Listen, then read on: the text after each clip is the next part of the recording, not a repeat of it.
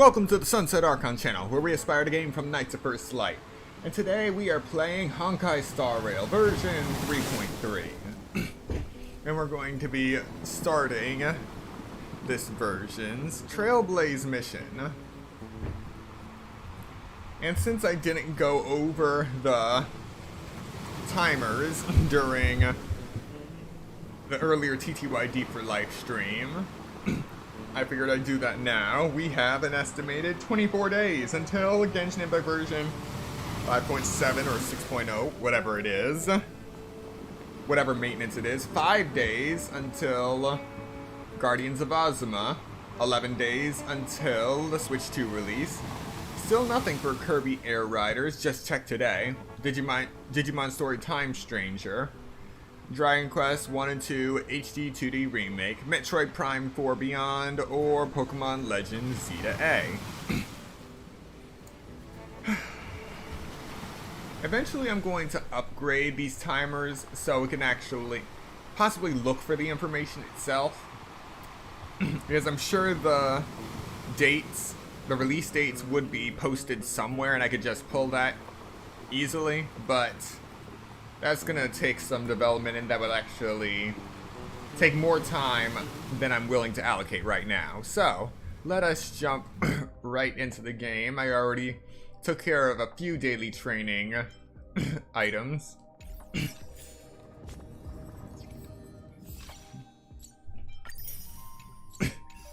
First thing we're gonna do, see what our luck is like for Hyacinth. This will be the first of the polls for this version. You have got to be kidding me. Okay, so for those who might not know, the Hoyoverse games with each update are now being required to show more information based for how much you would typically spend on a character to get them. And it gives a price range, but Genshin Impact actually shows it explicitly just out there once you go onto the banner page, and that's fine, but this is sad. They put all of that information that they were required to put in there by law into a scrolling banner that could not be read in its entirety in one go. If you miss something, you actually have to wait for it to cycle back around. Why? With all of the scrolling menus and other things that they put onto these menus, why put an appropriate disclaimer for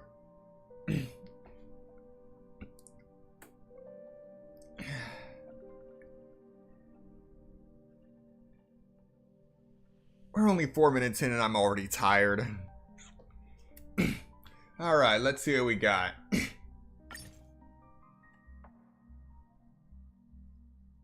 Okay, you still need 8 Star Rail Special Warp Passes to warp.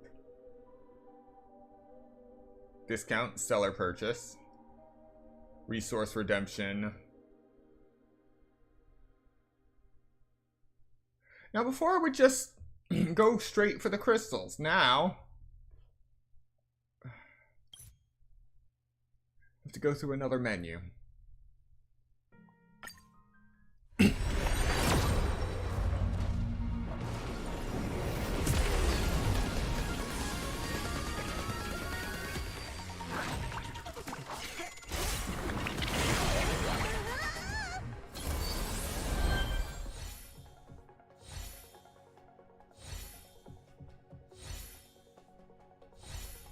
Alright, what do we got?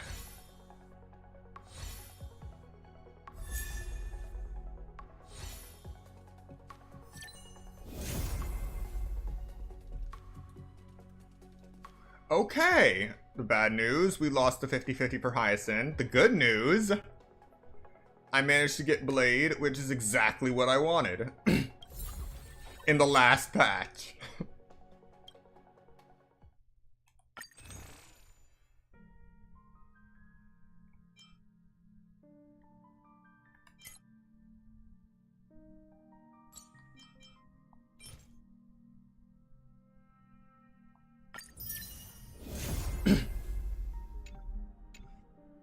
Worth it.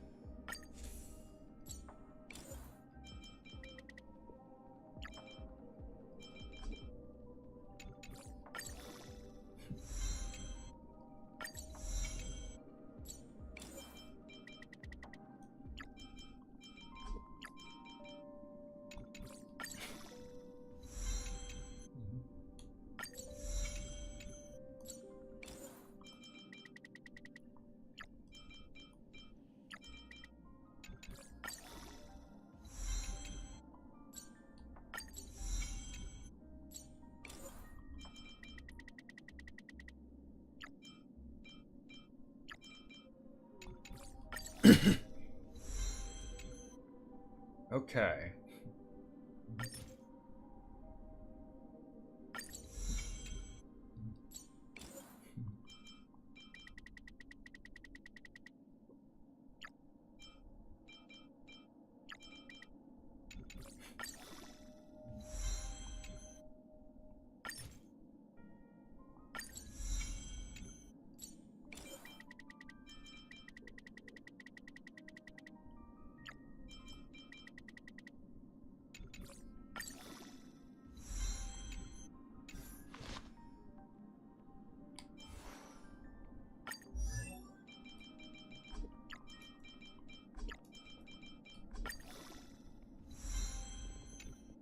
There is no shortcut to destruction.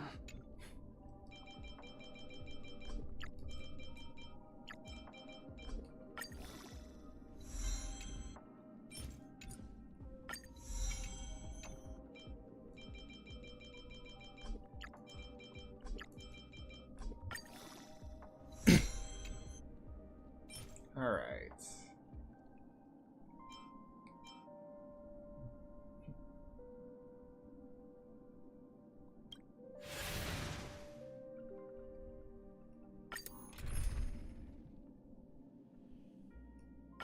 This will be sufficient.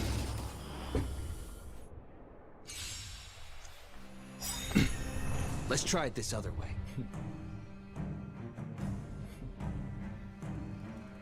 Trust me. We can do anything!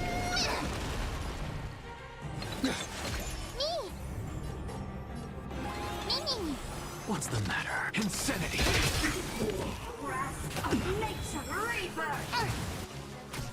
Never seen perfection. Open sesame. Curious, endless riddle. Nothing but a void. Root here. I don't have time for games. Expand your thinking. Watch a crow.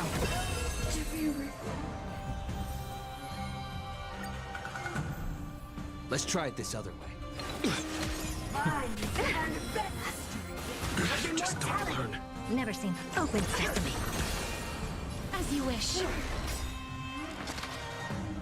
Look, with this divine power, I reforge all things. Total soul, insanity. Entangle. I don't have time. Expand your thinking. Let's try this. Curiosity, endless riddle. Nothing but a void.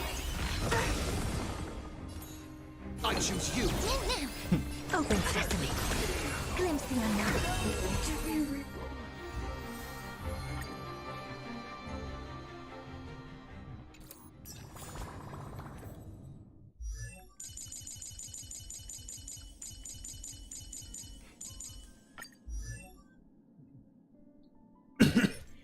There is no shortcut to destruction.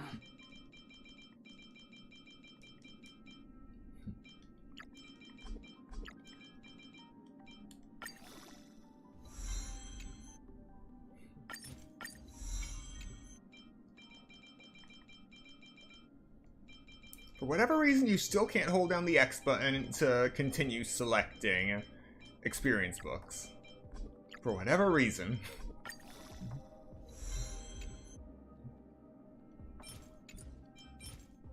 Okay.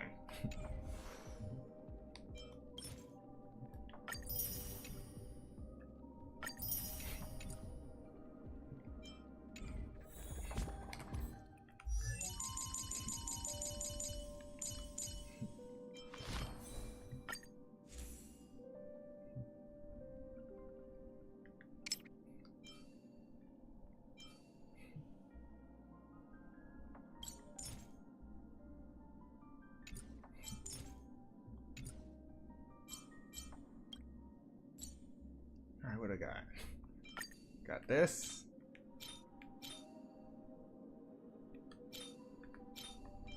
Yeah,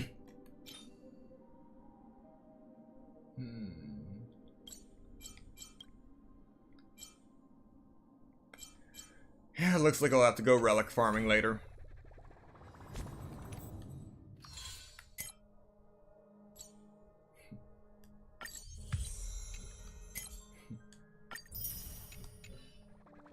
Alright.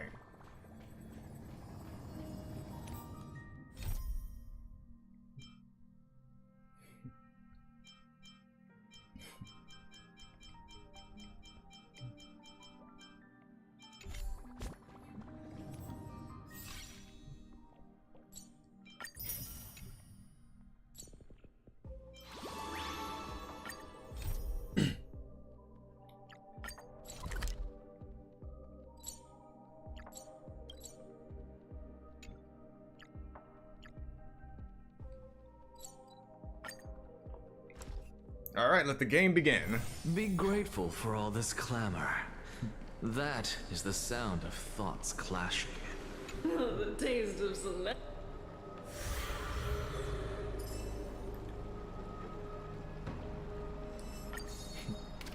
The sea. The sea is right here. And as soon as I reach the level cap, the goalpost moves. Fantastic.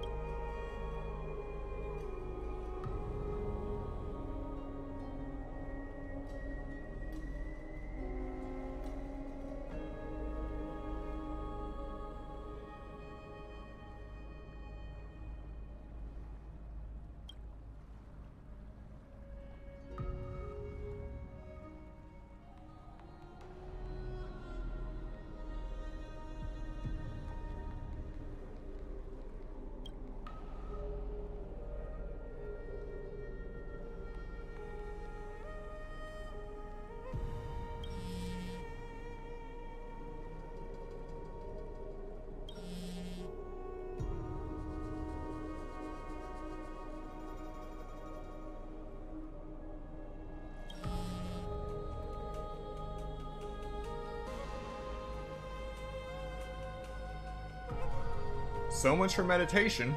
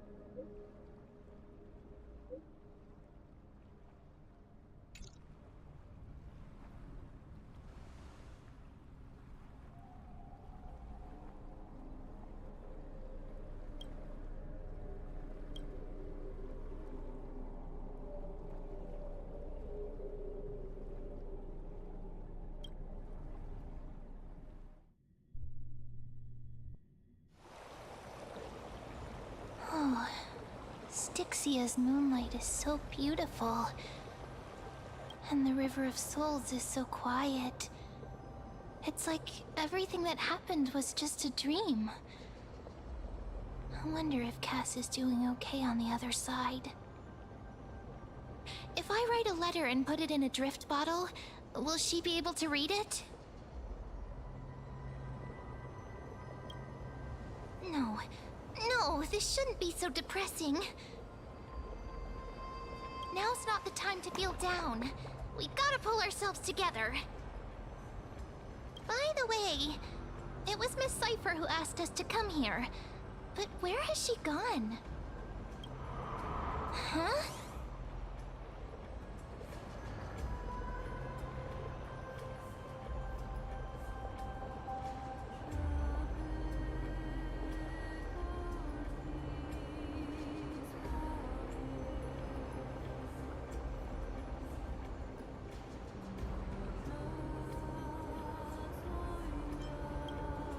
Yes, and this aura feels so familiar. Let's go check it out together. Be very careful. I have a bad feeling about this.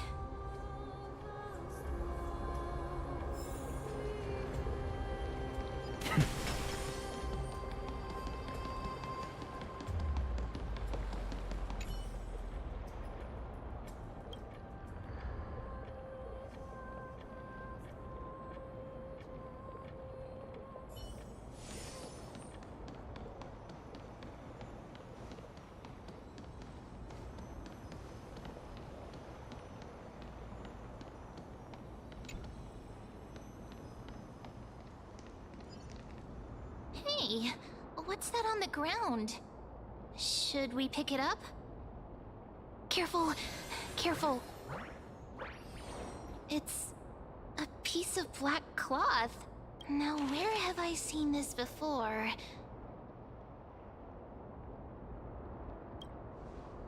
What?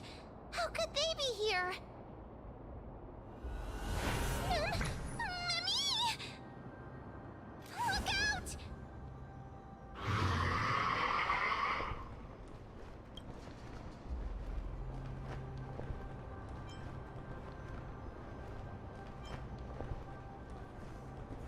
Is it finally time for me to bow out? Don't give up just like that! Let's try our best to deal with them for now, and we'll slip into the past with time's power as soon as we can. The River of Souls is full of fish, big and delicious. What? The flame chase journey stops. Meow, meow. Meow?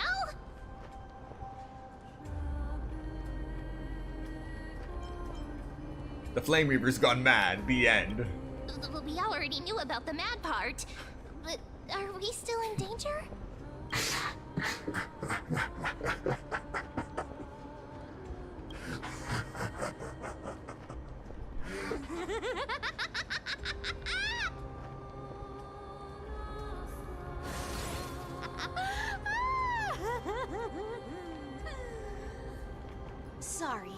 I couldn't pass on the chance to give you two a good scare.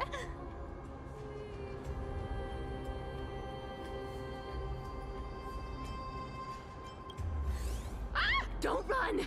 I'm the real Cypher. The real one. Come on, don't be upset. I'm just giving you a kind reminder that Emphorius isn't safe at all. The whole place is full of dangers, including that Swordmaster. Make sure you stay on your toes, no matter where you are.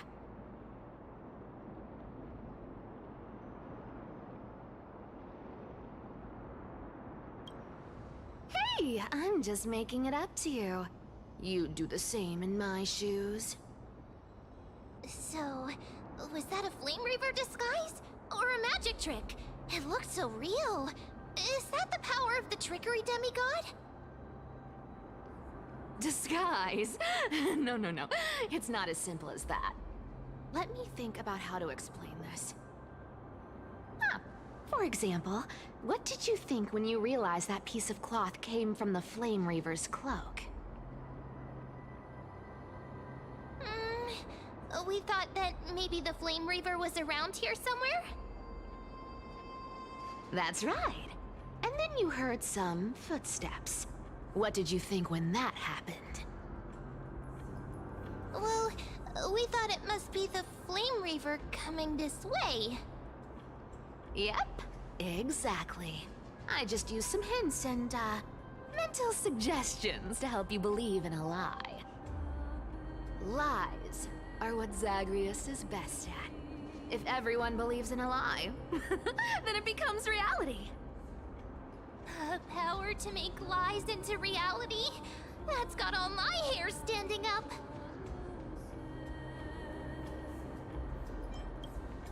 You think I might be lying? No need. The seamstress trusts you for a reason. Someone as honest as you couldn't trick me even if you wanted to. So, there's no harm in telling you. Besides, we still need to team up to go treasure hunting, right? Let's wrap up here. It's time to get going. Oh, was that your teleslate?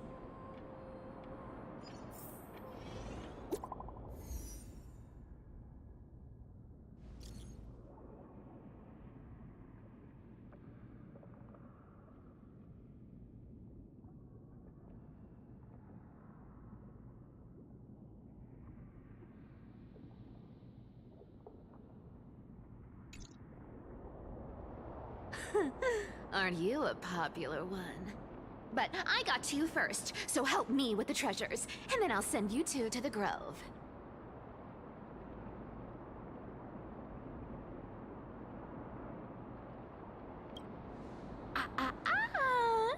Curiosity killed the cat, you know. Do you think I'll spend it all? That's so not why I hunt for treasures. Don't forget, I'm a demigod too. And there's a line reserved for me in that stupid prophecy as well. You shall walk with greed and die over petty change. But I don't believe in that. As long as I keep collecting treasures, then I won't need to care about petty change. And as long as I don't hurt other people when I get what I want, I won't be walking with greed. Right? Isn't that simple? So, as long as I keep going down this path, all those predestined prophecies and fates will never catch up to me. That was a long speech. I'm getting thirsty at this rate. The treasures of Styxia aren't gonna float up on their own. Come on, Grey Mystery. Show me what the authority of time can do. I can already see how this prophecy is going to end.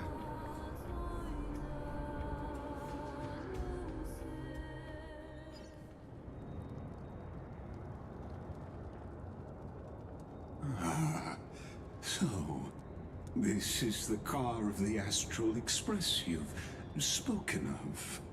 My repository of memories has been enriched with Another fascinating piece of information. Thank you for leading me here, Lord Donham.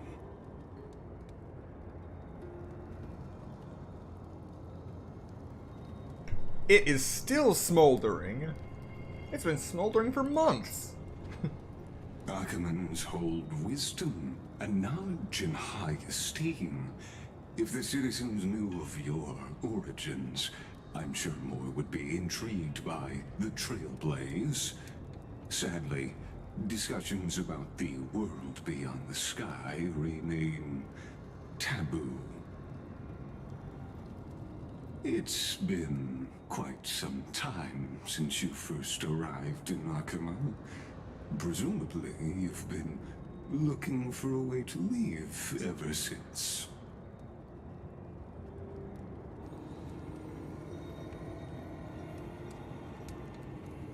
Don't be too hard on yourself, my lord. This puzzle has stumped Amphorius' scholars for centuries. It isn't something you can solve overnight, even someone as gifted as yourself.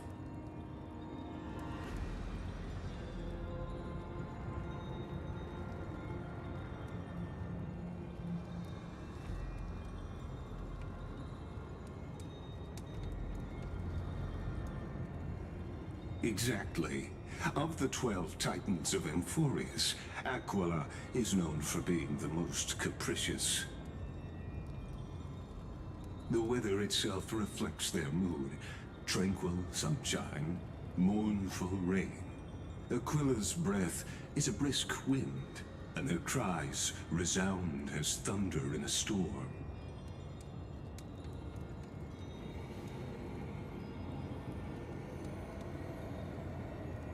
The sky above affects every citizen. It's clear that Lady Aglaya's decision to confront Aquila at the end of the Flame Chase journey was a carefully considered strategy.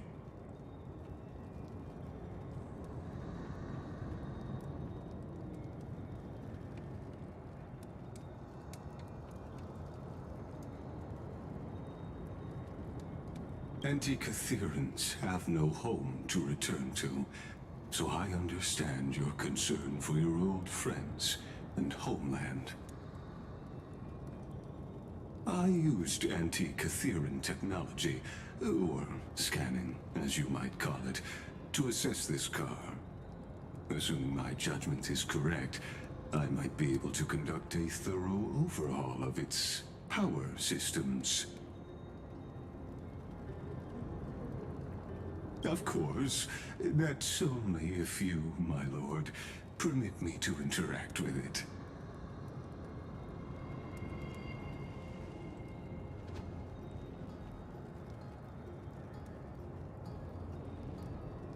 You honor me with your trust. I will be very careful.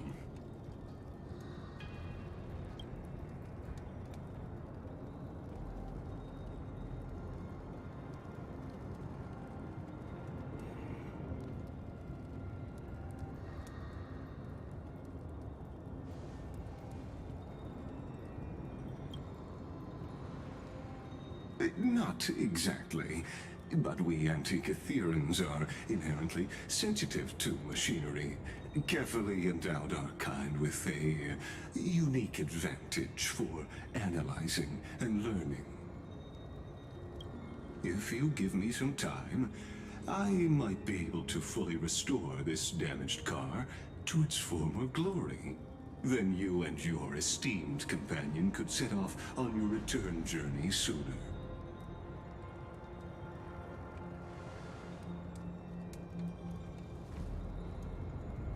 Hypothetically, Lord Donham, if I could open up a path out of Amphorius that circumvents Aquila's divine punishment, would you consider ceasing your support for the Flame Chase journey?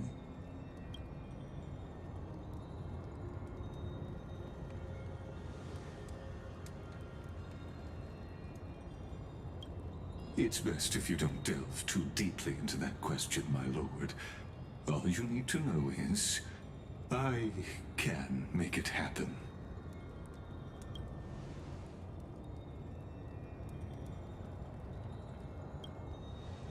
The crucial point is, if you and your companion are unwilling to halt your support for the Chrysos heirs, it could offend certain interests.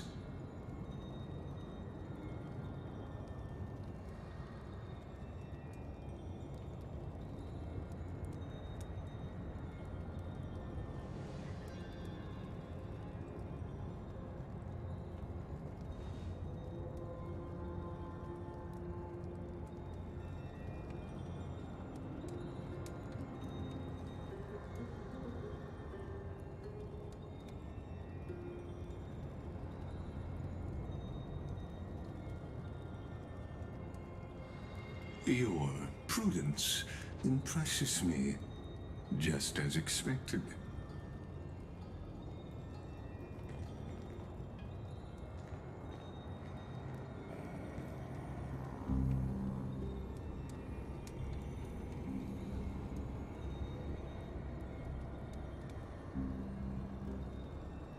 Please don't misunderstand, Lord Donhong.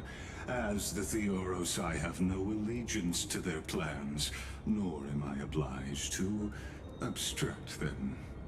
I am neutral.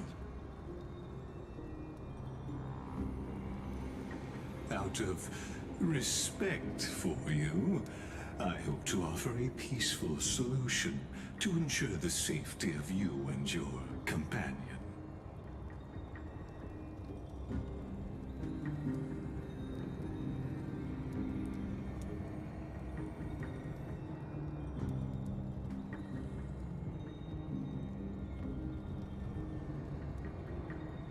I will not.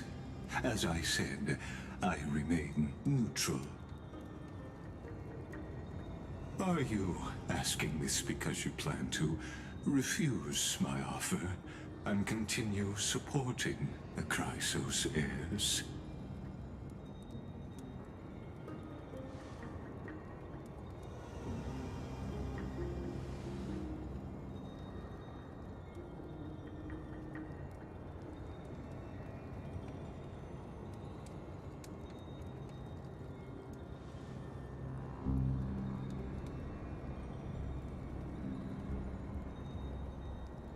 So I see. This is what you call trailblazing.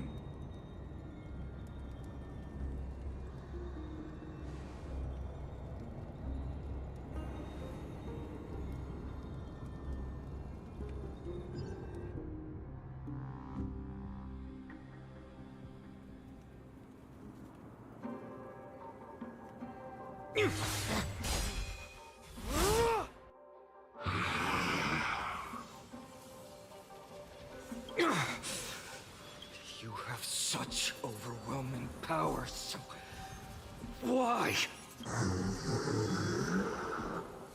Answer me! Why do you stand in our way? Why do you want to take the core flames?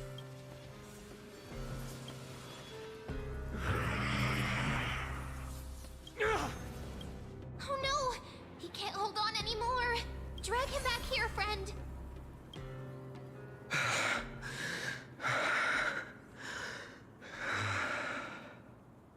Are you okay? I'm okay. I can handle that kind of hit now. But a few months ago, that would have knocked me out. Thanks for worrying, buddy. Thanks for the help. To face Aquila and other potential threats, I must sharpen myself with the most aggressive methods. Even so, it's impressive you thought of this training method. Battling the phantoms of the past in the River of Time? It's just like the hyperbolic time sanctum that the bards describe. It's working pretty well, wouldn't you say? But combat isn't just about strength and skill. You also need the right weapon. Compared to that guy's weapon, mine feels like I'm swinging a lump of iron. I can't tell you how many swords I've gone through since the training began.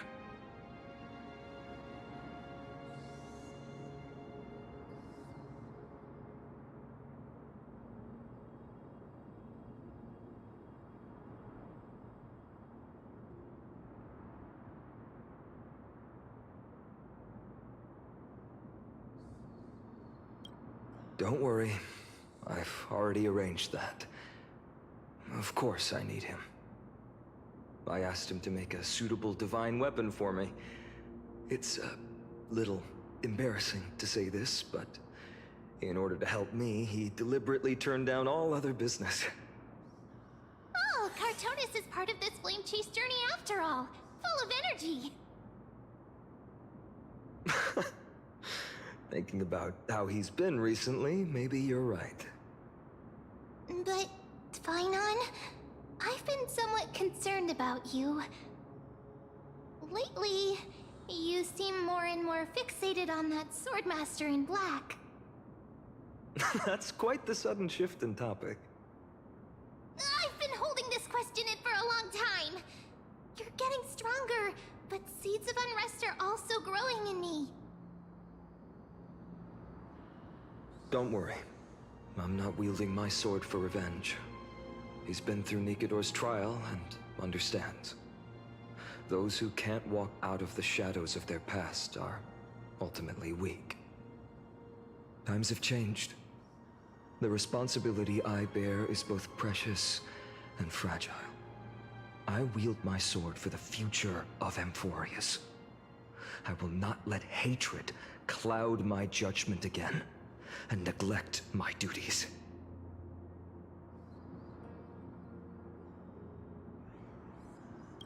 I'm far from finished. I must continue sharpening my skills until I can match their strength. Every time I say something, things get so serious. I don't want to be the person who keeps bringing the mood down. I'm out of energy for training today. How about we go to the library of Philia to lighten the mood? Sure, that's what I've been looking forward to. We deserve to enjoy ourselves after all the hard work. Today, I'm definitely going to...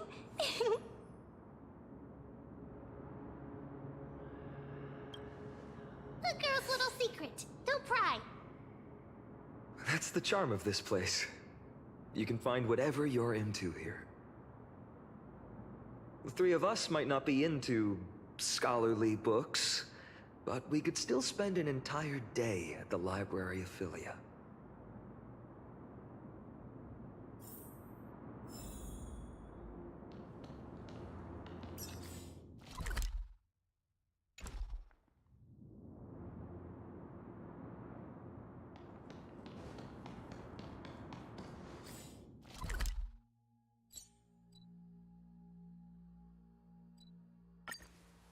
Here we are! Where was that slate last time? Was it here? Or maybe over here? I'm off to have some fun! It's free time now, so you should relax too.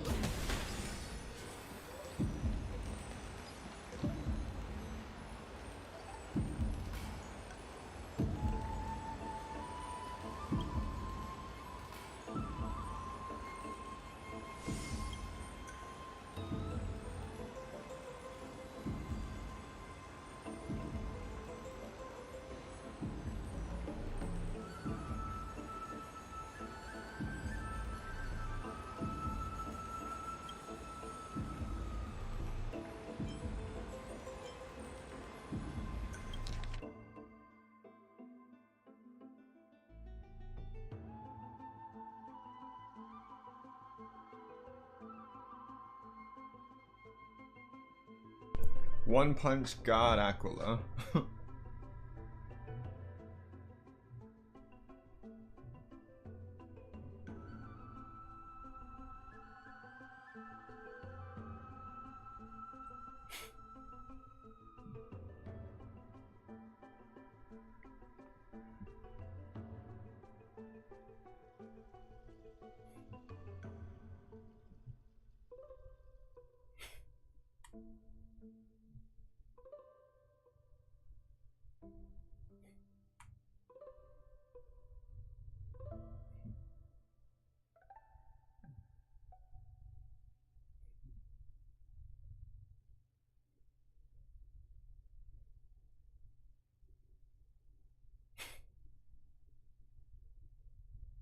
Next episode, battling Nikador.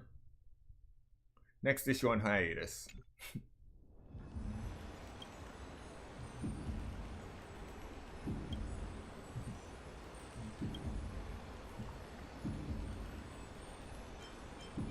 Let's stop there for now. I'm sure we'll find it later. I wonder, let's take a closer look. I didn't expect actual voice lines. That was a nice change.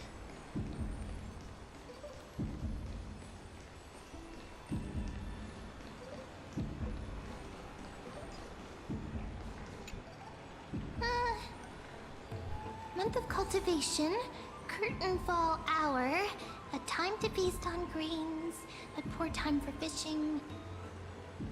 Oh, but then again, are there even any spots left to fish in Emporius these days?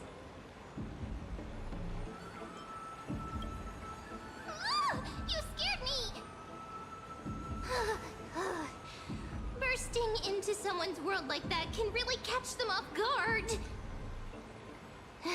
Well, no more jokes. There's nothing here. I'll go look elsewhere.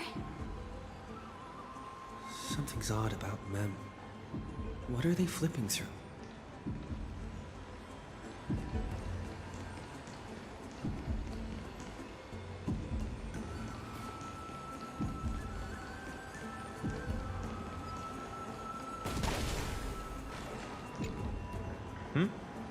Well, I thought I felt a draft just now.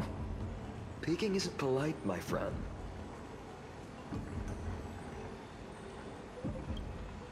You could have just asked. There's nothing embarrassing about it. Here, look, I'm reading this. Antiques Appraisal. How to make a fortune.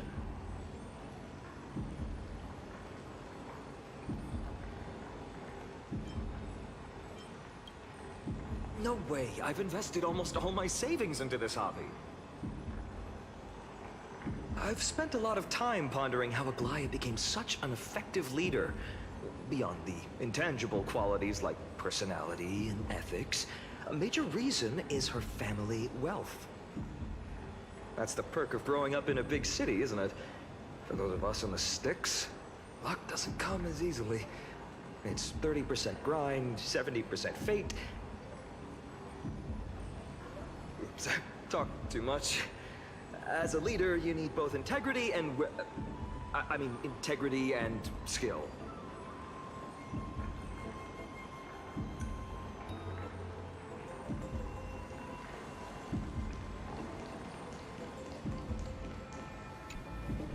Oh, these cards are so detailed and fine.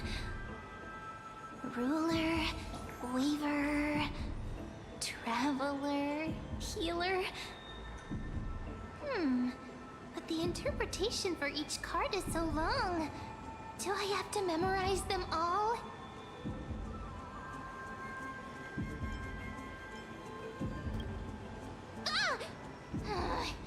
What a coincidence!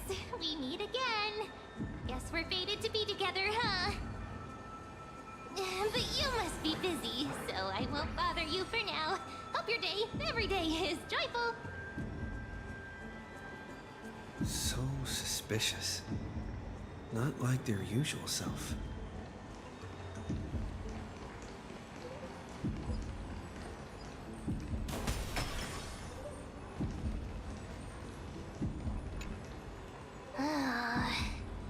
You sure are persistent. All right, all right.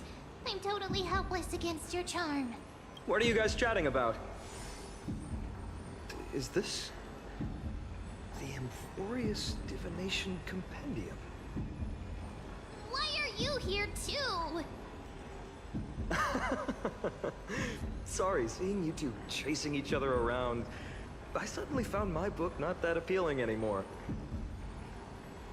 Never thought Mem would be into divination. But it's not exactly a niche hobby, so why all the secrecy? I wanted to set up a surprise! Master it in secret and give you all a shock. But getting caught halfway through, it's only natural I'd feel shy. A girl's heart is more delicate than Aquila's ever-changing moods. A surprise, huh?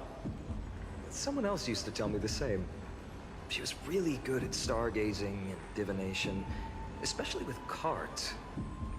Yeah, just like the ones you're looking at. And you must be pretty familiar with all sorts of divination techniques with a friend like that. No, I know nothing about it. I've never really believed in using cards or bones to predict the future. If the good omens foretold by divination were true, my hometown, Heidi's Elysia, wouldn't have disappeared. Don't forget, we've got Lady Trina. Every other form of divination is just smoke and mirrors or cleverly rehearsed tricks compared to her flawless prophecies.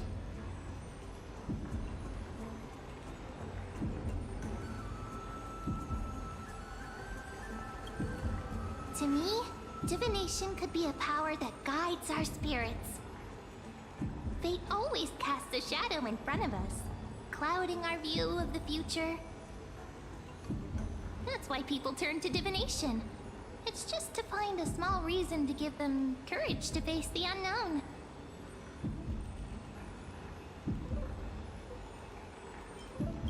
Divination is only meaningful when there are both good and bad outcomes. Even bad omens serve as guidance. They can help keep us alert, right? Strange. That person I knew used to say similar things. Looking back, whenever she interpreted a card for me, I couldn't help but feel uneasy. Even though I never believed in the outcomes. Maybe it was her tone. Cyrene. She could paint a complete fantasy so vividly, it utterly captivated me as a child. Right, I still carry a card she once used. Do you want to see it? Oh, wow! It's so exquisite! I'd love to have a card like that.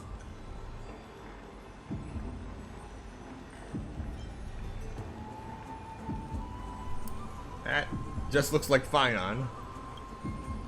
Oh, now that you mention it, yes. It would be even better if it were made of, say, crystal. Speaking of which, partner, there's something I haven't shared with you all. Remember our first trip to the Temple of the Three Fates? The riddle that Orin exposed to us?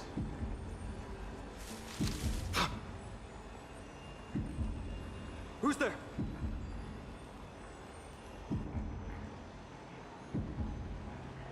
You are...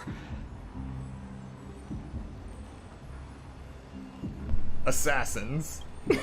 These folks are up to no good. Black clothing, masks decorated with golden blood. Are they cleaners? To directly call us by our name, it seems you, Lord Finan, have studied the forgotten history of Amphorius quite thoroughly.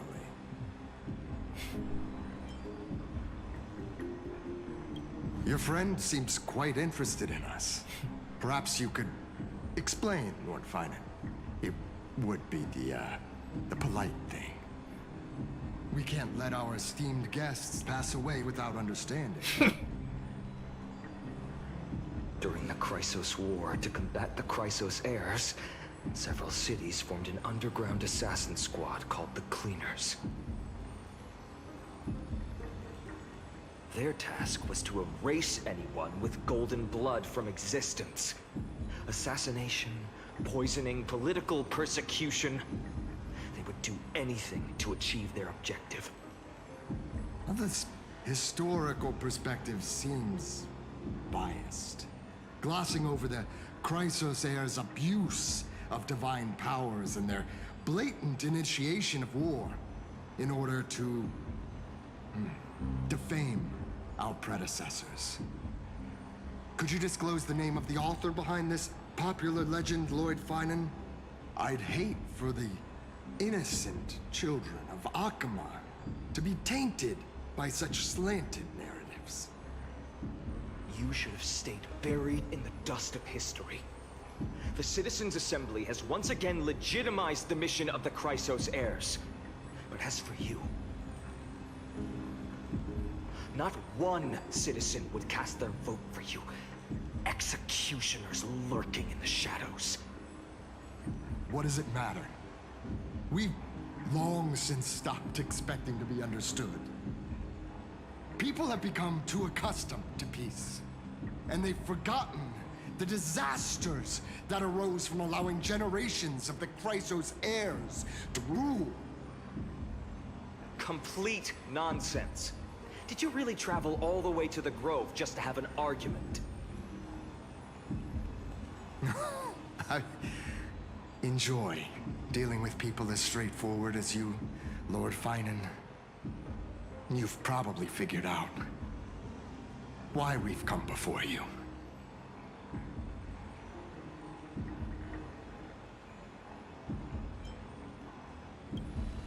Keep your cool, partner. They've come out of the shadows, which suggests they have something up their sleeves. All right, let's hear it. What are you hiding? But watch your language and don't say anything you might regret. My shoulders might be sore and my sword a tad dull, but it's still enough to slice off your tongues.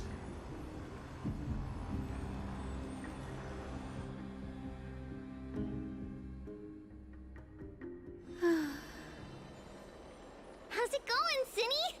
This place fits, doesn't it? It's a bit small, but the lighting is perfect. Thank you, Lady Treeby. With this, the Twilight Courtyard can be reborn in Akuma. Do you like it here too, little Ika?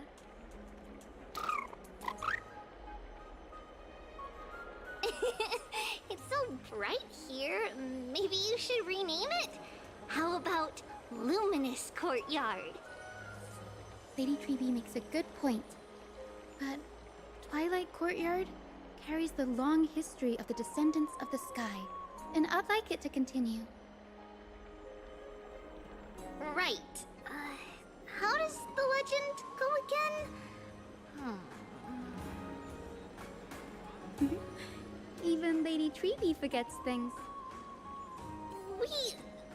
We just haven't prepared lessons in a while now, so we're a bit rusty. Just give us some time and we'll remember. Ah! Now we remember. Kremnos and the Firmament, Volume 3, Section 5. With Seliosi, the Day Thunder Knight, striking down the Eye of Twilight, the divine war between Nikador and Aquila, which spanned centuries, came to an end. Thereafter, the Skyfolk gradually declined. Numerous sky fortresses were abandoned, and their descendants began to establish themselves on the land. Finally, those descended from Seliosi the Day Thunder Knight were welcomed by the scholars under Circes and established the Twilight Courtyard in the Grove. The historical records seem slightly at odds with our memories, but the details from that time have become somewhat hazy to us. Oh, I forgot. For Lady Treeby, history is more than just words on a page. It's something you've personally lived through.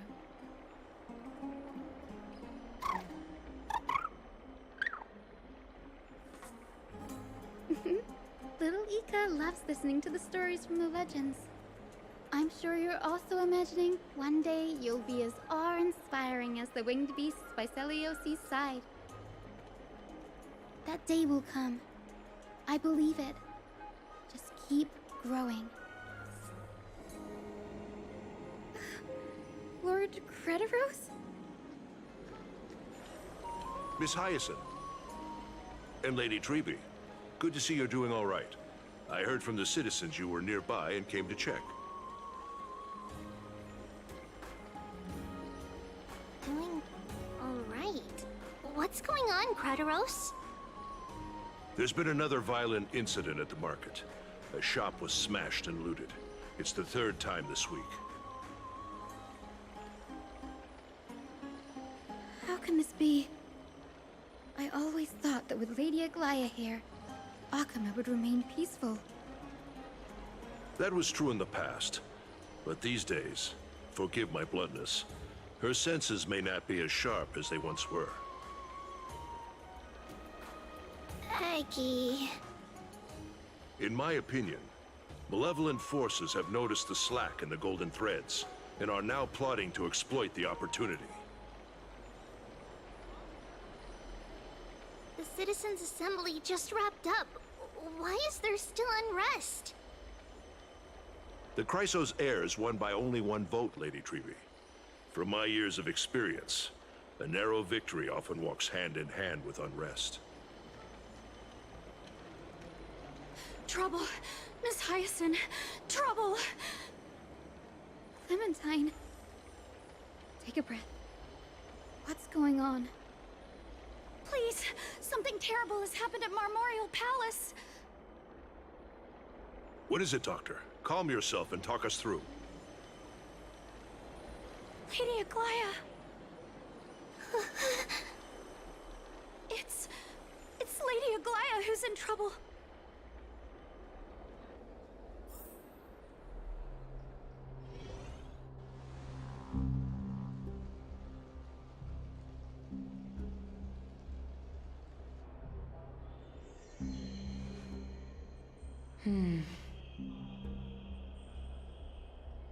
I still remember. This bath that overlooks the entire palace was built by the Council of Elders 900 years ago. Its purpose was to commemorate the first flame chase journey and to remember the heroes who made great sacrifices for Amphorius a millennium ago. Rules were set then. No one was allowed to enter, apart from guests invited by the Gold Weaver. But, I guess, you're no longer pretending to follow the rules, are you, Lady Kindness?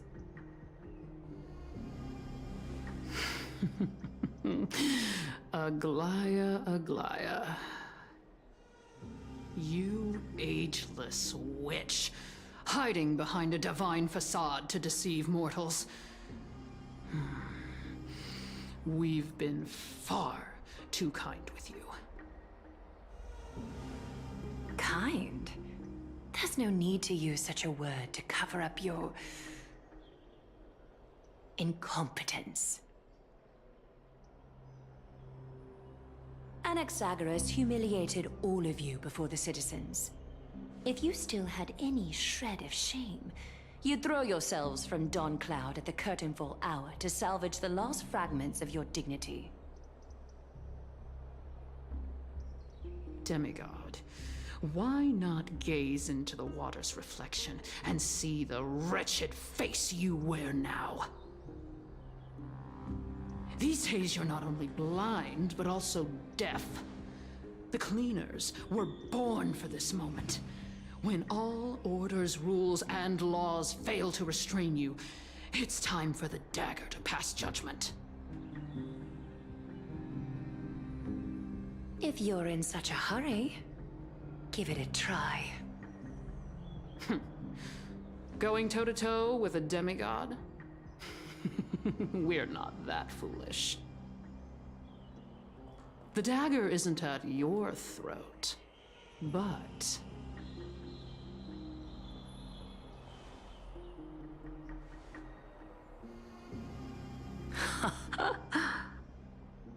Your gravest accusation is that my humanity is fading. And you claim my concern for mortal joys and sorrows is nothing but a facade. If that accusation holds, what makes you think the lives of these civilians will sway me in the slightest?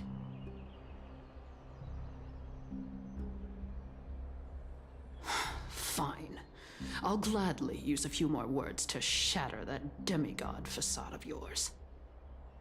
Like I said, you're not only blind, but deaf too.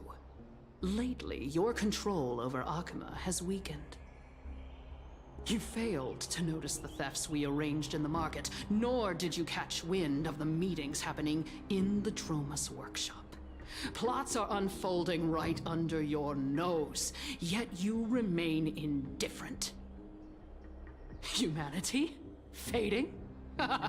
Aglaya, why not use your precious golden thread to peer into my thoughts? See if the gift we've so meticulously prepared for you can move that cold demigod heart of yours.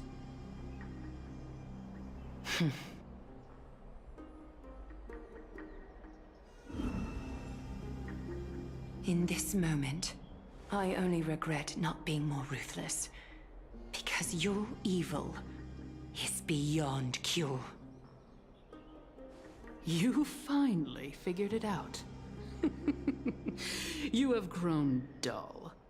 I've been holding that image in my mind this whole time to make sure you could see it clearly.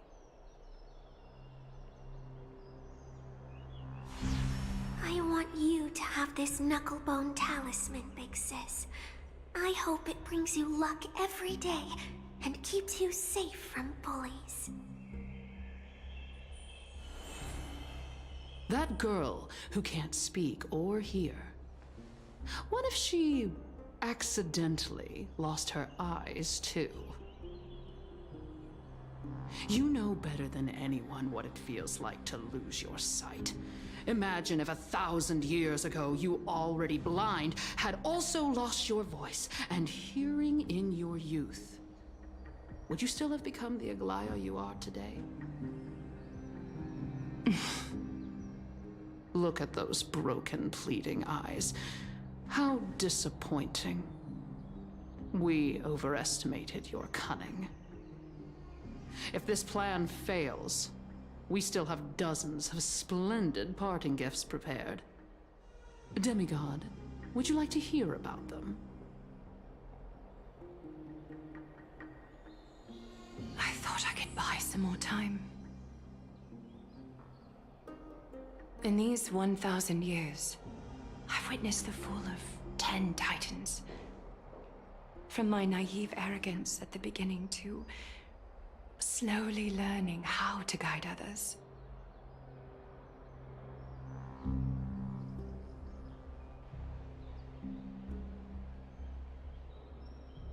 Now, it's time to let go.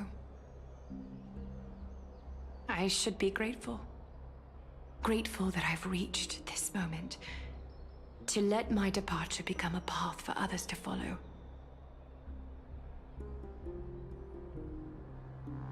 Have I done enough? If I embrace that prophecy now, and sink into the warmth of these waters,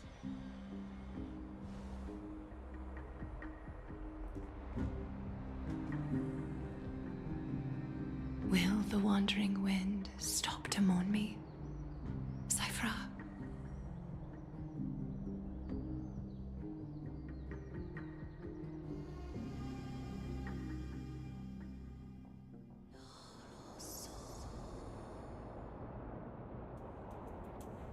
Seamstress! I've come as promised. Look at this box full of gold and silver treasures! I bet there's stuff here you've never seen. Come on! As we agreed, I want to buy the most valuable clothes you have. Little thief! You've got some nerve, barging into my shop dressed in those tattered rags. What have you brought? Let me see. Here, take a look.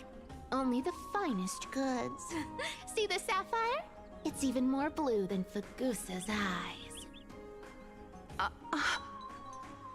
Such exquisite luster. I've only seen an ocean's tier of this quality in my mother's treasury. Wait. You've seen one before. And here I thought I'd leave you speechless. What a letdown. It's just an old memory. My family estate all burned to ashes long ago. This workshop is what I built from scratch. Wow, a daughter rebuilding her family business. How admirable. Enough with the jokes. At least you did get to enjoy those luxuries. Mind your manners, kitty. Tell me, Cyphra, where did you come from? And how did you acquire these treasures? I won them fair and square in a bet. What? Do you doubt me? Speak up, seamstress. Give me a straight answer. Do you want these or not? Strange. You're clearly lying to my face. But my golden thread doesn't tremble at all. That's because I'm not lying. I've been telling the truth from the start. Is that so? The scars and the mud stains on your face tell another story.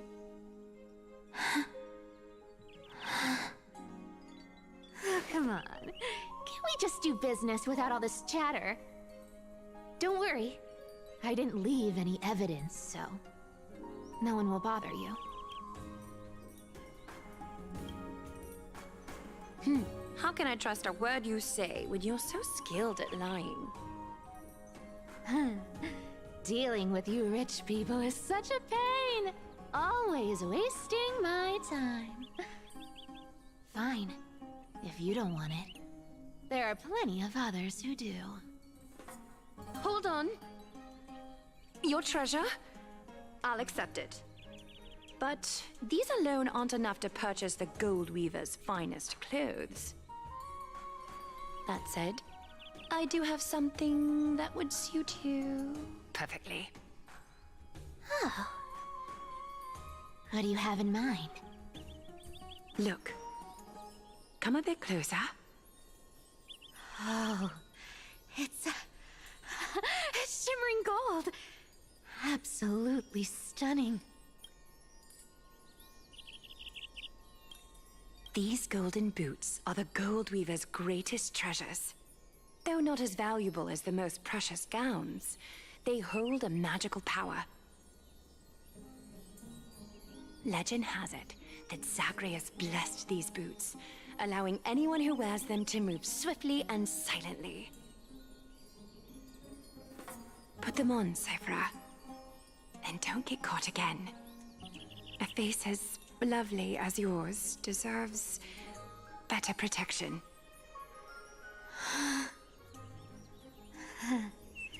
You rich folks just love sticking your noses in everything, don't you? Well, I'm taking these now, so don't get any second thoughts.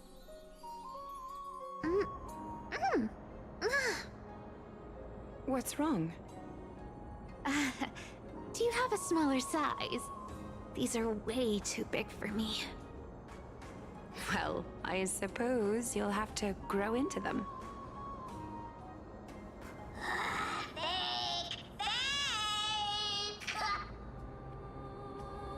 Do you have to interrupt me in the middle of my story?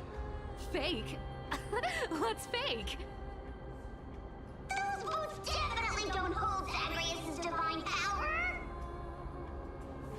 Your Amphorius is most cunning liar, and even you were fooled by a Glyad! Watch your mouth, or I'll feed you to the fish in the River of Souls. Weren't you curious how I got tangled up with that seamstress? Well, now you know. Satisfied? I didn't expect such a simple story! How disappointing! But, boss lady, there's a chance Aglaya wasn't trying to trick you? You're defending her. No. I just think the story's so moving, it'd be a shame to ruin it with a lie. If I could cry, I'd be in tears right now. Good thing you've still got a sharp tongue, or you'd have been stuck guarding someone's front door ages ago.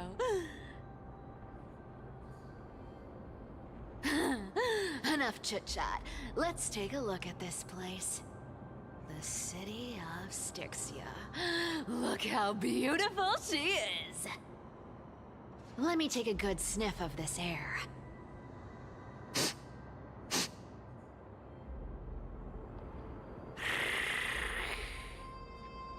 This air, it's filled with the scent of treasure everywhere. Wonderful! Just wonderful. Thanks to Castorus and Grey Mystery, the ancient city's barrier was finally dispelled. Now that I think about it, helping them was well worth it. Time for treasure hunting, Barto! Lead the way, and whatever we find, we'll split 80-20. Well, I have a suggestion. How about 70-30 instead? Listen closely. Do you hear that? The gnawfish in the River of Souls are growling with hunger. 80-20 it is. How generous you are, Boss Lady Cypher. Anyway, what's with all this water? It's damp, cold, and miserable here. I hate it. Ooh, the mighty demigod of trickery. Uneasy around water. You wouldn't understand. The people of Dolos are talented in many ways. Just, not in swimming. Why don't we have a race? Long distance, sprint, or laps? Take your pick. What's got you so worked up? Relax, relax. Who would have thought the fearless Lady Cypher was afraid of water? Cats hate getting wet. What's so hard to understand about that? Now, hurry up and figure out a way across, or I might have to reconsider our split. Don't rush me. Let me take a look around. Got it. Let's use that thing. Come on, follow me, boss lady. Not a good imitation. I'll play along. Let's see where this goes, Bartolos. Tell me, how did you hunt for treasure when I wasn't around, boss lady? Trying to trick me into saying something. Not a chance.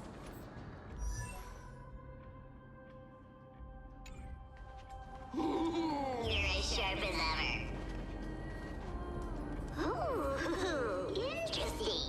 Very interesting. Was this device designed by priests of Ornyx? Do you think you can handle it? Don't underestimate me, boss. Just find a cozy dry corner and wait for me.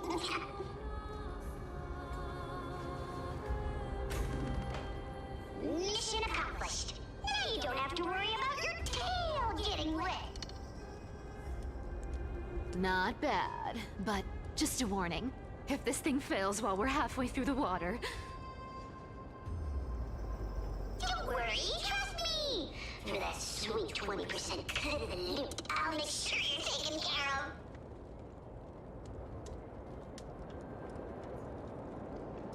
Huh. This feels truly magical. When did you pick up this trick? Self-taught. Oh, self-taught.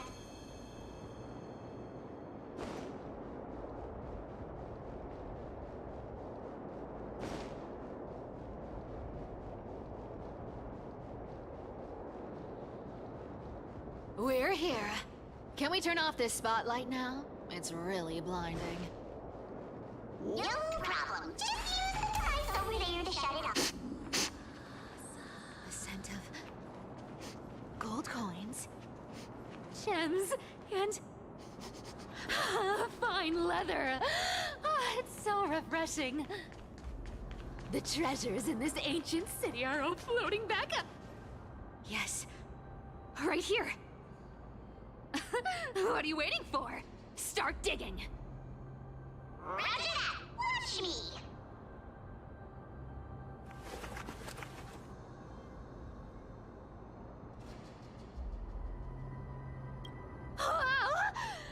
That's a huge chest. Move over. I want to open it myself. Wow, wow. A massive hall. Unbelievable. It's hard to imagine the kind of luxurious life the people of Styxia once led. As expected for a realm of Fagusa's disciples. This entire chest is filled with ornaments made from ocean's tears. Here, take this. See if it suits you. Thanks for the gift, boss. Much appreciated. Look at the clarity of this purple crystal. It matches my skin tone perfectly. Oh, safer, safer. You truly have the most refined taste of all thieves and Amphorius. Let me try this on. Huh? Where is my treasure?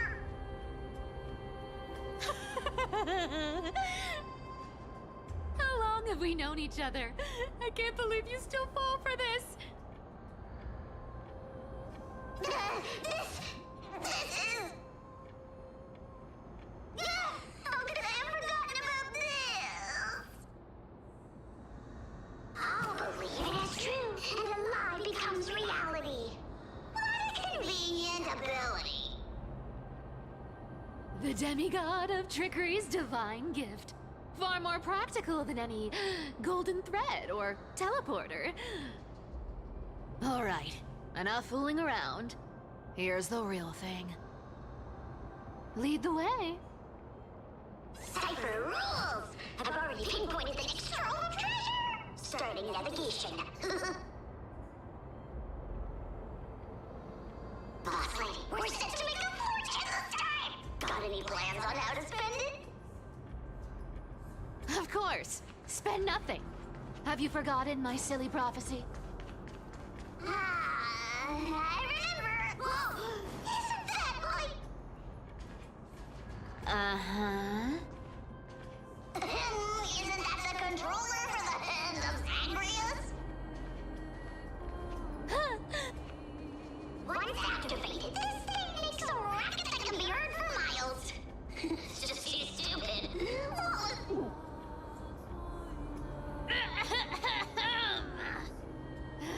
Seriously, what was the Titan thinking when they came up with this thing? Hey! If you don't want the trickery to be exposed, you'd better start by keeping your mouth shut. What do you say? But lady, you're absolutely right. I'll be careful with my words.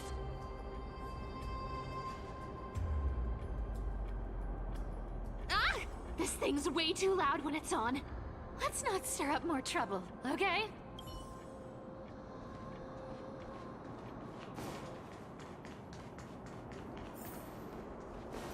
Here we go round the river of souls. Spirit thief goes, spirit thief goes.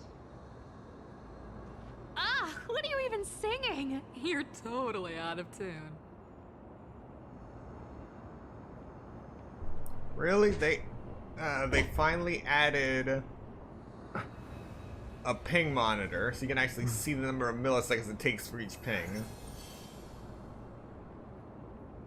I kind of liked this game without that. Because, at least for me, Honkai Star Rail has always been rather stable.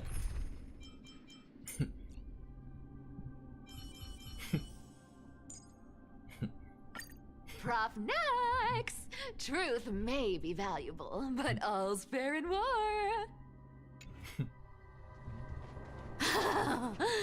There's a big guy guarding this place. Yeah, big and dumb. Just a pure lump of stupidity.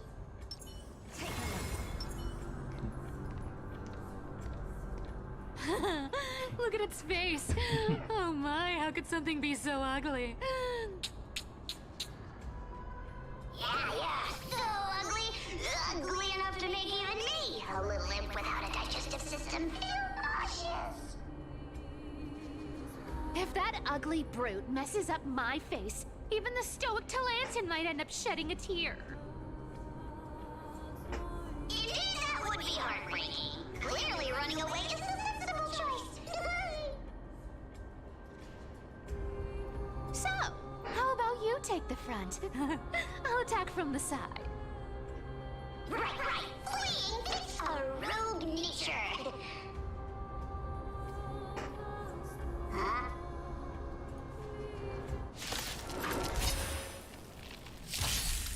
Let's try it this other way. We can do it! Come to me. Trust me, we can do anything! Found me. What's the matter? Insanity! Look, with this divine power, I reforge all things! Never seen perfection before? Expand your thinking. Don't fight so I can leave. Such an ugly and useless creature, taken down with just a couple of hits. How boring. Hey, Bartolos, are you still alive? Give us a squeak if you are. Squeak! Look at you, all shaken up. Can't handle even this bit of action. It should be safe here now. Get to work. Aye, boss lady Cypher.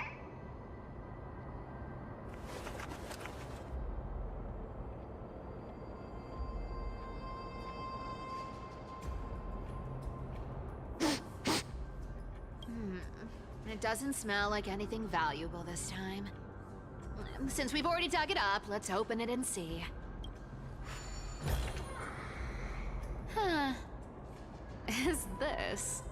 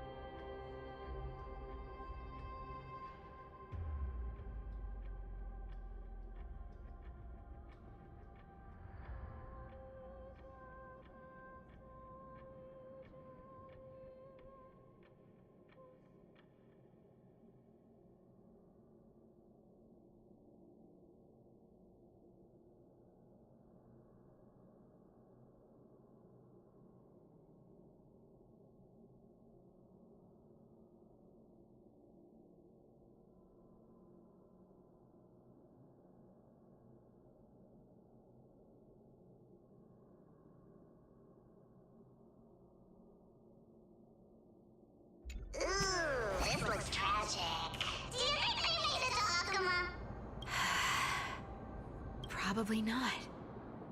I've never seen or heard of anyone from Styxia and Akama. At least, I'm still left for Dolos. Guess this city wasn't so lucky. Huh. It does seem unfair, doesn't it? Just because they were born in the wrong place, they had to face such devastation. Meanwhile, those in Akama, simply because they're supported by the world-bearing Titan, continue to survive. Yeah, the world just isn't fair, is it? Speaking of the world-bearing Titan, Cypher, didn't you tell me once you used to be an apprentice at Kefali's priestly court? Huh. Did I? Yeah, you definitely told me, and I remember it clearly. Maybe it's been so long your memory's gotten a little fuzzy. Ah, right. I did tell you. It wasn't a big deal. I just snuck in with a bunch of mumbling priests and watched them do their spooky rituals around some glowing rock. Honestly, I was only interested in the wallets of the old grandpas on the council back then. Don't remember much else. It's been what, nearly 1,000 years? Oh, I see. Were you in a priest's robe? No, that's hard to picture. Who asked you to picture that? Besides, priest robes from 1,000 years ago were nothing like the ones today. Right. I didn't think about that. I was just curious if you ever overheard anything interesting from those priests. How ridiculous. Come on, let's head to the next spot.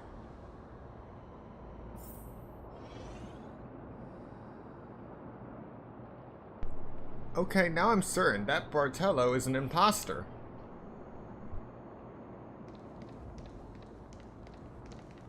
Where did this roadblock come from? Ugh, this is so annoying. The treasure is right in front of us. Oh dear, we're stuck here. But I have a plan. Should we call on that big, noisy, cumbersome hand of Xandrith? Never thought that thing would actually come in handy. All right. Do you want to handle it? Leave it to me, lass. I don't need a controller. After all, you know.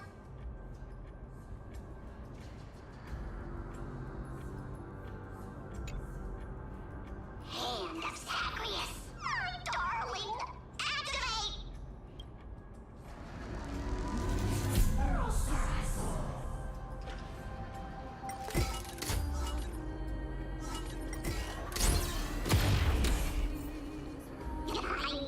Looks like a charm. Not bad. However, I still don't see how this ties into trickery. Let's go to the next room. Hey, slow down. That question you asked me earlier. I think I just remembered something. What did I ask? You know, that question. The one you specifically asked me. Right after we dug up the second chest.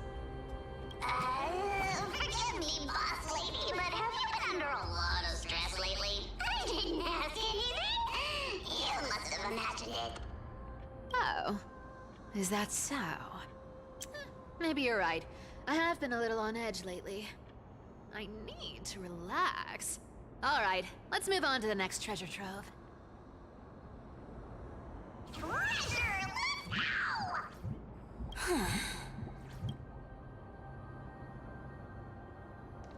Twinkle, twinkle in my chest, how this core flame is the best. Wow, when it comes to singing, I still sound better than you, boss. Go beyond all time and space on the journey of flame chase.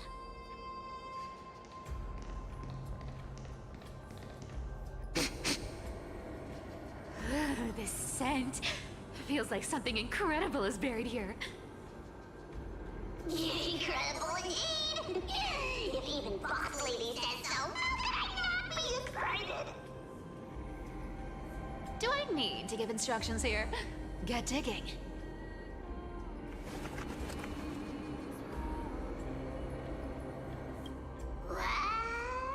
Oh, isn't this a golden scapegoat? Interesting. Looks like whoever buried this treasure wanted to play a little game with us. Oh, isn't there a myth about this thing? Those who feared fire became sheep. Those who did not became human. Sheep, humans, whatever. All I know is unlocking this gets us treasure. Here, this honor's all yours. Puzzles and tricks are right up my alley. Just leave it to little old me.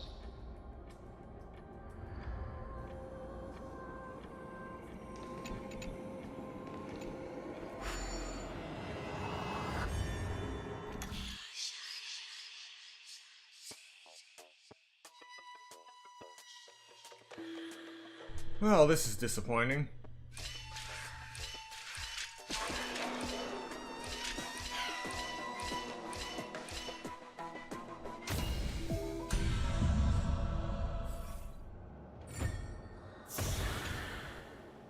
Told you, nothing can stop me. Cypher, it's your turn now. Stop! Stay there, and don't turn around. Huh? I told you, don't move.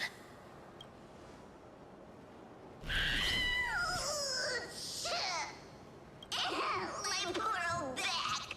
What are you doing? Shh, quiet. Don't say anything unnecessary. That seamstress. She's listening. What? Boss, do you mean? Stay put and keep quiet. I'll handle her. Whoa, whoa. Seamstress. Getting sneaky, aren't we? Did you think I wouldn't notice your little spies lurking around me?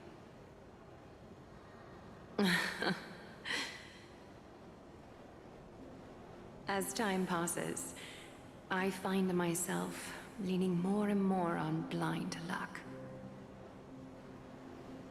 With only the power of this little nymph, naturally I couldn't slip past your sharp eyes, Cypher. Even if you could fully control Bartolos's mind, I would still be able to see through your disguise. Aglaya.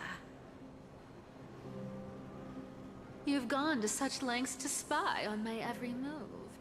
What exactly are you after? I've told you before, you don't need me to succeed. Why don't you just let this go? I already made an exception and got involved with Castorus and Grey Mystery. Asking for more now. Isn't that pushing your luck a bit too far?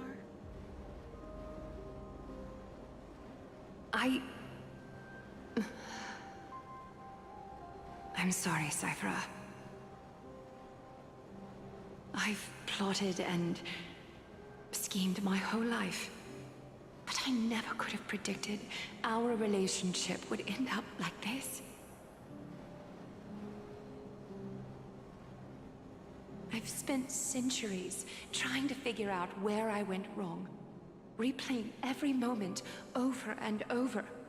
But you've never given me a chance to explain myself, face to face.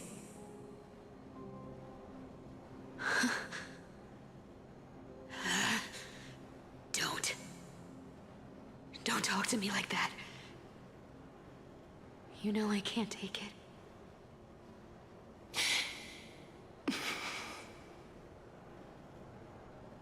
1,000 years ago, out of foolishness, I let my silence steal away the most beautiful sound I'd ever known.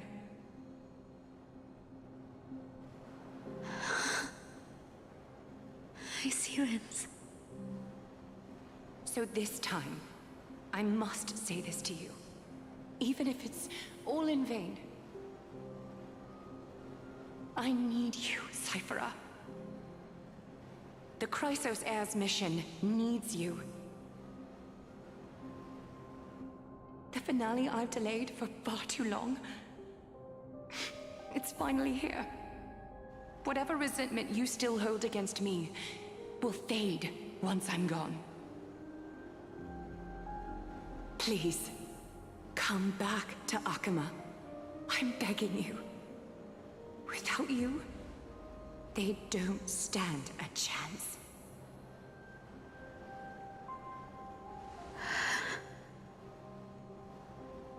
I'll think about it, seamstress. But stop watching me. Unless you want to lose me for good. Don't worry. As much as I'd love to hear your voice again, to see your face, it seems that chance will never come. Goodbye, Cyphera.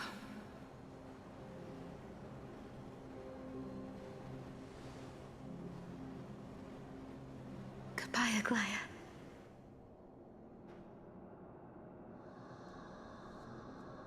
Ah, what a shame. I thought there'd be some real treasure under that goat's head.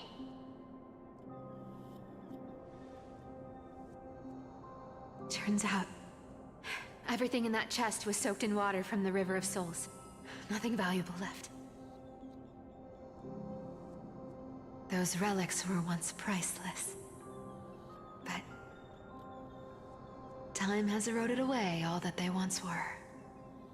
Aww, hearing that from you makes it sound so sad. Wait, why am I getting all sentimental? We haven't even processed what just happened. That horrible woman. When did she... Oh! If you see her, let her know this. As demigods, we can't avoid our duties forever. Could it have been back then when... Do you remember now? Looks like you don't need me to jog your memory. She must have slipped that nymph into your pocket while you were distracted. Don't underestimate that bug. It's every bit as dangerous as the seamstress's golden thread. Let your guard down for even a second, and it might take over. Make you spill secrets you'd never share otherwise. Whoa, that's like some brainwashing monster straight out of the Black Tide! Creepy. Boss, how did you realize something was wrong? I'm curious. What exactly did that nymph make me say? Huh. Actually, it gave itself away very early on. Speaking of the world-bearing titan, Cypher, didn't you tell me once you used to be an apprentice at Kefali's priestly court?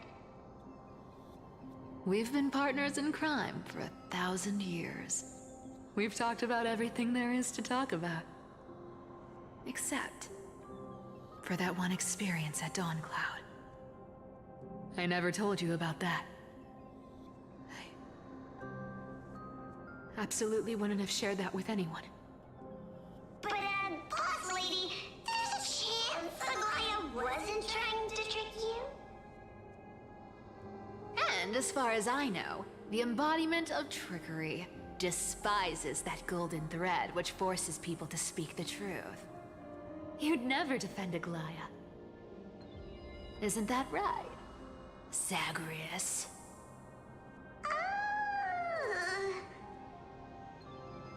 You have a terrifyingly sharp mind. After all, I'm the only one in the world who knows you're still alive. To make sure you survive the Titan trial, I had to fool the entire world. If you want to keep that lie from falling apart, you'd better keep playing your part in the days ahead.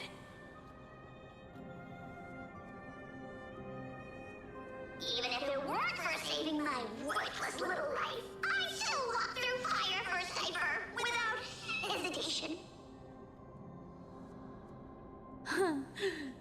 have been reduced to this form, but you still haven't lost your way with words. Speaking of which, Cypher, you're not taking that wicked woman's words to heart, are you? Life's been pretty great lately. Why get into trouble now? Don't you think? Honestly, I've been thinking. Maybe a trip back now wouldn't be too bad. You're back again, Cyphera, your face. I need clothes. Anything. Just throw me something. A piece of cloth will do. Just enough to cover the wounds. I will pay back the amount I owe. I promise. You're bleeding golden blood.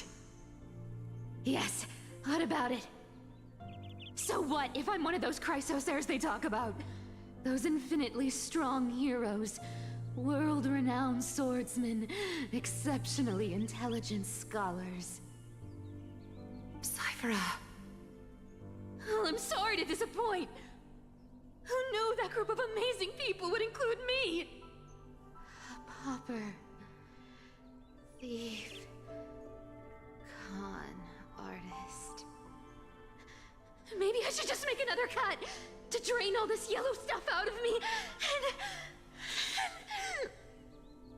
Stop it, Cyphera. I'll give you clothes, warm you up, and stay here. Stay in my workshop until you're healed. Aren't you going to ask me how I got these wounds?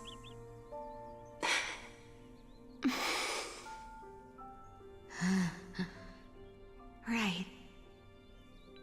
What's the use? I'm so good at lying. Even your golden thread can be fooled.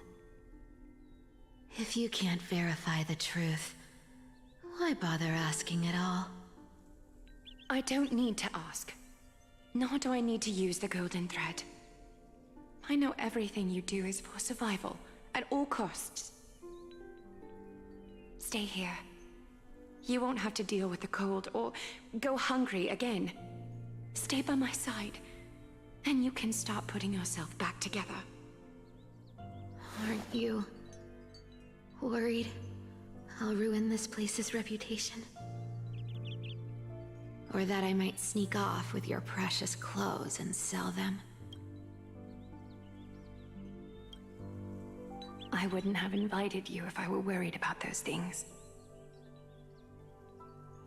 You're weird, seamstress. You know, they say a child who often lies remains a liar for life. I've tried not to become a liar, but honestly, it's just too hard. I'm close to giving up. What makes you think I won't disappoint you? Because I can feel it. Not with the power of a demigod, but with the heart that beats in my chest. You love this place. That's why you keep coming by, but also why you hesitate to stay longer. You worry you'll tarnish the Gold Weaver name. After taking over Nestia's divine authority, I became used to letting the golden thread distinguish sincerity from falsehood. However, the mission I need to complete requires me to learn to trust and rely on my heart. Cyphera, you're an honest thing I've given to this world. And also a challenge the world has given to me. Stay here with me. You have a beautiful face that deserves better than to be covered in scars and grime. You've got a way of talking that's hard to follow. All right. Let's make it a deal. You have 1 day to change your mind. Once the action hour passes, there's no turning back.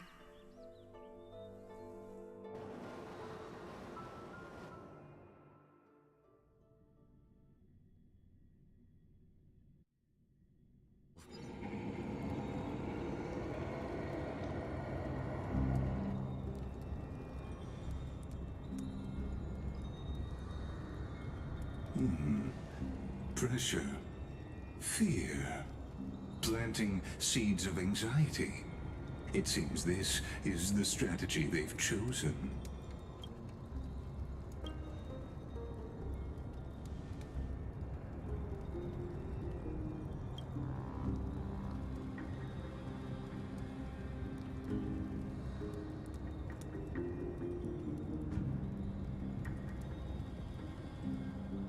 From what I know, these stories are true.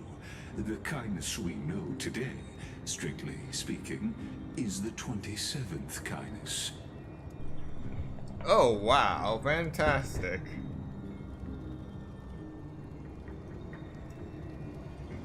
And she's complaining about Aglaia losing her humanity. She's basically been superimposing her psyche onto successors for centuries. Objectively, the rise of the Cleaners was both inevitable and necessary. Yet, their ruthless and twisted methods earned them nothing but disdain and condemnation from history.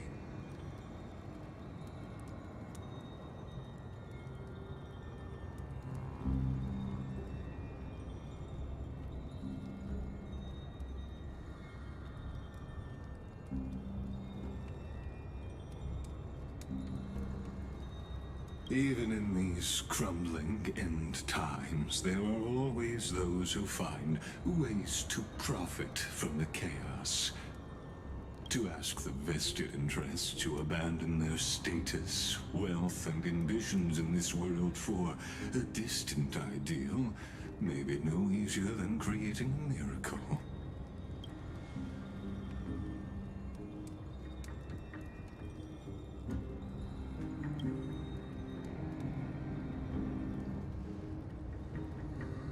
There you are, Lord Donghung. We couldn't reach you on the teleslate, so the Holy City Guard almost assumed you two had met some terrible fate. You pests crawling in the shadows, back off. Your plot ends here. You played your hand. Run while you still can. It might be your only chance to survive. Stay away from Akama forever. If you set foot there again, the fury of its people will tear you apart. Because Aglaia is dead, and in the eyes of the Holy City citizens, her blood is on your hands.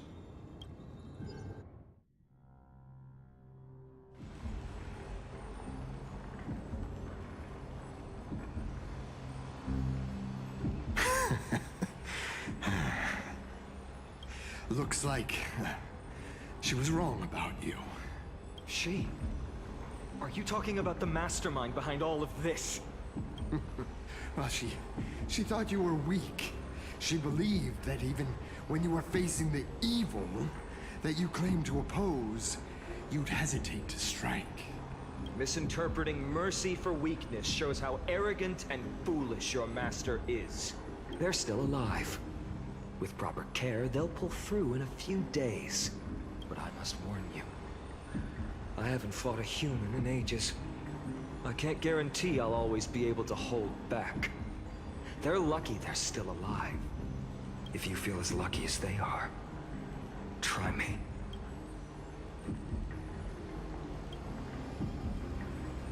Fainan is seriously upset. Get out of here. Don't show your face around us again. If your master wants to stop the Flame Chase journey, she'd better bring an army that makes Kremnos at its peak look like child's play. I've said it more than once, Lord Fainan. We're not here to start a fight. We came only to ensure you weren't anywhere else. While you were unaware, we already accomplished our mission. to buy time. So, Lord Finan, until next time.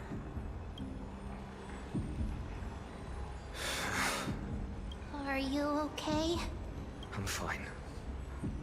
Anyone who uses innocent lives as bargaining chips has gone too far.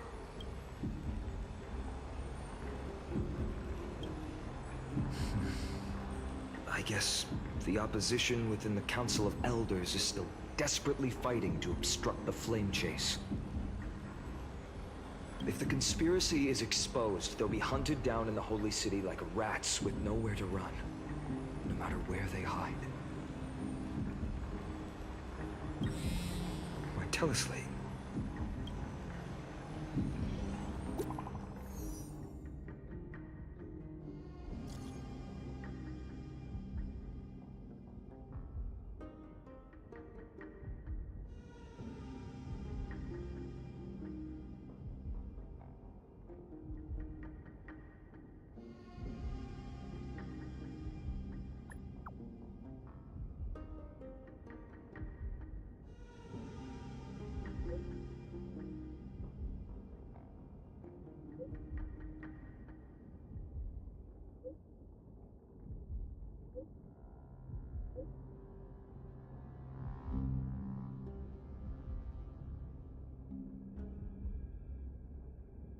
Whitelist protocol, huh?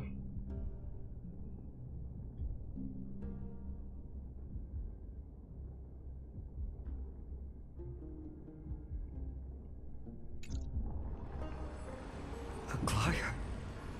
Is this... blasted? Those guys... But how could they possibly...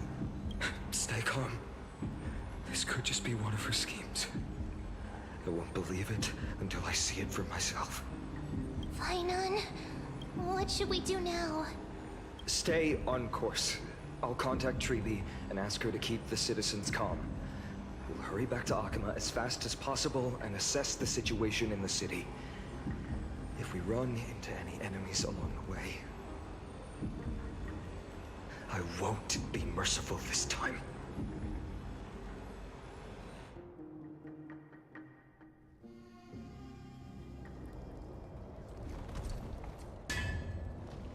Cartonis? Oh, you're forging a sword for Finan, aren't you? I haven't seen you wield the hammer in so long. I couldn't help but be entranced by the sight. You, Aglaya. In this form, you come to me. It means... That's right. At this moment, my physical form is already shattered. My journey as a human in this world has come to an end. It's time to fulfill our pact. Of course. The pact I haven't forgotten. The thing I entrusted to you, do you still have it? Far too plain this vessel is. Not worthy of you. Do you still insist? I insist. Over the past 1,000 years, every piece of fabric I've worked with has been tainted by my cold divinity. It's made me hate their colors, texture, and scent. This ornament stands apart. It was a gift from a child. She was pure and kind. I often wished my childhood could have been like hers. How to say goodbye to everyone? Have you already planned? I'm afraid there's no such detailed plan at this time. I deeply regret not being able to say farewell to them, one by one. The moment has come. My departure will give them one less thing to worry about. This parting gift should help ease the regret of such a sudden goodbye.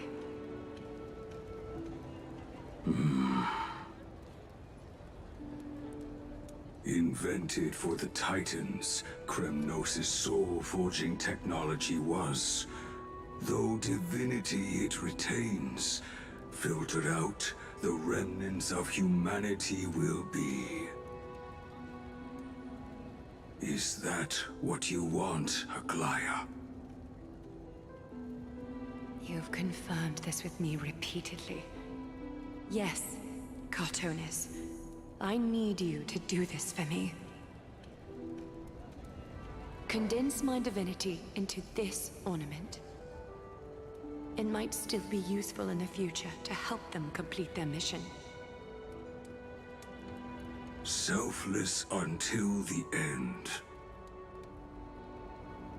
Envy that child, there's no need to. Already lived a grand life your humanity has. Your praise puts my heart at ease, Grand Craftsman. Now,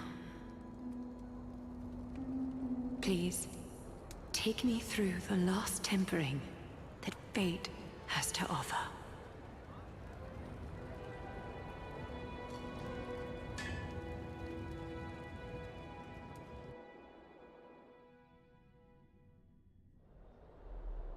The city is silent, and tension is building with every passing second. The news is probably spread by now. Every household is locked up tight, and all the market stalls have closed down temporarily.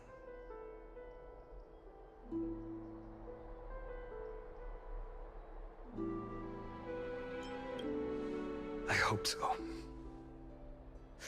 I just can't believe she'd be taken down by a handful of assassins.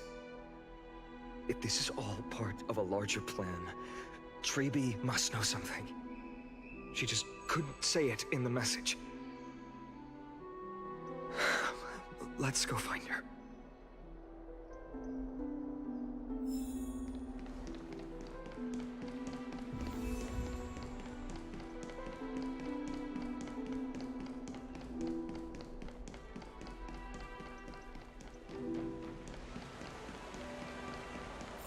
Dunham came back before us. Well, maybe he...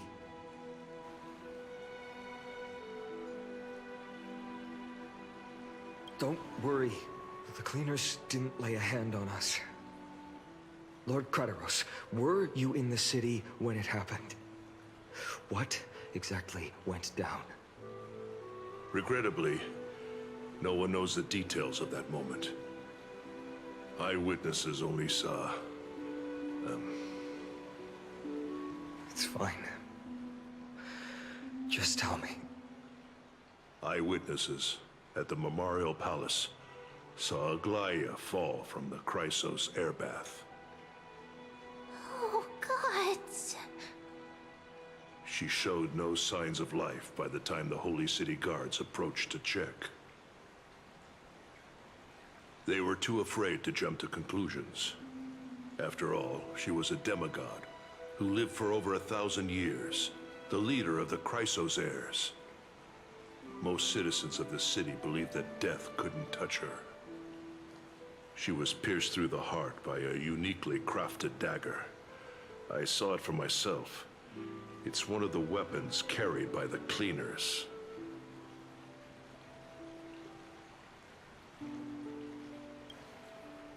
I also don't understand. This doesn't add up. The ones who appeared in the Grove and those who confronted Dunhung in the Abyss didn't immediately resort to violence. They were just watching and trying to intimidate. They didn't have any reason nor the courage to attack Aglaya. Perhaps...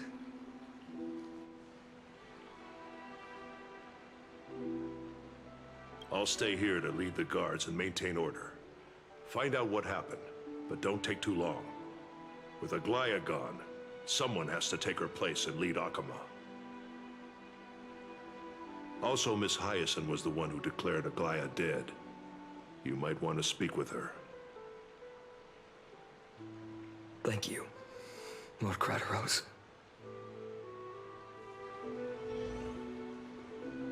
I'll stay here to lead the guards and maintain order. Find out what happened, but don't take too long. With Aglaya gone, someone has to take her place and lead Akama. Also, Miss Hyacinth was the one who declared Aglaya dead. You might want to speak with her.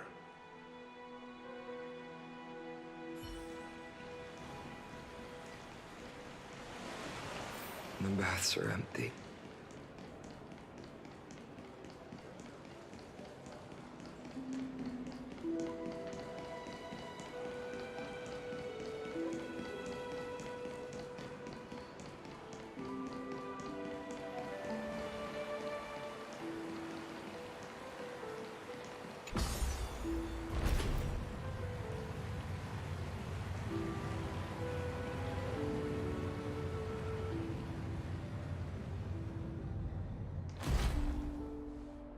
Hyacinth. You're back. I'm fine. I've been staying close to Lady Treeby and Lady Trinan after the incident. It's great that you could come back so quickly. They need someone with them now.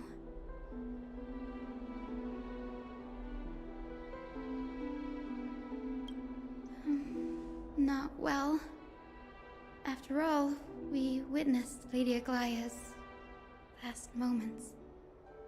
I tried to treat her immediately, but even the sky's blessings. Declaring her death was the hardest thing I've ever had to do as a doctor.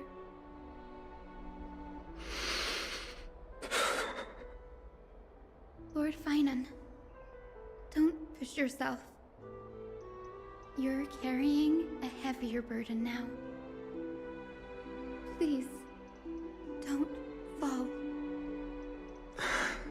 It's fine. I can handle it. What I've lost is a mentor and a comrade in arms. But for Treeby and Trinan, they've lost a 1,000-year-old bond. Like they're losing a part of their lives. You should rest, Hyacinth. You've been awake for a long time, haven't you? We'll handle things from here. Okay. See you later, everyone. Next,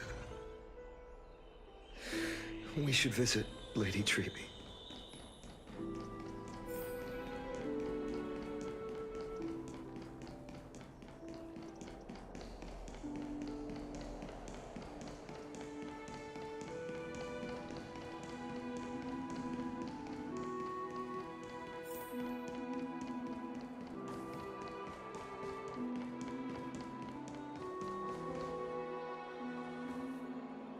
Snowy. Little Gray. You're back. Lady Treeby, Snowy, don't. Please don't apologize to us. You went to the Grove to prepare yourself for the threats to Akama. You didn't do anything wrong, so don't be hard on yourself. We were always by Aggie's side throughout this long journey, so we understood her thoughts better than anyone. She knew she wouldn't see the end of the Flame Chase journey, yet she gave everything without hesitation for the future of everyone.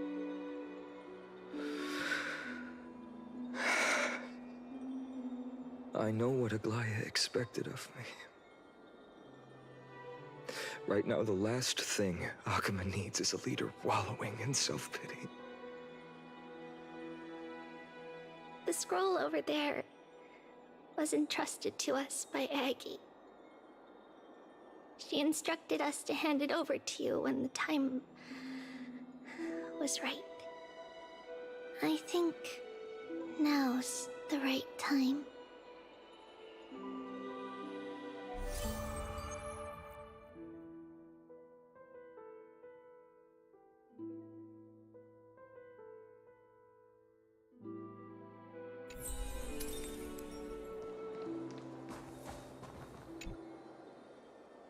Finan, my humble student, my trusted colleague. As I write this, you are locked in a battle of words with the Council of Elders, fighting for the survival of the flame-chased journey on a battlefield where the smoke of war is invisible. I deeply regret and feel guilty for hastily pushing you and the Trailblazer into the debate. But please forgive me. At that moment, I could not afford to show any sign of weakness before you, as it would have crushed your morale. I considered the debate a routine affair, assuming I could win merely with the support and experience we'd accumulated over centuries. But I underestimated Kindness and her party's cunning, and also the deterioration of my own senses. The trap was likely set by the debater Calictus. He had prepared a severed golden thread in advance, revealing it to the public when Kindness was faltering in the debate. He claimed I was reading everyone's thoughts with the golden thread to cheat in the debate. I could have countered that low tactic in 100 ways, but my words slipped out before I could even think about them. With deceitful scoundrels like you in the crowd, I have no choice but to rely on the golden thread to keep watch over everything in this holy city. You can imagine the reaction that comment provoked. At that moment, I felt my time was running short. The divinity in this body might be eternal, but that is not the essence of me. I am a daughter of humanity, born of my mother, and I will die as a human. Realizing that my humanity was fading, I began to plan my exit. What kind of departure would not waste such a belated death? I have yet to find the ideal answer. But I knew I couldn't simply fade away in my sleep like anyone else. The serpents have always lurked in the darkness, terrified of their heads being cut off by the golden thread. If my departure were to be calm and uneventful, it would only lead to a swarm of those serpents emerging from their nests. Regrettably, a peaceful death is a luxury I cannot afford. I must feign weakness deliberately to make those serpents lose patience and act rashly. Just as they think they've struck and sunk their fangs into my heels, that's when I'll strike back, igniting the final blaze to burn away the threats hidden in the shadows. The blaze soaring into the sky might sow fear and confusion, but I have no worries about people losing their way. After all, Akima still has you to guide them, Finan. You're not perfect, Finan. I've witnessed your confusion, recklessness, and deep sensitivity, dawn after dawn. The heavy burdens of your past have always weighed you down, inflicting deep pain. Yet, in your way, you are perfect. You embrace everyone's imperfections, always ready to find the precious qualities hidden beneath their rough exteriors. Unconditionally. That might be what sets our Sky Father Kefili apart from other deities. They recognize the imperfections in their creations, yet still choose to shine their light on them, offering protection with unconditional love. Finan, while you zealously pursued strife, believing it to be your destined path, from the very beginning, my thoughts have never changed. You are the destined world-bearer of Amphorius, the gate to Amphorius's future. Go, Complete the flame chase journey of the prophecy. Ignite the stars and inspire hope in the hearts of humanity. I will be waiting at the end of the West Wind, looking forward to the miracle you will create.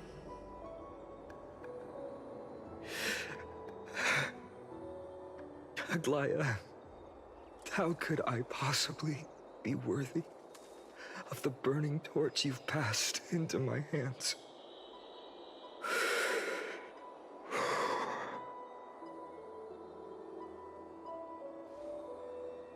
Donang, can you do me a favor?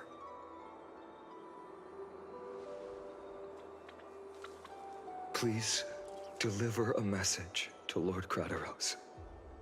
Have him gather the Holy City guards and the Kremnoans to spread the word from door to door. At the lucid hour tomorrow, Finan will speak at the Marmorial Palace. Urge everyone who has concerns about the Holy City's future and the Flame Chase journey to attend this gathering. Tell them Aglaya has left Amphorius the seeds of hope. Thank you. It's been a harrowing day for everyone. Please make sure to rest well and collect your thoughts. I need to prepare.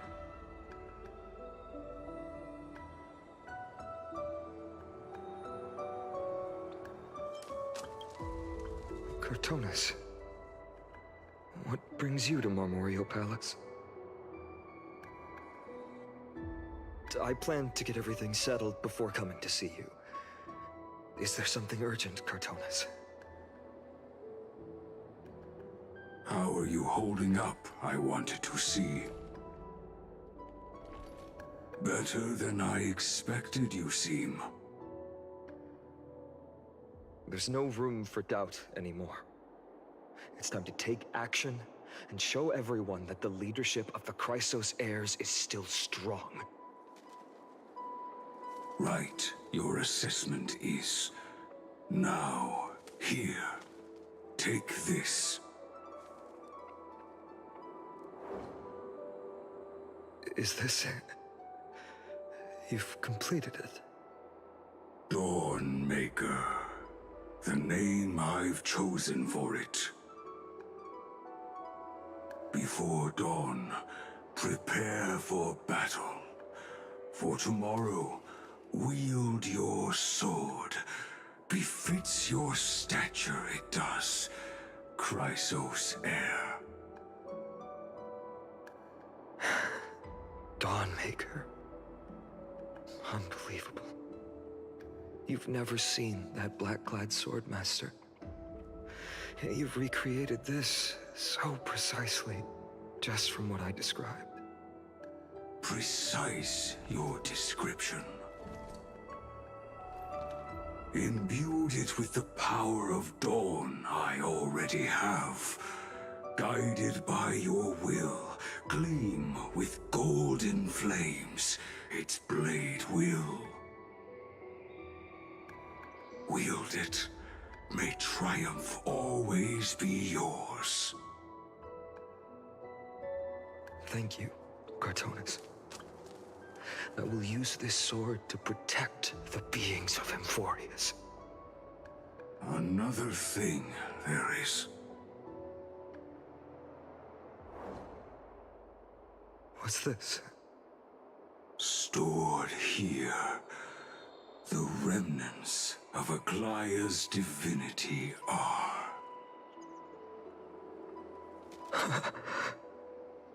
This was her commission.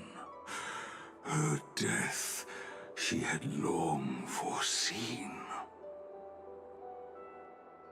Can she still hear us? It's difficult to confirm. About divinity, we know very little. In this way, she wanted to be with you. Always. I understand. Let me keep it. With this, I'll have another constant companion by my side. May this world never have need for a deliverer. Someone told me long ago. But when the world dashed her hopes and fell into disarray, if she could see me now, leading from the front, rallying people against their destiny, she would surely smile.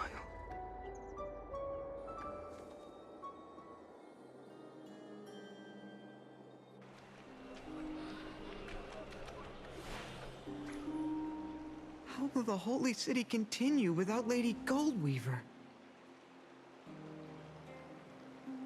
Look! Lord Finan is here.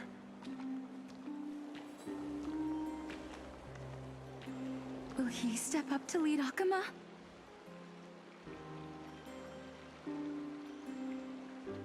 Not long ago, I spoke at the Citizens' Assembly at Dawncloud. I wrestled with every word, searching for the right ones to rally support and keep the Chrysos heir's flame chase alive.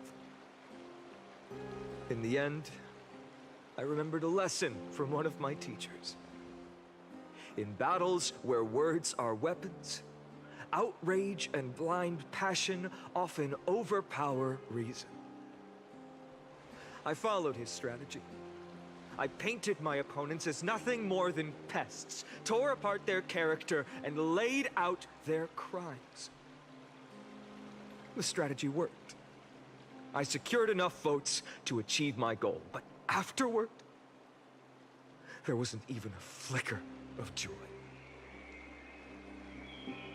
I realized that apparent victory masked a deeper failure.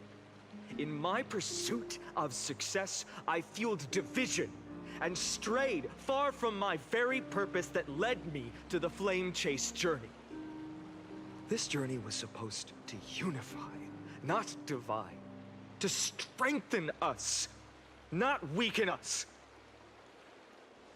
It was the gold thread that mended our rifts in the past. Some saw it as a means of surveillance, a tool of control. But no one can deny that it was Aglaya who held this city and even this shattered world together. Now she is gone. Yes, as you have heard, the demigod Aglaya, who guarded the holy city for a millennium, has indeed fallen.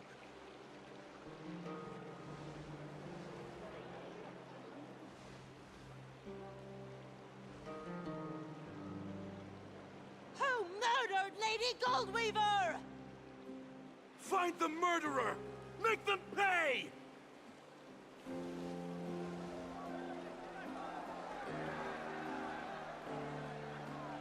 I felt the same as all of you initially.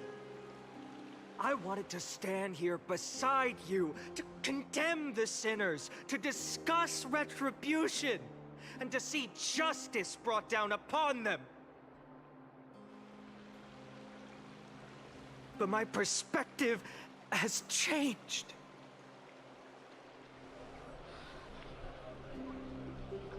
The golden threads that once bound this city have unraveled. Yet no one is celebrating their freedom from control. In the empty markets and bath chambers, one feeling lingers. Unease. Deep down, we all know the last safeguard against the harm we may do to each other is gone. No divine power will protect us from the malice in our hearts. From now on, only the moral code we choose to uphold for ourselves will stand between us and the abyss. Finan has a way with words.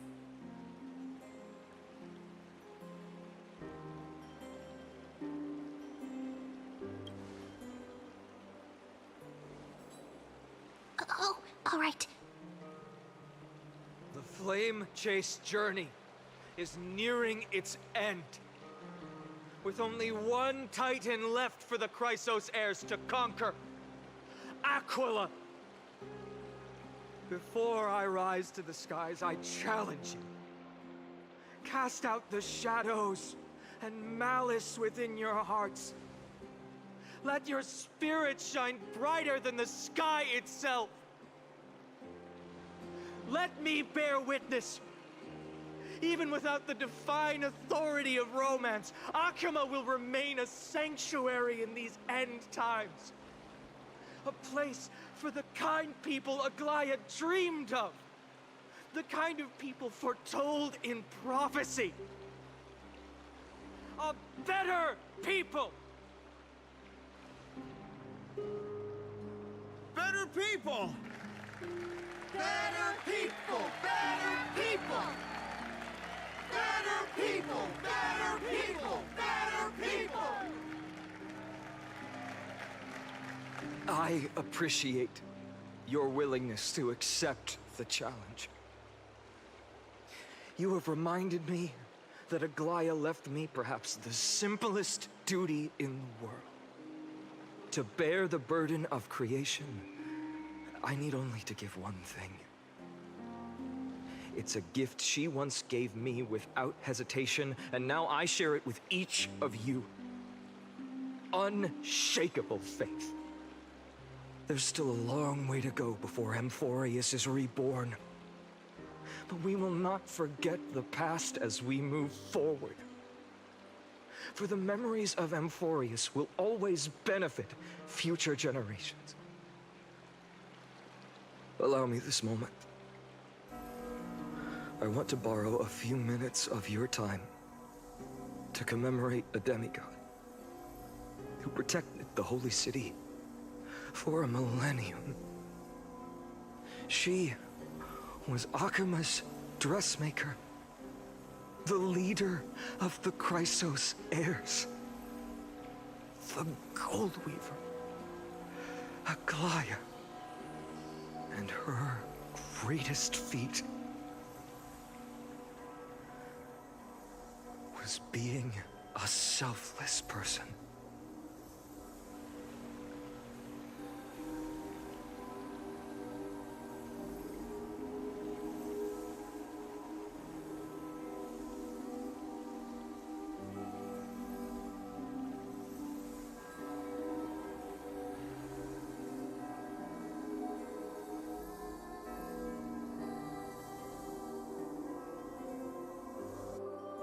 That singing sounds so familiar.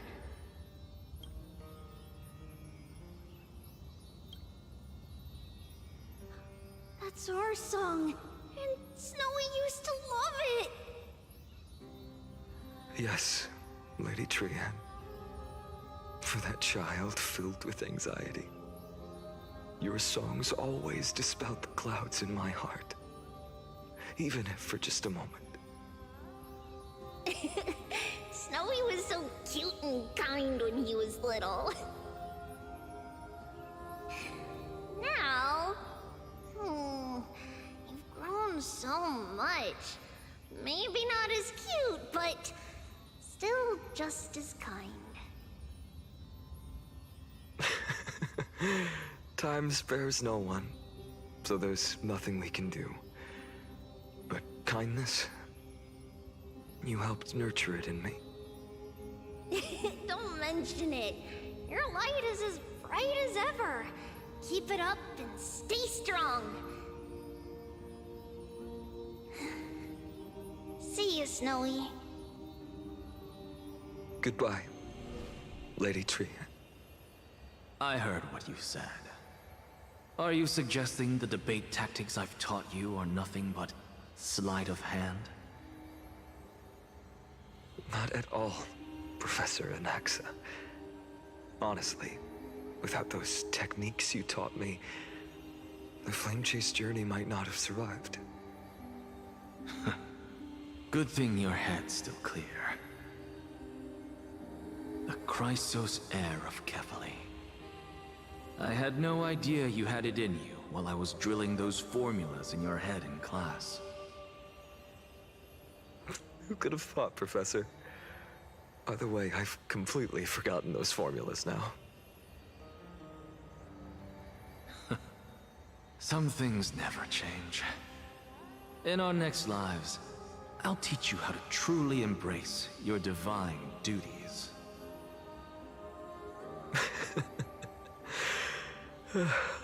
I'll be waiting.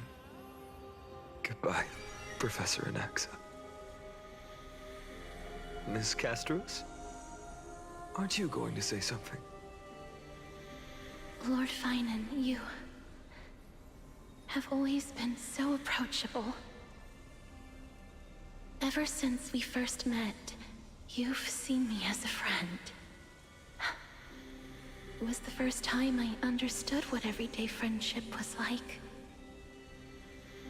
But that's dangerous. Dangerous? Laughing and chatting with you, I sometimes forget who I am. And for someone with my kind of power, that's a real hazard. I hadn't thought of it that way. Sorry, I forgot to consider your perspective. Please, no apologies. Despite everything, thinking back on the times we spent together makes me really happy. I feel the same. Goodbye, Finan. Goodbye, Gasteras. Aglaya. Remember, Finan, after completing the flame chase, leave the decision to initiate the miracle of Genesis to the Amphorians. The Chrysos heirs are the executors of the prophecy, yet they, the people, are the true masters of this world. Rest assured, I always keep your teachings in mind. The difference between a presumptuous hero and a tyrant is a fine line. Well said. You've got a good memory. It's late. Anything else you'd like to add? Anything else? Even in your imagination, I'm not one to show my vulnerable side. No worries. I've long understood how difficult it is for you to open up completely. Thank you for bringing me here, Aglaya. You saved me. Maybe what I wanted to save wasn't you, child, but this crumbling world. Goodbye, Finan. Goodbye, Aglaya.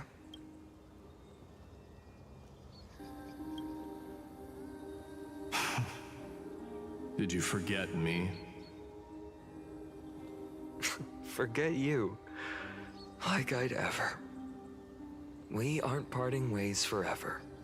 You're just off to guard the gates at Castrum Kremnos. Let's not make this a tearful farewell. You know just how to make a person uncomfortable. I have a feeling we'll meet again in this lifetime. Let's have another showdown then. Deliver. That's very confident of you. I've changed since then. Have you seen this sword?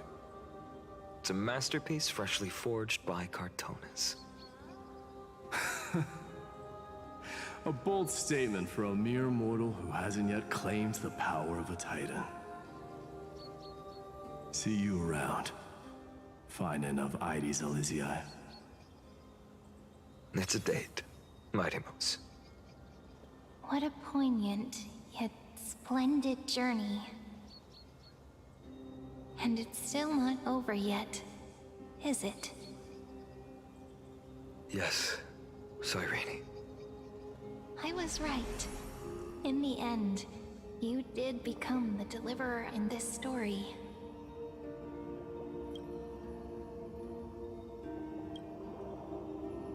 A lot has changed while you were away. I've met so many people, and tried so many things. I've found new resolve. And I've let go of some attachments.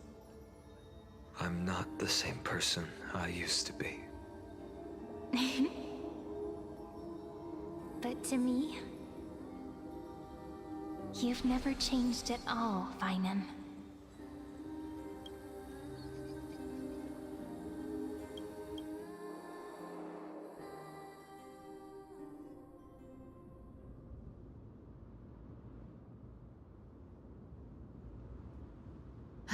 Dawn Cloud. This place holds so many different kinds of memories. I remember you could see the Gold Weaver sign from here, all the way down the mountain. But my eyes aren't what they used to be 1,000 years ago.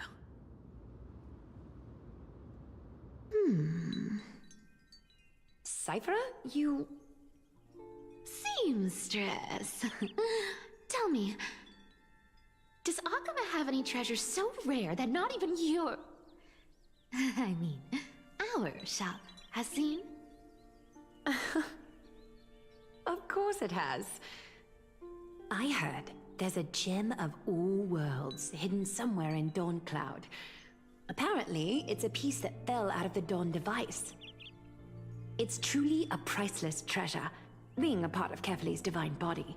Even I, the Gold Weaver, cannot witness its glamour. Gem of all worlds. Nice! Got it! Well, please keep looking after the shop while I... Let me guess, Cyphera. You're probably already plotting to sneak into Dawn Cloud to steal that gem, aren't you? And your next move is probably trying to sell it to the highest bidder, then distribute that money to the poor and the refugees in the Holy City? Look, Seamstress. Are you sure you aren't peeking into my head with your golden threads? You might be skilled at covering up lies, but your compassion is all over your face, plain as day. Don't lie to yourself. Do you honestly think this is the right thing to do, Cyphera? What else am I supposed to do? That's the only thing I can do with my power. You keep talking about how I have the potential to become a good person, or even what people call a hero. But I don't know what I need to do to get there! I can't weave golden dresses like you! I can't sing as well as Miss Hyceelins! And I definitely don't know as much as Big Sis Treeby! The only things I'm good at are the underhanded street smarts that no one even respects. But I still want to be worthy of you. I want to prove that you've made the right choice. Even thieves can dream. Right?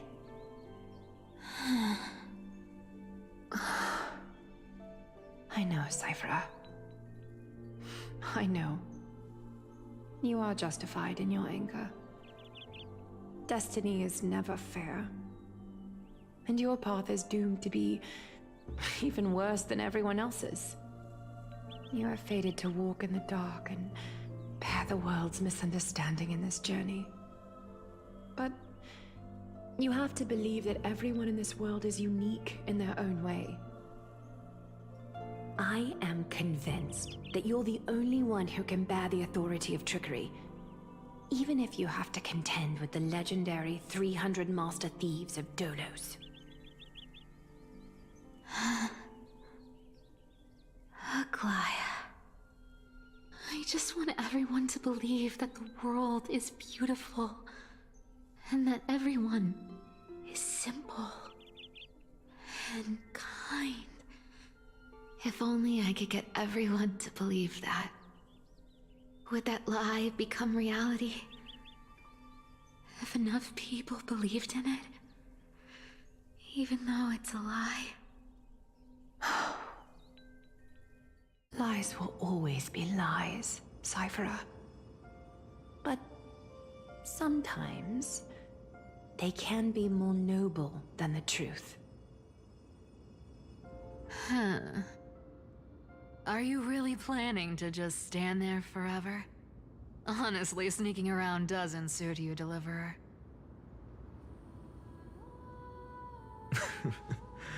I never thought I could slip past your sharp ears, Miss Cypher. I just didn't think it'd be right to interrupt when you're obviously lost in thoughts.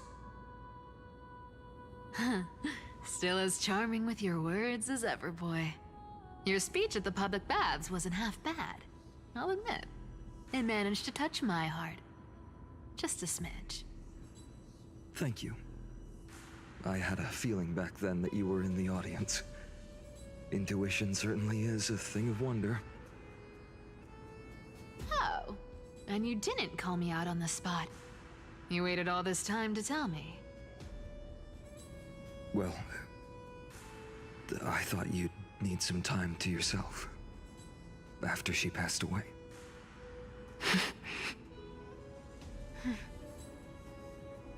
None of your business. Enough small talk. Tell me, what kind of trouble did you run into that you need me, the super old-timer, to step in?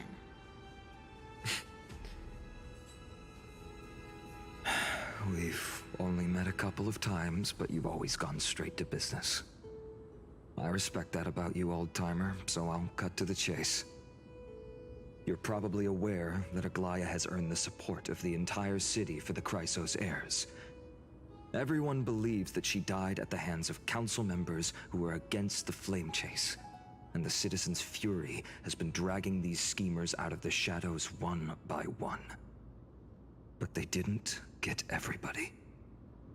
To this day, we still haven't found Elder Kynus, the leader of the cleaners.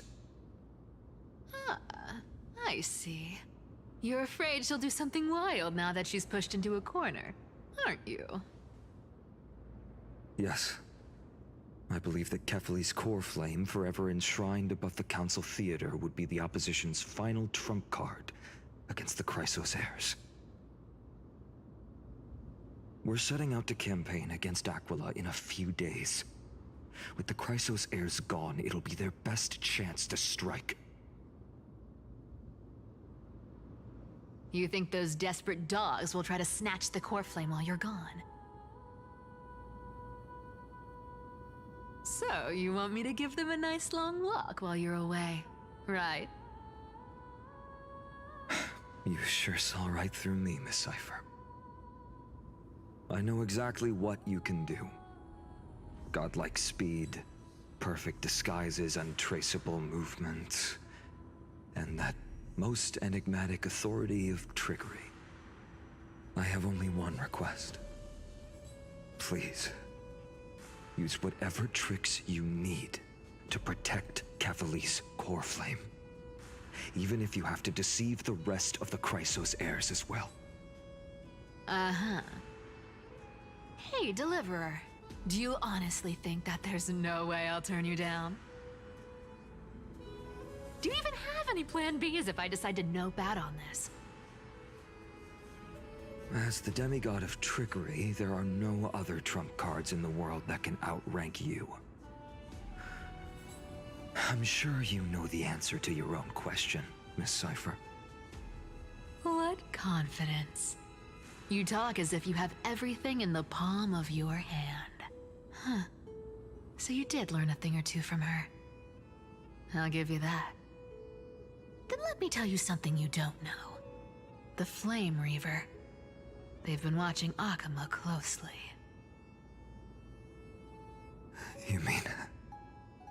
Bet you didn't expect that, huh? I've been tracking them all this time. And this is my conclusion. That lunatic may have lost their mind, but they're no fool. Why do you think they haven't made a move on Akama yet? Professor Anaxa once analyzed this.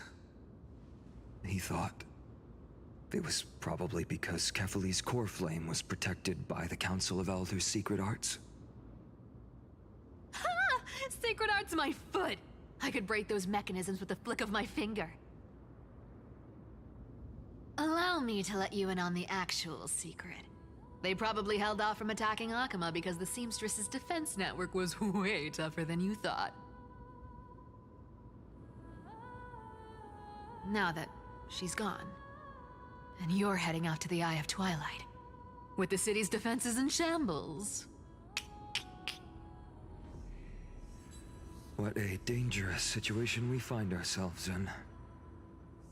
But since you're the one who brought it up, I'm guessing you already have a solution in mind. Just look how ridiculously calm you are right now. But you guessed it right. Consider this a 2-for-1 deal.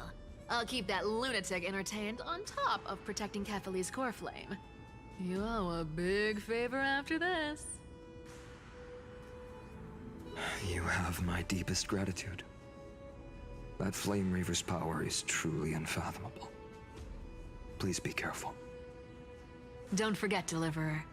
There's a fundamental truth in this world. Cyphera will always get the last laugh. No need to worry about a demigod. I'll do my job. So you need to make sure you don't die before you pay me.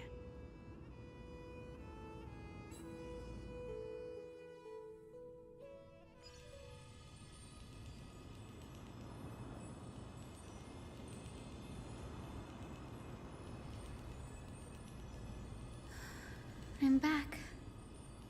I've been trying to stay away from here since the Black Tide destroyed the grove. And through that, stay away from the memories that might make me sad.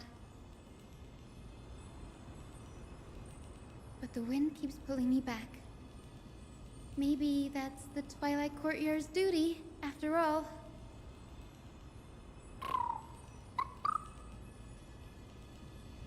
I know, little Ika. I know. I too miss the days when we all studied together. But we have an even more important mission this time round.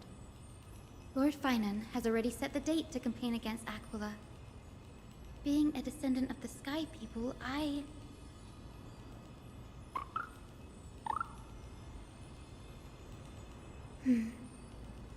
You're right. At least I can still afford to get lost in thought once in a while. Oh, ancestors. Please wait for just a bit longer. The time I spent in the grove deserves some reminiscence.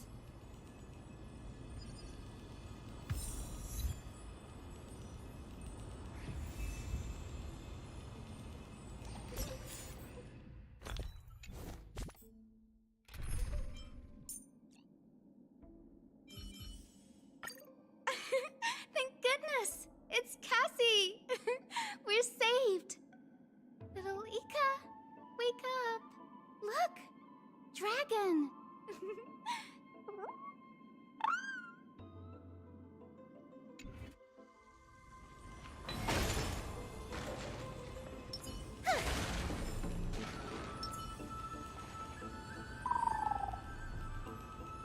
This was where Professor Anaxa gave us the lesson.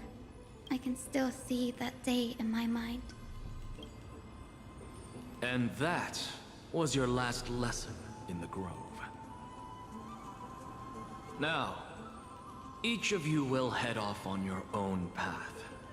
How much the Grove's teachings can help you in the real world depends on how well you can put knowledge into practice. However, heed this warning. If you ever do anything disgraceful out there, don't ever claim you were the student of Anaxagoras, one of the 7 sages. Professor Anaxa, there are still other classes scheduled on the calendar. Are you sure you didn't... Firstly, call me Professor Anaxagoras. Secondly, to clarify, the last lesson means the last lesson I will teach you. I will be entering seclusion from today onwards to research ancient alchemy, and all my teaching activities will be put on hold. Ah, I see. So you're saying that the lessons taught by all the other teachers aren't good enough to be considered lessons? All you do every day is wag that sharp tongue of yours. That's a credit deduction, Finan of Ides Elysiae.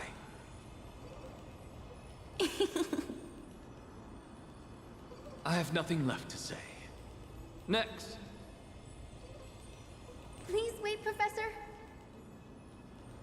According to the Grove's protocols for a cohort's final class, the lecturer should take some time in that lesson to discuss the students' post-graduation aspirations with them and guide them toward a solid path. Surely you can't skip such a crucial step, Professor.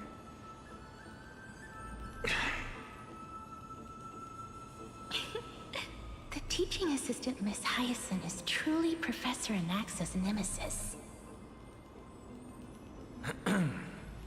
Fine. Since Hyacinthia insists on this, let's go through the process. Since some of you are so eager to speak, why don't we start with you, Finan of Ides Elysiae? What is your post-graduation aspiration? Me? Well, it's not exactly an aspiration, but the only thing I want to do is to protect the people I care about. I see. So you want to be a hero? How boring. Next. I didn't say...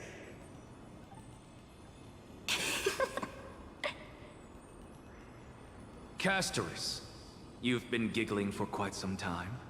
How about you go next?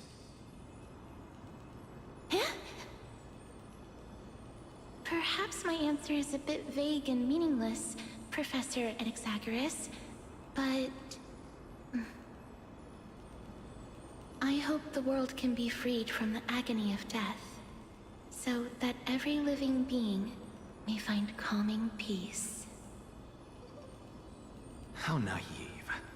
So naive that it makes me want to weep for your fairy tale. See, this is why I don't want to follow those outdated protocols. All I get are boring answers. Since you suggested this whole process, why don't you wrap this up, Hyacinthia? Share your aspiration with everyone, and let's see if yours stands out. So it's finally my turn. Good thing I came prepared. My aspiration is nothing less than completing the final blank page at the end of the hero's epic. Blank page? An interesting description. Do explain, Assistant. I've read all of Amphorius's heroic epics while studying at the Grove, and a common thread came to my attention. Almost every epic ends with a description of the hero's achievements. But few mention how the everyday people of that time lived. No one recorded the struggles and suffering the commoners endured. So you're saying that, instead of legendary heroes, you're more focused on commoners living on the peripheries of historical records. Perhaps I'm influenced by my background. My ancestor, Seliosi the Day Thunder Knight, raised her spear against the sky and ushered in the flame-chasing era that continues to this day. Her story is told to every child descended from the Skyfolk. We have no doubts about Seliosi's greatness, yet her towering figure overshadowed every record from that entire era. What about the Day Thunder Knight's family, allies, and friends? What about the survivors and those who died in the great battles? Whenever I think about their stories by the campfire, I realize the details of those legends have been long lost, and only Celiosi's name remains. Her brilliance had become as blinding as Aquila's, lording over everything on the ground. That's why I'm glad that my era does not lack heroes. All my ancestors had was a sad past, but I have a future I want to protect. Instead of becoming a hero and ushering in a golden deluge to baptize the world anew, I want to stay in the backline and save all the ordinary humans from drowning in the rising waves. I wish not to return to the sky, but to walk among the masses on Earth. I believe it's the only way for the saga of creation. To include a footnote for the everyday people in its blank page.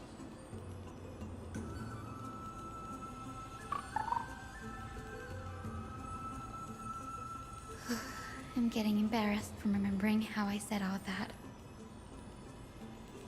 But my beliefs have never changed. Now I really have a chance to stay behind the hero's front line and realize my dream.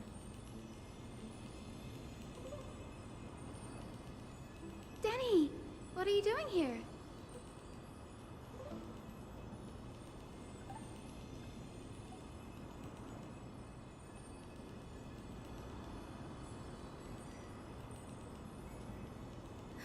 You guessed it. To reach Aquila's realm in the sky, descendants of the Sky People must perform a bloodline ceremony, summon the spirits of our ancestors, and get their blessings. That's the only way for creatures on Earth to forge the rainbow bridge to the sky. And the soul of the first ancestor I want to see is here in the grove.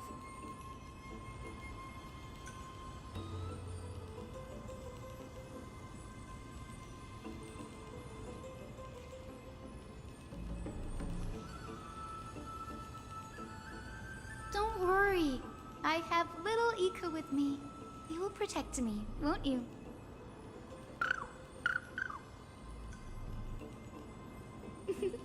Good, Ika. Well, what brings you here, Danny?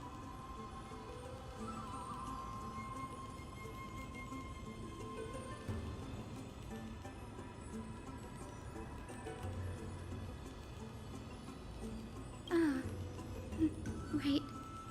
If all goes as planned, you and Gray will be able to go home after this mission, won't you?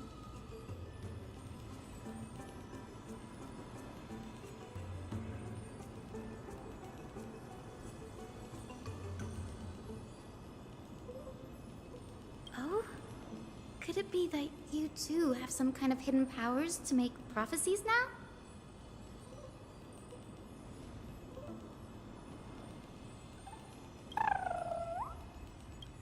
No, I didn't understand that either, little Ika.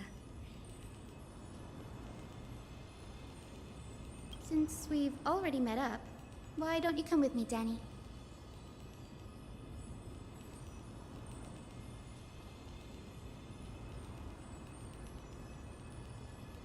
That's the dependable express guard for you.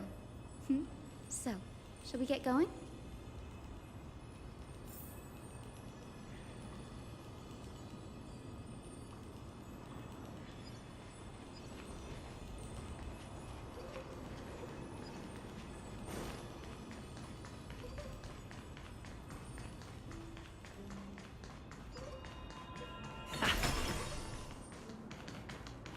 The chroma coffer is vibrating. There must be memories of an ancestor nearby.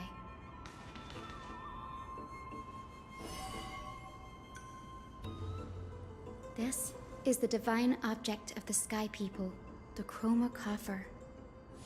Our ancestors dictated that when a descendant of the Sky Folk is ready to challenge Aquila again, they must first awaken the spirits of their ancestors with the chroma coffer and receive their benediction. Only after this can the chosen Skyfolk reascend to the heavens.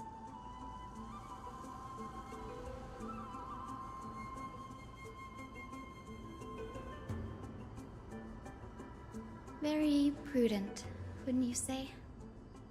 The soul of an ancestor slumbers here. Now, I will awaken them.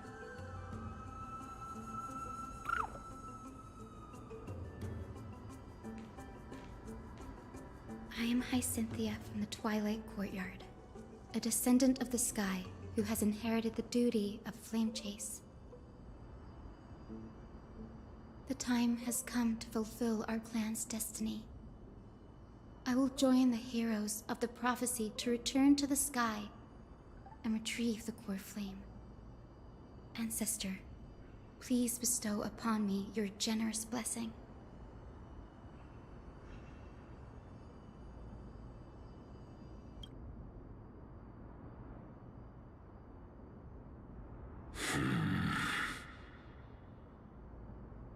Who has awakened me? It's I, Hyacinthia, a descendant of the Sky People.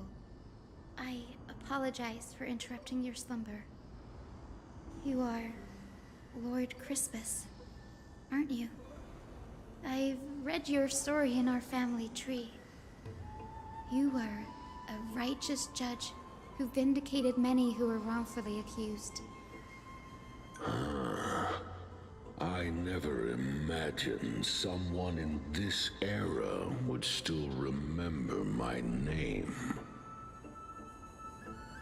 So, our bloodline and duty have continued to this distant age. Indeed, it has. I have awakened you in the hope of receiving your blessing. For the flame chase journey is nearing its perfect conclusion, and retrieving the core flame of Aquila is the final challenge the heroes will face.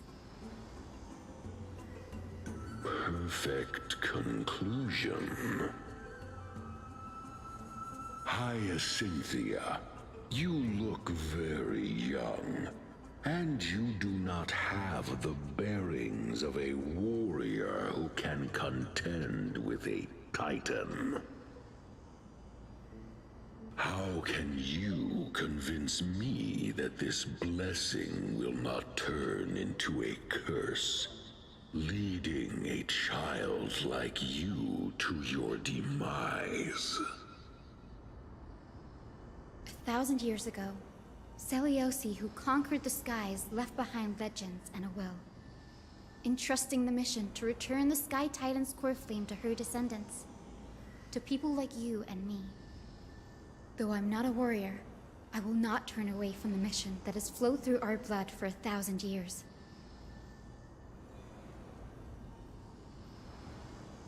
And I am not fighting alone. I have the strongest and most tenacious companions in the world.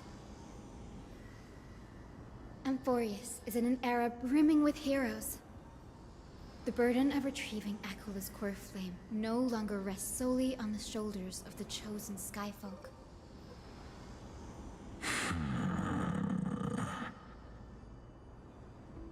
I now wield the power of healing. I aim to mend the fissures in the sky and heal the wounds of the people. I desire to define the mission of the Skyfolk in my own terms, to conclude the vigil that has spanned millennia.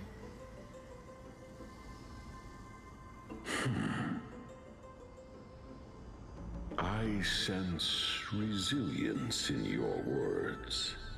Not an outward resilience, but something deeper within. Receive my blessings, young Hyacinthia. May you gain wings to return to the sky via the bridge of rainbows.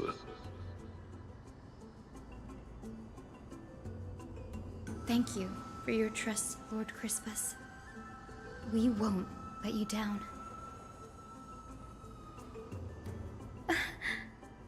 Thank you. My ancestors were all pretty strong-willed people. It won't be easy convincing them. I've run through these upcoming conversations in my head more times than I can count.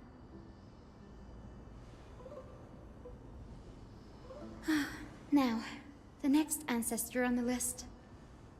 Her spirit is said to rest in the vortex of Genesis. A pity that the ceremony has to be performed in strict order. Shall we head back to Akama together, Danny?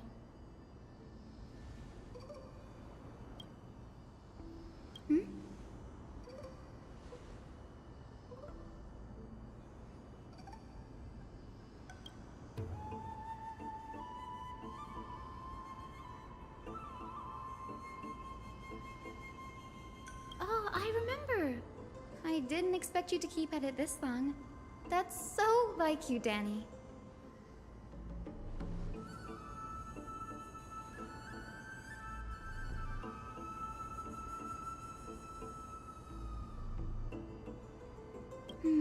That makes sense.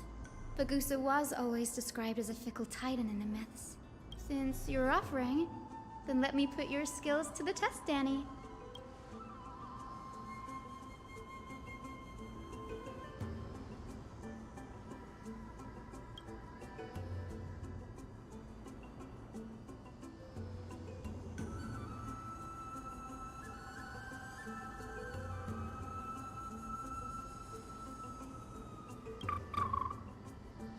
Got it. I'm counting on you, Danny.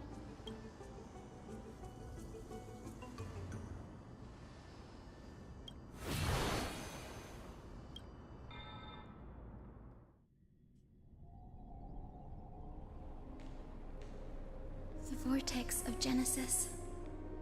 Unbelievable. Danny is full of surprises. But this does feel way more disorienting than the ritual basin. Wait, is Lady Treepy here too? And who is that next to her? Oh, I think I know who that is. Do you have to go already, Saifi? It's been ages since you were last in Akama. You could have taken some time to rest, and we could have caught up. That's alright, big sister Treeby. I've gotten used to life on the road. Staying in this bustling city actually feels off. Besides, your prize student gave me an incredibly tough mission to handle. Cut Snowy some slack, Saifi. He's still so young, yet he's shouldering all the responsibilities Aggie left behind. Besides, Snowy's not the kind to ask for help lightly. Since he came to you, it means you're the best person for the job. You really spoil him, big sis Treeby. Guess I'm past the age for someone to look after me. Saifi. Just kidding. I get it. That deliverer boy does have a certain charisma about him. It reminds me of Aglaya in her prime. Anyway, I'm about to head out. Oh, big sis Treeby, before I go, got a little gift for you. Well, didn't expect you to be so thoughtful. What's in it? That's a part of the game too. If you want to see the full picture of what's inside, you'll have to wait until nightfall. A gift with a mysterious twist? Seriously? Huh? Looks like we have company. Lady Treeby, and this graceful lady must be Miss Cypher. I'm Hyacinthia from the Twilight Courtyard. Everyone calls me Hyacinth. Pleased to meet you. Bright and cheery as a lamp. Well, hello there, pink child. I'm Cyphera from the long-fallen city-state of Dolos. As for the rest, it's all in the history books, so I don't need to repeat it here. So, you're from the Twilight Courtyard. Does that mean... Yes, I'm a descendant of the Sky People. The Chrysos heir about to take over the authority of Sky. Whoa! That's unexpected. I figured Celiosi's descendant would be, I don't know, taller, stronger. Don't judge a book by its cover, Syphi. Zinni is a master of her craft. She's the most skilled and dependable physician in all of Amphorius. Don't worry, Lady Cypher. I may not be as strong and warlike as Lady Celiosi from 1,000 years ago, but I'm confident I can carry out the mission of the Skyfolk. All this talk about missions, you're making it sound way too serious. You've got to look out for yourself, girl. Don't push yourself too hard. I'd hate to see that cute face all scratched out by Aquila's claws. Syphi cracking jokes? Looks like you haven't forgotten what Aggie said all those years ago. Anyway, I've got a mission to handle, so I'll get going. Good luck, Miss Hyacinth. And if things get tough, just let that deliverer take the lead.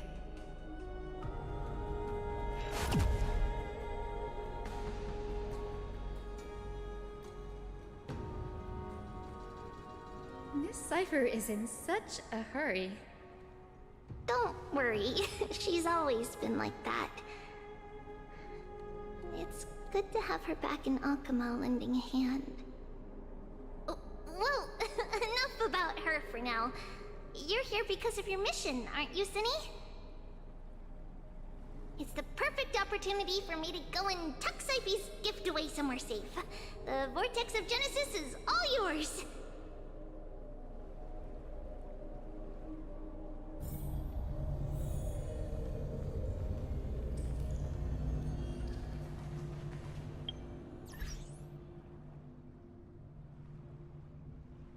Okay, before we continue any further, we're gonna take a quick 10-minute break. So, use that time to get up, stretch, get something to eat, drink. Do what you gotta do, and I will see you in 10 minutes.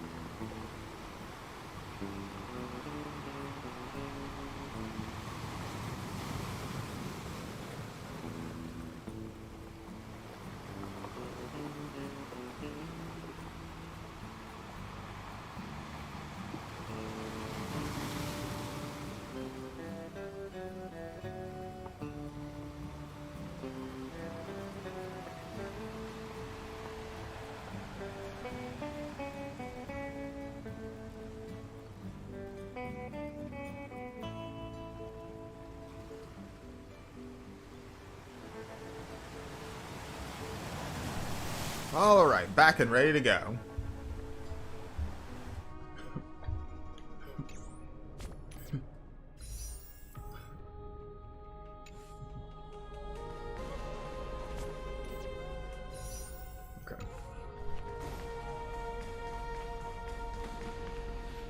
I will join the heroes of the prophecy to return to the sky and retrieve the core flame. Ancestor, please bestow upon me your generous blessing.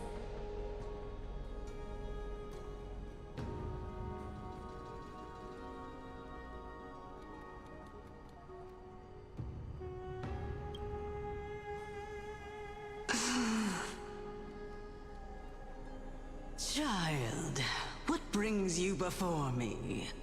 Could it be you're a descendant of the Sky People? Yes, I am Hyacinthia of the Twilight Courtyard, the successor of the Sky People's Flame Chase duty.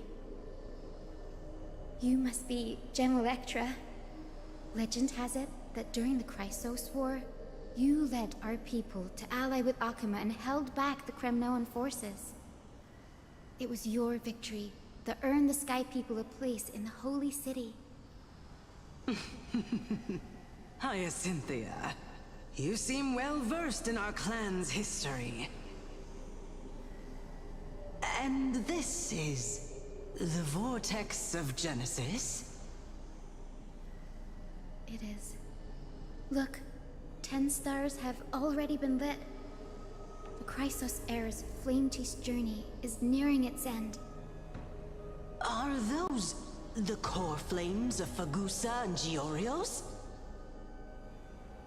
Does that mean Hycelans and the Mountain Dwellers successfully carried out their duty? As fellow pillars of Amphorius, who would have thought that Sky's duty could only be fulfilled after 1,000 years? It's because Sky shelters all beneath it. If it were to shatter, the world would fall apart with it.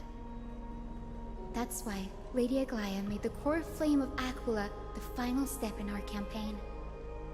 Aglaya? Is she still on the flame chase journey after 1,000 years? Unfortunately, she has recently left us. But you're right. She was indeed still guiding the Chrysos heirs forward. Incredible. That girl actually managed to endure the merciless erosion of time, and lasted for so long. Answer me, Hyacinthia. Since you recognize me, you must have also read my writings, no? Every record regarding my lineage is etched in my memory, including your words. In that case, you're probably aware of the prophecy I sought from a certain Trebios. Yes. At the end of the Rainbow Bridge, the Sky Folk will mend dusk and dawn. But unfortunately, no ancestor has ever been able to truly decipher its meaning. I see. Yet, Trebios's prophecies never fail. Perhaps you'll be the one to witness its fulfillment, child. May the prophecy lead you to a gentle fate. Thank you, Lady Ectra. Whatever fate the prophecy holds, I'll face it head on. It's only by giving everything we have that we can truly accept any outcome with a smile. Won't you agree? I like you, child. I wish this conversation could go on a little longer. Take my blessing, Hyacinthia. When I first saw you, I indeed had my doubts. But your resolve has touched me. If Sky's divinity is fated to pass on, I hope it incorporates your optimism and kindness. Your blessing is a treasure beyond measure, General. Rest well. I'll make sure your gift is put to its best use.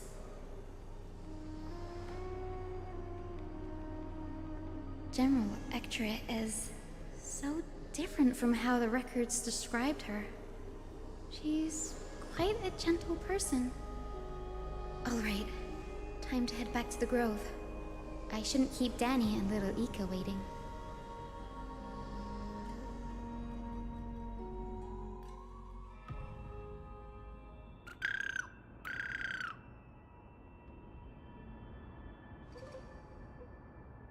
It went great. Your spirit water art was a huge help, Danny.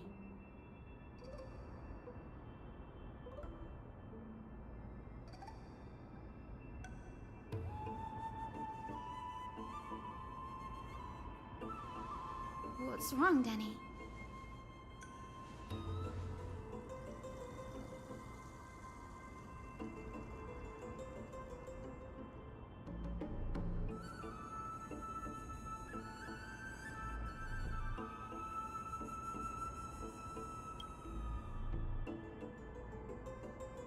You've always been a bit of a sensitive soul, haven't you, Danny? Lady Trina deciphers countless prophecies every day, and this one's just another among many. Don't worry too much about it. Come on, Danny. Don't look so gloomy. We're gonna have to take a long trip for the final visit to the ancestors.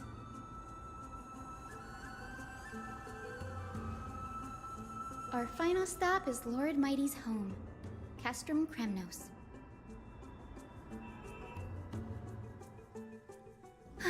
We're here. This is it. Lord Mighty has been fighting the Black Tide here, alone day after day. I'm worried about him.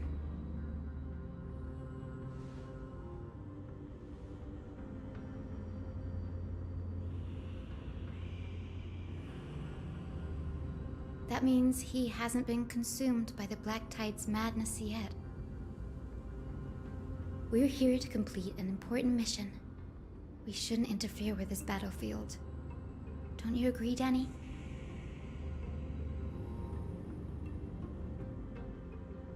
There. That sleeping spirit is my grandmother.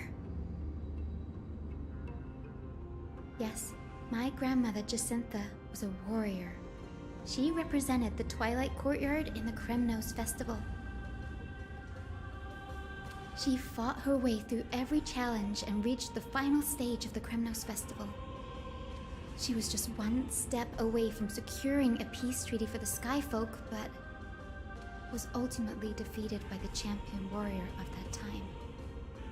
I've never looked too deeply into the details of such ritualistic violence. The scroll simply described it as a glorious duel. But behind the glorious duel was a tragic end. Not long after the festival, my grandmother's injuries worsened, and she passed away far from home. This prophecy tablet was left here by the Kremnoans to honor her final wish. Her death marked the final collapse of the Twilight Courtyard, already fragile under the shadow of war.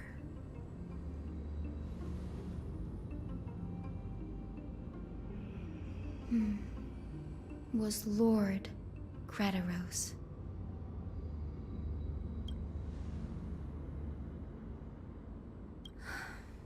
Seeing him lying there, gravely wounded, bleeding out. I can't put what I felt at that moment into words. But when I heard Lord Kratos took that fatal blow to protect Lady Trianne, all those tangled feelings faded away. To quote Lord Finan, Kratos must have done that to become a better man.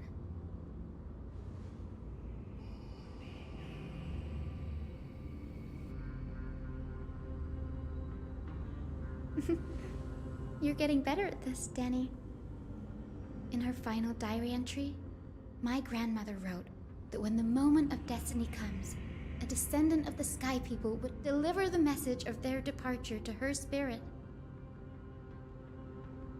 I wonder what she'd think when the one awaking her turns out to be her beloved granddaughter.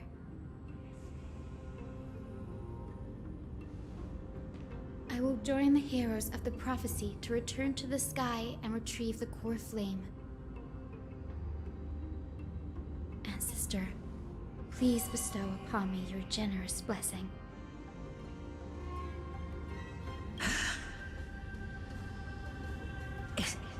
Is this the world of the living? Wait. You. Could you be? Grandmother, it's me. You're Hyacinthia. Hyacinthia, my little hummingbird. Why? How? Why is it you who awakened me? I have never imagined this. I thought I would feel happy for all my ancestors when this day came, but now I can't even experience the joy of seeing you again. Do you remember that you and Father took me to my very first skyride when I was 8? Back then, you wanted me to pick one accessory out of 4. The sun crown representing nobility, the storm bracelet symbolizing strength, the ice ring embodying wisdom, and the radiant pendant signifying kindness. Grandmother, do you remember the one I chose? You spoke an innocent little prayer, infusing a faint thread of light to that modest pendant. Yes, and I remember how surprised you were. In all those centuries, no other child of the Sky People had ever made the same choice I did. Hyacinthia, there was a time when I thought you were a timid child. You never had much interest in swords or battle and had no relation to that fiery determination and strength in our blood. Yet I've told myself, that's not a bad thing. If my hummingbird could live her life in kindness and optimism, then it'd be a good thing. I never thought the burden of retrieving the core flame of Aquila would fall to you. Don't worry about me, Grandmother. I believe what makes someone a Skyfolk isn't just outstanding strength, but the capacity to shape the world. When the world cried out for a hero to challenge the gods 1,000 years ago, Zeliosi stepped forward and began the flame-chasing era. And now, as the flame chase journey nears its end, this broken world is crying out for something else. Healing. Isn't it poetic? A saga that spans 1,000 years, began with Sky, and will also end with Sky. You're still as optimistic as ever, just like when you were a kid. If your mind is set, Hyacinthia, then carry your resolve through to the very end. Return to the sky with my blessing.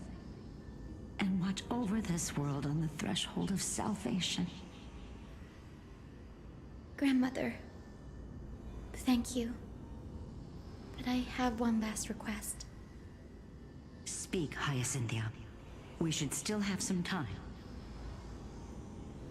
Before you go, could you tell me the tale of the Sky Hero once more? Just like you used to.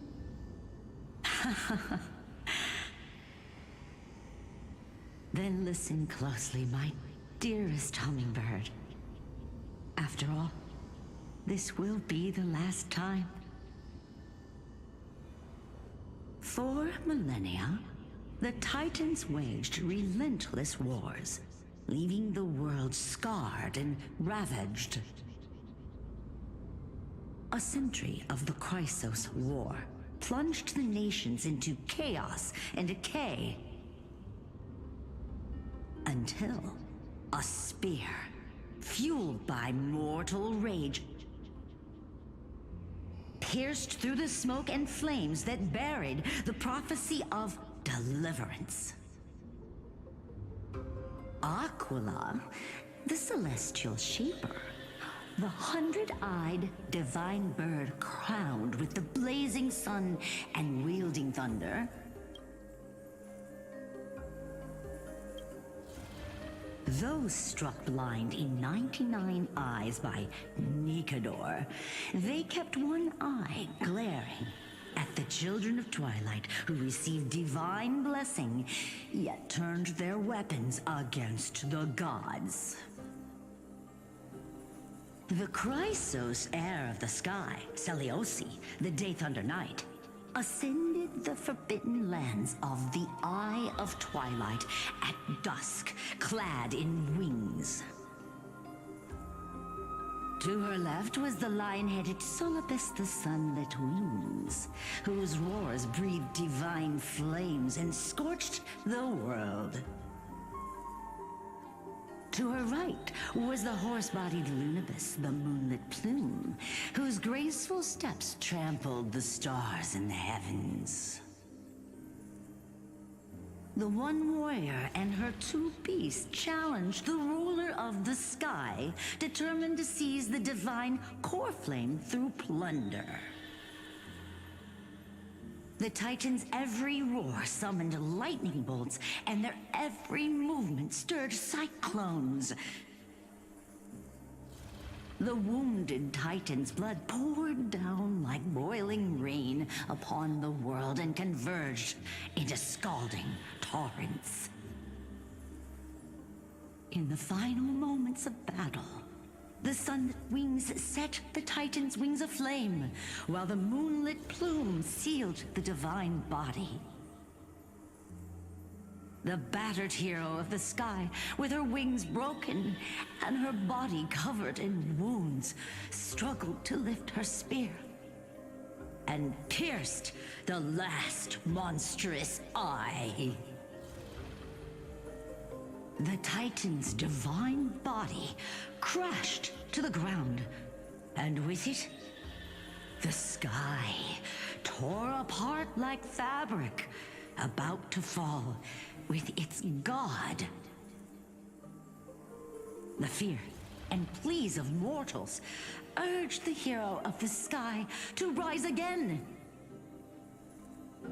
Seliosi, the Day Thunder Knight, the first of the Chrysos heirs to slay a god in this world, charged into the crumbling body of Aquila with her two fearless winged companions. She merged with the Titan, holding up the sky once more, only to leave behind a powerful message for the world. My descendants will be blessed and cross the Rainbow Bridge back to the sky. At the end of the prophecy of Genesis, they will reclaim the core flame from my hands.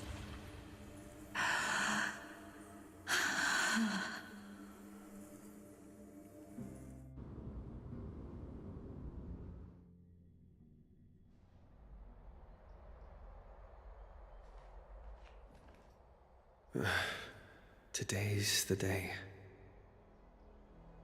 Wow, I didn't expect it to be so lively up here. Are these people here to send off the Chrysos heirs? There's Finan. Let's go talk to him.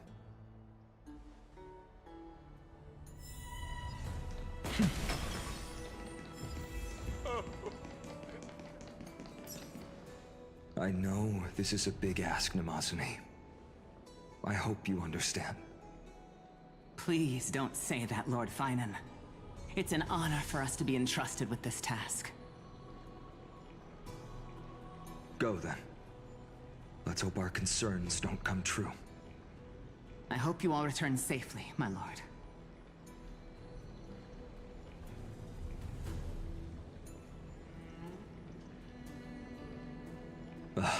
There you are, partner. You didn't oversleep this time, did you? You like calling me that, don't you? Oh, well, I've embraced it now. It doesn't even faze me anymore. Ready, comrade? If all goes according to plan, this could be the last battle where we fight at each other's side. If the curse separating Amphorius from the world beyond the sky is truly Aquila's doing, then you'll be able to return home after their fall.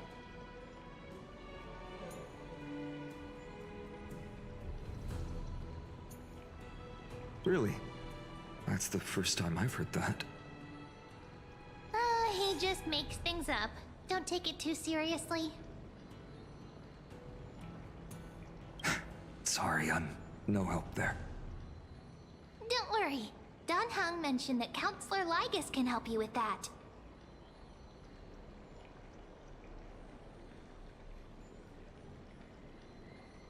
You sound a little insincere there, buddy. That was totally insincere, partner. That would be a problem. We'll need to get you home before Aranova. Let's leave the emotional goodbyes for later. That'll give us some time to figure out what we should be feeling at that time. Besides, when we were playing the Seal Slammers, that bumping seal game, didn't you teach me something back then? Crack the champagne at halftime to watch victory slip away.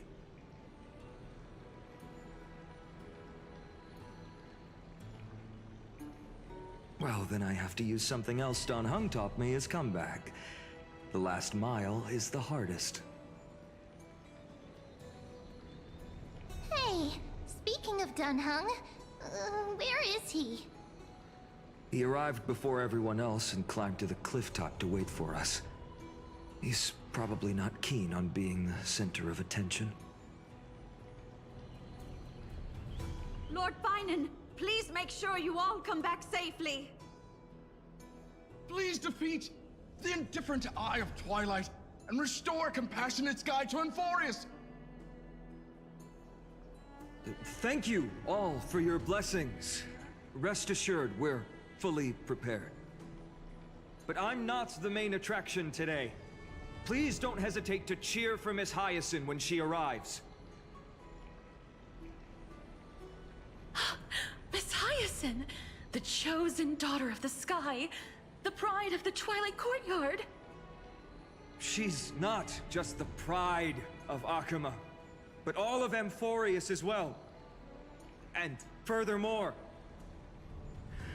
while the Flame Chase journey is led by the Chrysos heirs, it's not just those chosen by Aglaya who contributed to it. Let's extend our gratitude to the 2 warriors of the Outlands who bravely stepped up and risked their lives for those they've never met. Hero, your saga will be chronicled in epics and celebrated across the New World. Warrior from the Outlands, endowed with the might of Orynyx, the vanguard of deliverance.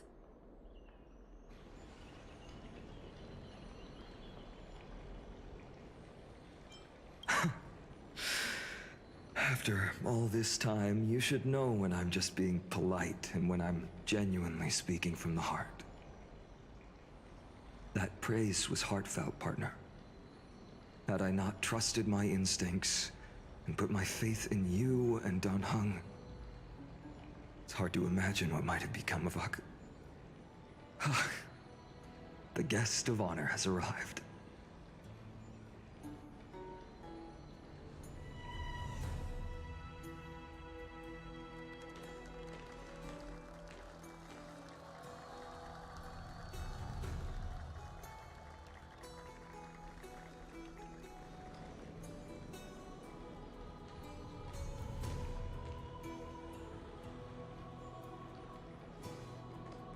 People of Akama, I've been blessed by the ancestors of the Sky People.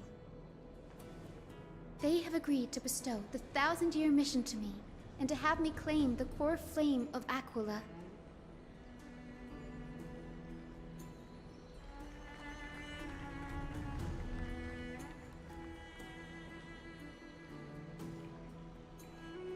Today is the year 4932 of the Light Calendar.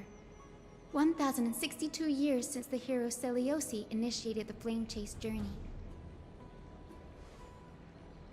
I, Hyacinthia of the Sky People, am prepared to lead the children of humanity back to the sky. History doesn't breathe evenly. At times, it suspends its breath for millennia, as though time is frozen. At other times, it pants rapidly, as if poised to topple the world and our civilization in an instant. Its hurried gasps have sparked a tempest, sweeping all of us along. Hyacinth, as an observer, you've witnessed the return of 4 core flames. And now, it's your turn to fulfill your duty. Please, guide us into the heart of the storm as the executioner of this mission.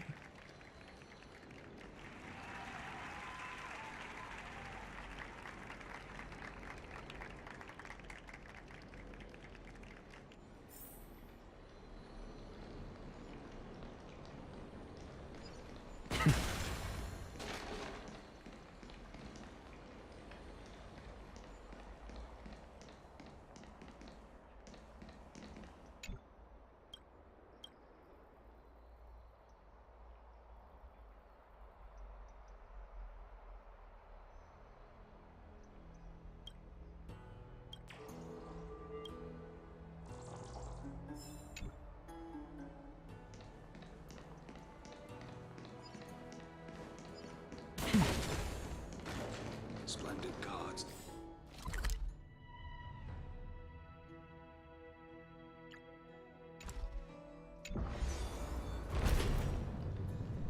Oh wow, they disabled all of the teleport points.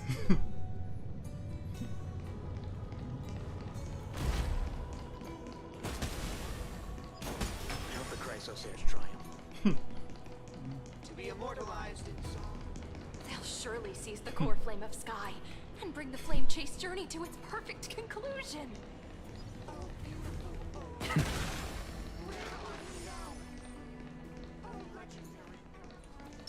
Take a look. This is...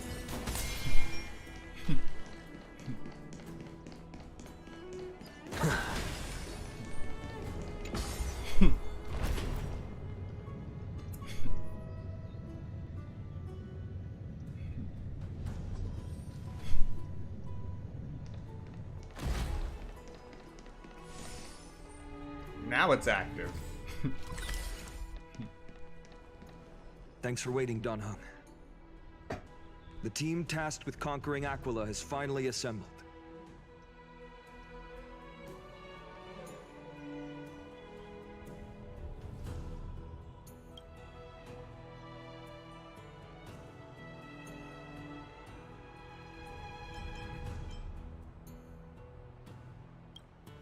So full of energy, comrades. Seems I chose the perfect day. Hyacinth, it's all yours now. Legend tells of the Sky Folk once divided into many tribes. The Sun Folk worshipped the sun. The Rain Folk were devoted to storms. And the Winter Folk waited for signs in the snow. Our ancestors lived under Aquila's light. Yet they were blinded to all but one color. They forgot that the light that illuminates the world is made of countless different colors. That's why the rainbow is my favorite. For not only does it reflect the many colors, it is also a bridge. And I want to use the Rainbow Bridge to link everyone's hearts and give hope to every soul on Earth. Ancestors, with the rainbow as your guide, lead me back to the home of the Sky Folk, a land we have not seen for 1,000 years.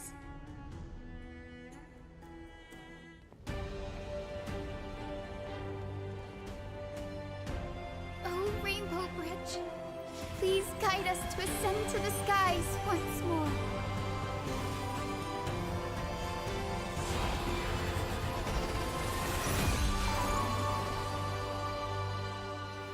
Friends, let us soar together.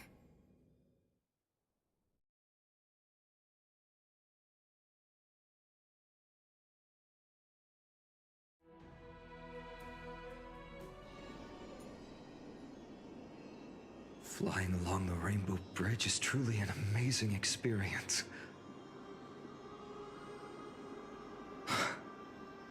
The Eye of Twilight. It's the legendary sky fortress of Aquila. I never imagined that one day I'd be able to step foot on it. My ancestors once built a magnificent civilization among the heavens.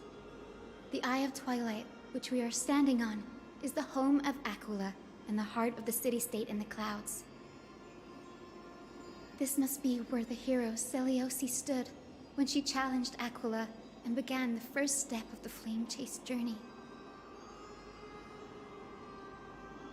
We are here to end the journey she began.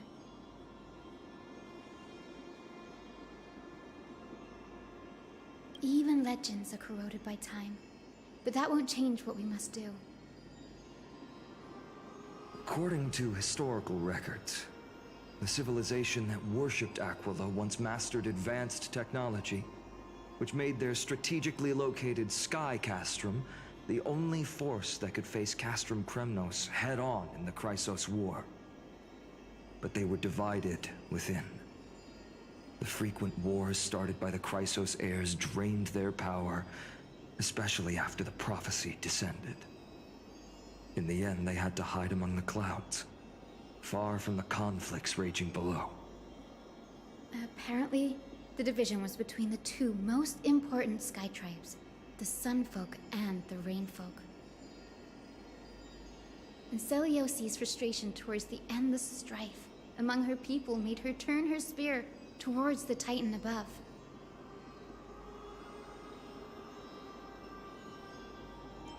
After driving the enraged Titan to the brink of defeat with her two winged companions, they all vanished somewhere in the sky.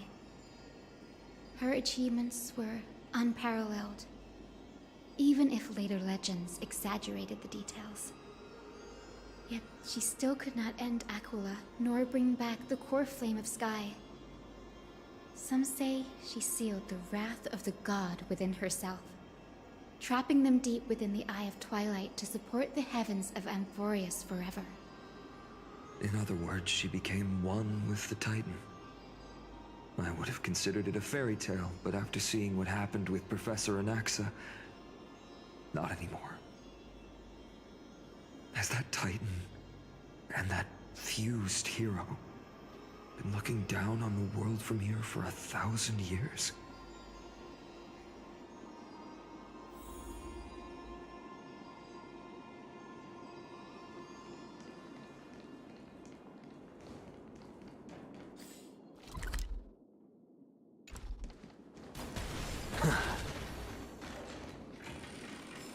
It's been so long. Maybe the Eye of Twilight has already turned into ruins.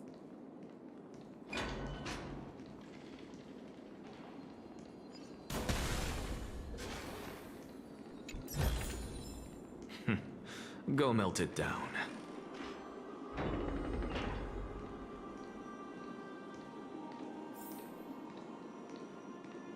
Something's not right.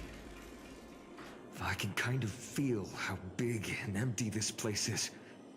But all I can see is darkness. Maybe it's the Celestial Mural. The Sky City believes that mural to be connected to Amphorius' sky. And any weather condition depicted on it will become actual weather.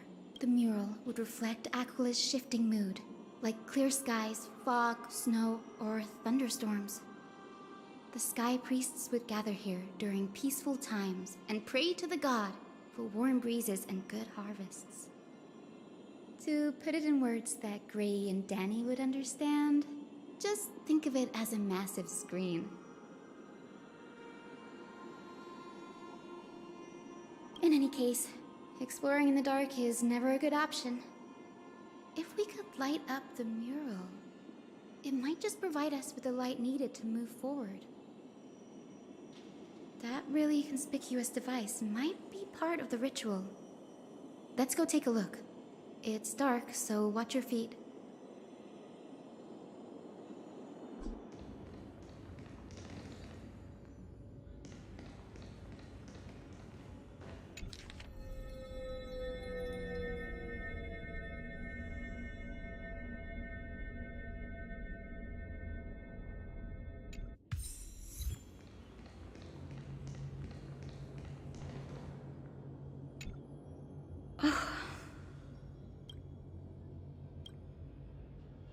I have no idea how to turn it on. If only we had help from the wisdom of those who came before us. That's it! I almost forgot. Gray, Memi, can I borrow your powers? Got it! We just need to find the scattered memory nearby, right? That's simple. Give me a little time. Feel the flow of time. Over there. And over there. Done! There haven't been many people for a while, so the traces of time are super obvious. I knew you could do it, Memi. You are a huge help.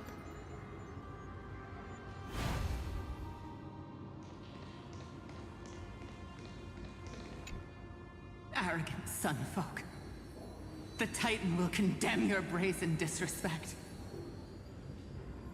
But Aquila, you that shape the sky, why do you avoid the pursuit of dark clouds? Are not clear skies and stormy rains equally your creations? The Sunborn see your behavior as an act of favoritism towards them, and weaponize this reason to oppress my people. The Rainfolk will not suffer in silence. Oh God, if you remain silent, we shall have to forge our own weapons and resist the malice concealed under your brilliance. May the Eye of Twilight never open, and may torrid rains descend forever. Avoid the pursuit of dark clouds. Aquila doesn't like rainstorms. It seems a little hard to believe, but we should write this clue down first.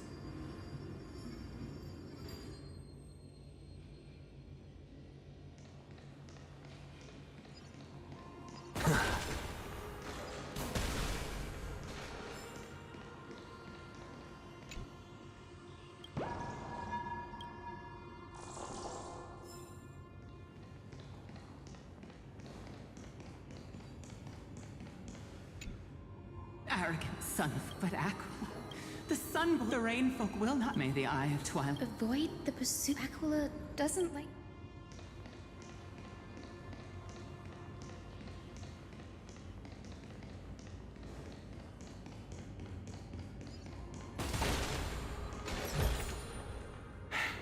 I suppose I can just ignore this.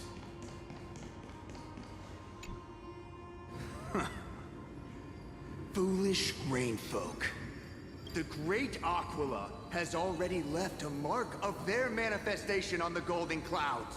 The gods' choice is clear. Only we, the Sunborn, are the true heirs of the sky. This war is destined to end in the victory of the Sunfolk. May the Eye of Twilight never close. May eternal daylight embrace the land! Left a mark among the golden clouds. Is this referring to the celestial mural? But we can't see anything right now. It is, as the rumors said. The Sky Castrum was far from united. My guess was right. This venue is indeed where celestial rituals were performed. Memi, can you retrieve even more memories? No problem at all. Here goes. There we are. Wind, snow, rain, shine. In the name of the sky's 100 eyes, I bring celestial phenomena upon the world. The turn of dawn and dusk. Commanding the celestial globe, awaken. Celestial mural. Stop, foolish Cloudborn! How dare you tamper with the celestial globe and distort the weather? This is blasphemy! The Titan bequeathed the celestial globe to our ancestors, so that we could divide the light and dark equally between day and night, so that all things could grow beneath the celestial phenomenon they preferred. But the Sunborn have asserted control over the celestial mural. And now the days are endless, subjecting the land to drought and burning. And you have the gall to accuse the Rainfolk, who you've oppressed! The land? It is our eternal nemesis! How can storm clouds and rain, unloved by Aquila, lead the Skyfolk to victory in the Chrysos War? Your character is as weak as your faith. Go seek out a corner untouched by the sun and weep solitary tears in the shadows. That's all you lot know how to do anyway. Cry in silence. Then let us show you what we are really made of. You? What are you? What are you trying to do? Fanatics whose minds have been muddled by the heat. By Aquila above, meet your demise!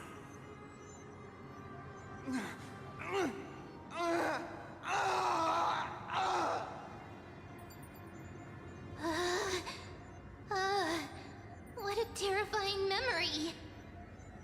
The brutal internal strife is sad to see. It appears the Sky Cities didn't fall to external threats after all. The proud Sunfolk saw themselves as divinely chosen, exacting long-standing oppression on other tribes. And the Rainfolk suffering beneath them began resenting the divine, and plotted their retaliation.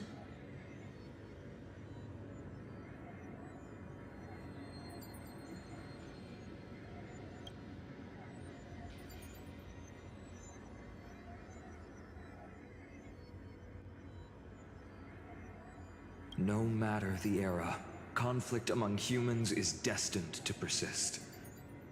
Having witnessed the actions of Kindness and the Cleaners, it isn't so hard to understand this piece of history.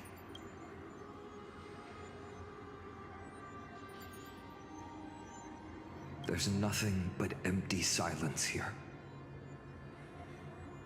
I fear there were no winners. The hero Seliosi. How did she view the ancient feud between the Sunfolk and Rainfolk?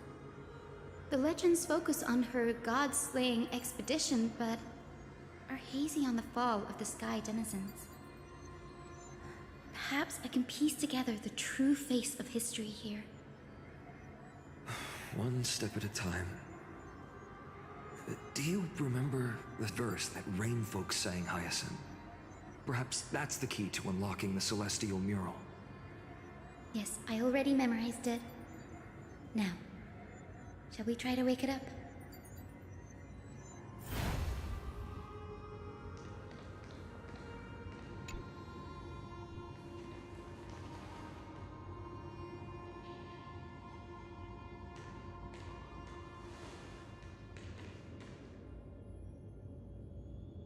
Wind, snow, rain, shine. In the name of the sky's 100 eyes, I bring celestial phenomena upon the world.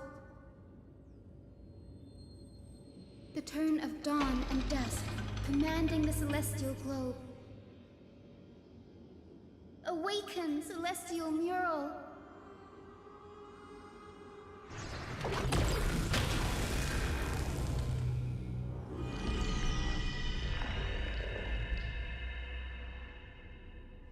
Golden clouds, blazing radiance. What a breathtaking scene.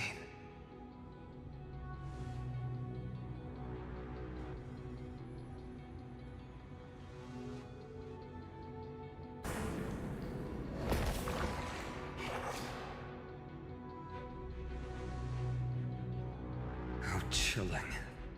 I wonder if Aquila is also watching us. I remember the Rainfolk mentioned the Titan dislikes overcast days. We might be able to use this to our advantage and change how the mark is behaving by changing the weather on the mural.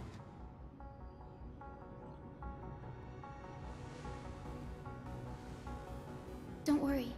The mural probably lost its original function ages ago. Akima's light comes from the Dawn device shouldered by Kefali anyway. That being said, there's no power in this device anymore. We have to find another celestial globe if we want to change the weather on the mural.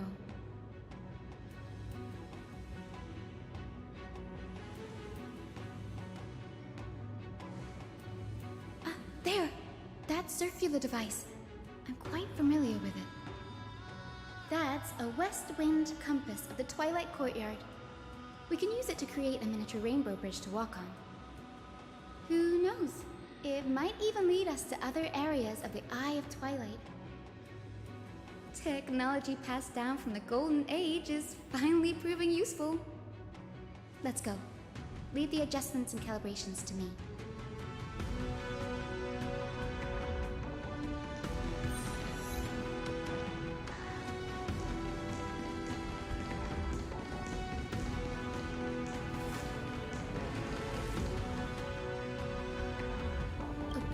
Pool of gold, said to be the energy source that powers the Eye of Twilight's divinity. You should watch your step as you walk. The mechanical structure is a bit different from the one used in the Twilight Courtyard. How should I put this? It's a little more complicated. Can you handle it, Hyacinth? This might take a while, but I think I can manage.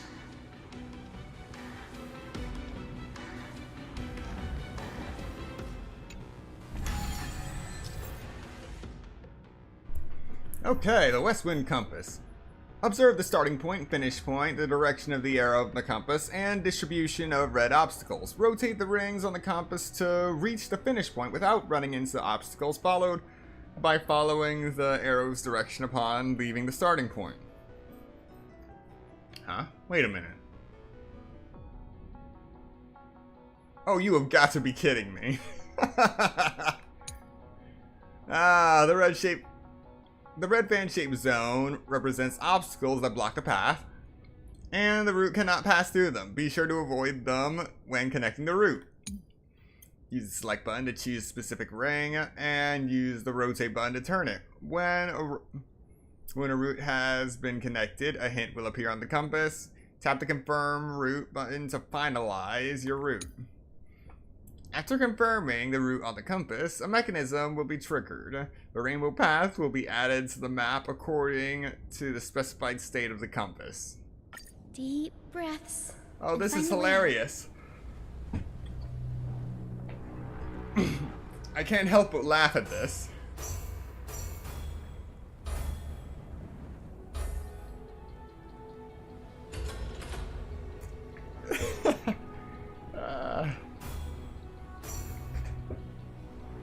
This is just the Origami King with extra steps.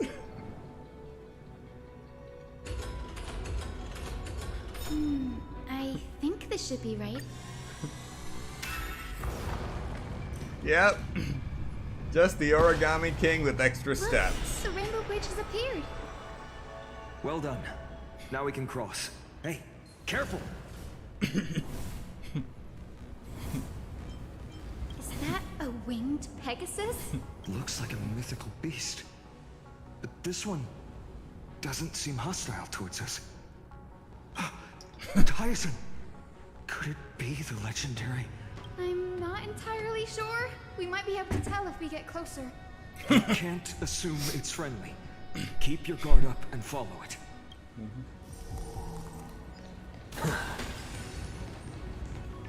Legend has it that the hero Celiosi was always flanked by two winged companions. Solibus and Lunibus. They were her steeds and comrades. If they are still alive, they might help us confront Aquila. It disappeared. An illusion? Or the memory dissipated? How strange. That Pegasus was different from the other memories. It was surrounded in an air of sorrow. Oh, it's so heavy that it's hard to breathe. Was that Lunibus's phantom? Did it appear here because it has unfinished business? If that's really the case, there must be a super strong obsession keeping it in one piece. Could it be some remaining bits of Celiosi's will? We can't be sure of that yet. Let's take the elevator up to the Eye of Twilight's core first.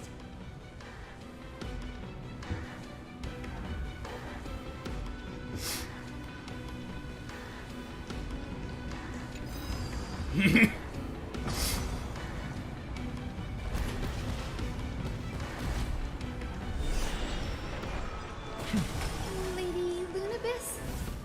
Is that you? Can you hear me? I am the descendant of the hero Celiosi. We have come to complete her mission.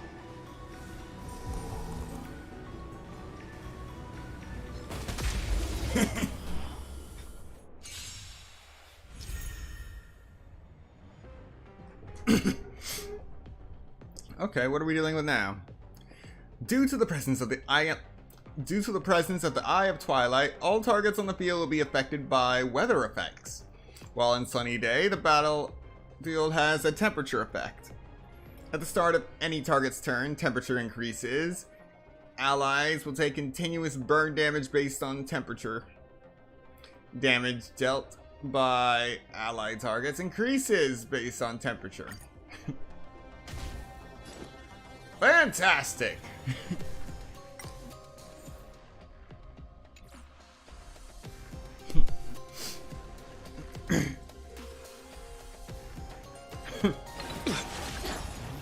Let's have it under control. I don't have time for games. Expand your thinking. As you wish. That hurts a bit.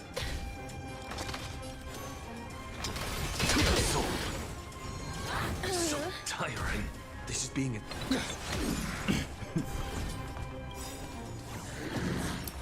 Curiosity. Endless riddles. Nothing but a void.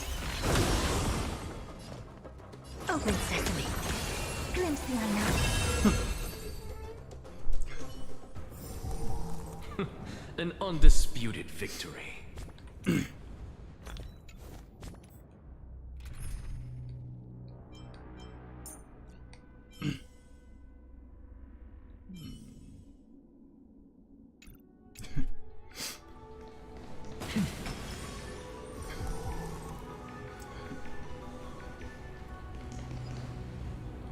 Take a look.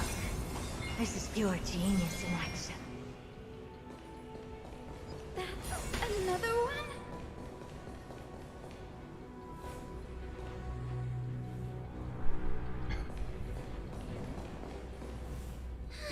Careful!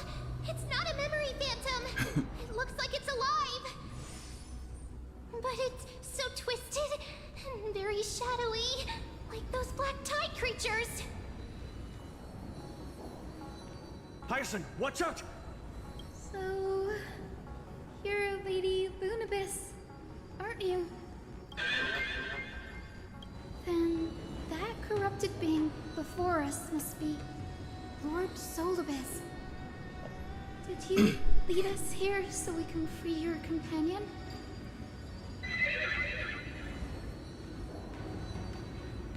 I understand now.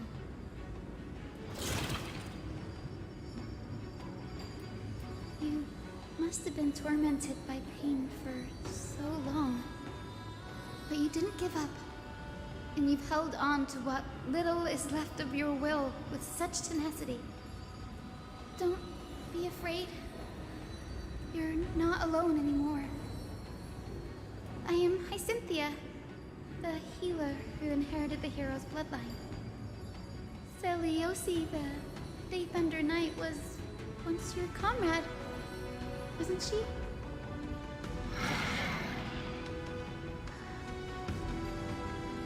Lord Solibus, your body has been completely corroded by the black tide. But I can still heal your tenacious soul. Just like Lady Lunabis, even if you've lost your mortal body, your spirit remains pure. Please, keep holding on to what's left of your will, and I will reawaken you as a heroic soul.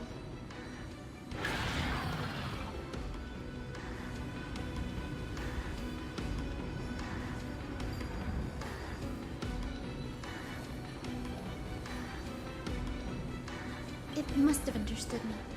It's a creature of wisdom and tenacity, despite being mired in the agony of the black tide.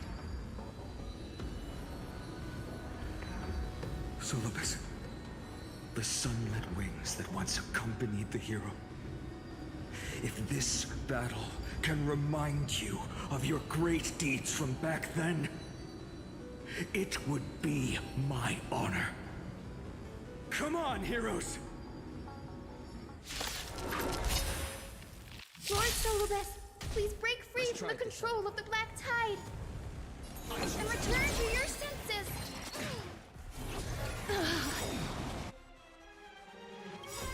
Look, with this divine power, I reforge all things.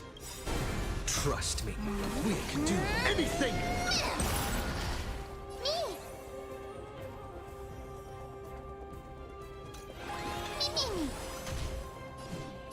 Wilt here. What's the matter? Soul, insanity.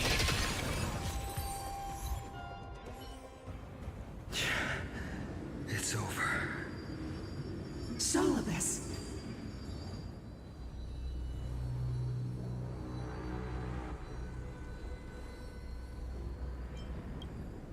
Oh, so she speaks! Solibus, you're finally awake. My consciousness has been lost for far too long. Finally, I have been released from the Black Tide's cage. Little girl, are you Celiosi's descendant? It is me, Lord Solibus. My name is Hyacinthia, and my companions call me Hyacinth. Hyacinthia, you don't have the scent of her on you. It's been 1,000 years. Celiosi's blood may have thinned in my veins, but the resolve of the Sky People has never been eroded by time. I've journeyed here to fulfill her dying wish. How much do you know? about her dying wish. I know that in order to support the Shattered Sky, she merged herself with the divine body of the Titan. And I also know that she left behind a message, calling on future generations to one day ascend to the heavens again and reclaim the core flame of Aquila. Has the legend changed so much since your people fell to the earth? Girl, you said you're a doctor. You only know how to heal and tend to wounds with such a weak lot in life. How do you plan to challenge the embodiment of the heavens? With this long sword, heroic soul.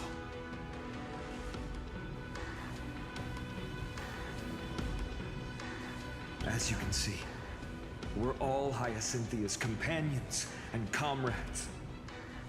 You've already witnessed our combined strength. It's not bad, but still lacking compared to her.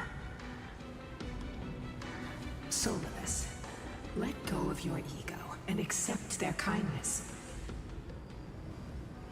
You've been trapped in time by the Black Tide, while great change has spread over the world.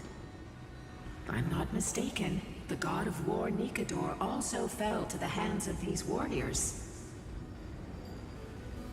We've laid all the other Titans to rest, one by one. Now the final target for the Flame Chase is the master of this Sky Fortress. Please guide us to an audience with Aquila, heroic souls.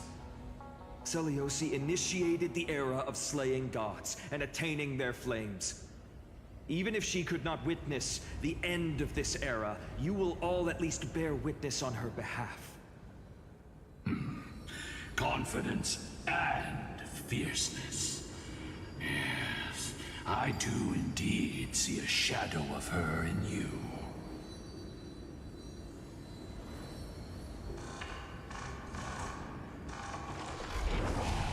Aquila's mark flew away?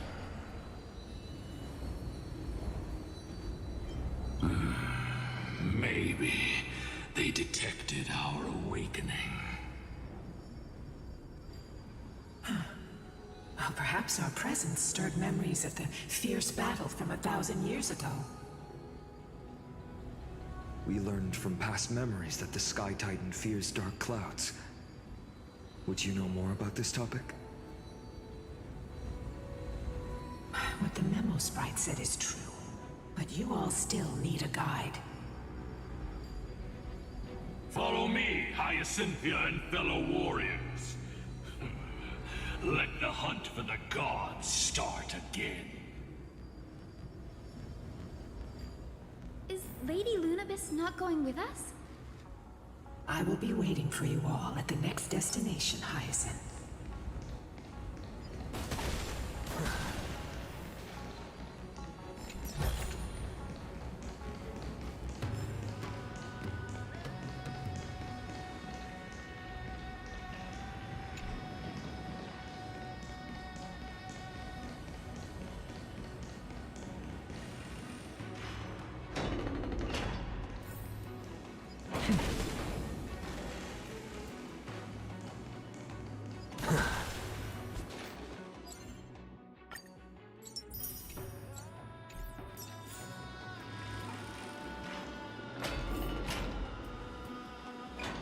Thousand years have passed, and yet this place feels the same.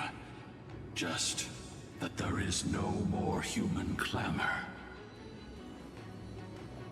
This is the Hall of the Sunfolk, where the Sunborn once held grand ceremonies to give thanks for Aquila's gifts. So, did the Sky Titan really take the side of the Sunfolk? Everyone thought so until Celiosi's spear pierced through Aquila's wrath. Only then did we understand that Aquila wasn't hiding from the clouds and rain, but from the horror that lurked within the unlit shadows.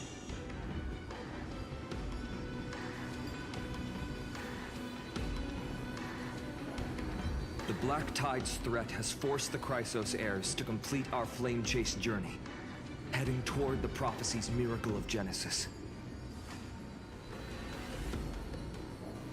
Chrysos heirs. In our time, that title used to stir up waves of outrage. But you all seem to be revered as heroes. It's all thanks to those who came before us. Trebios and Aglaia. You must have heard of these two names. So it was those two who made it to the end. What does that mean? Let's not elaborate on unrelated topics. You now know how to activate the celestial globe. So go and force out the Titan in the mural. The road got sucked away by the wind fan? Did Aquila do that? You have nothing to fear. We can use the power of time to rewind it if we have to.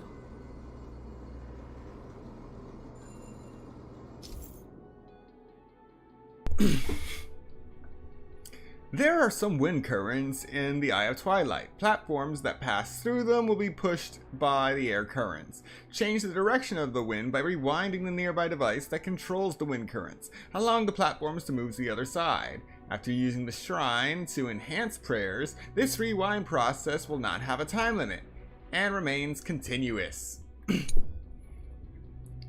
While device is rewinding, tap the rewind button again to interrupt the rewinding, reversing the wind current. With this function, stand on the platform, rewind the devices, or interrupt their rewinding to change the direction of the wind and move to another location with the platform. Again, ironic that they're using March 7th for these tutorials. When she's currently frozen to her bed. It looks like this device can amplify the power of Orynyx's prayer. Why don't you try to change the wind's direction with this thing, partner? Now the prayer should rewind for even longer. Let's try to control the wind's direction with this thing, partner.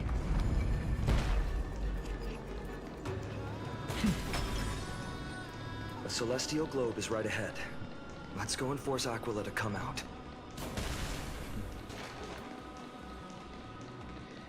The turn of dawn and dusk, commanding the celestial globe. Change, celestial mural. Celestial shift didn't work.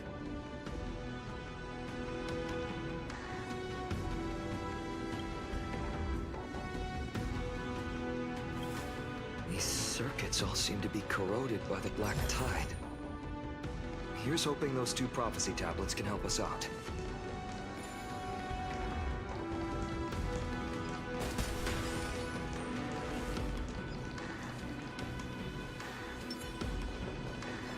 Emerge from your cocoon.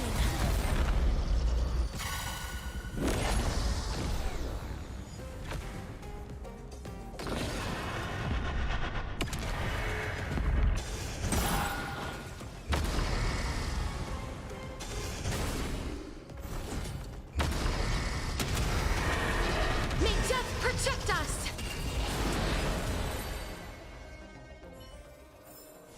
May wandering souls find their own way out.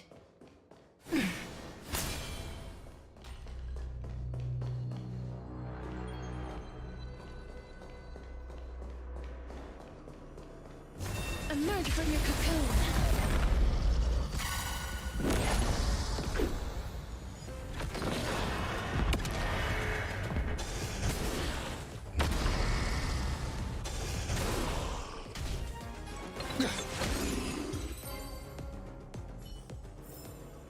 May wandering souls find their own way out.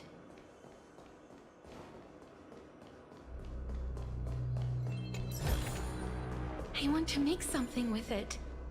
But what to make?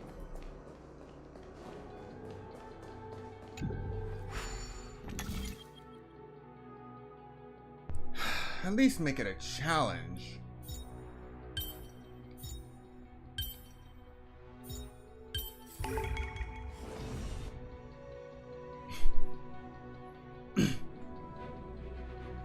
Puzzles with uniform puzzle pieces are not a challenge. Smooth sailing so far. We've got one more circuit to fix. Let's keep going and find the tablet on the other side.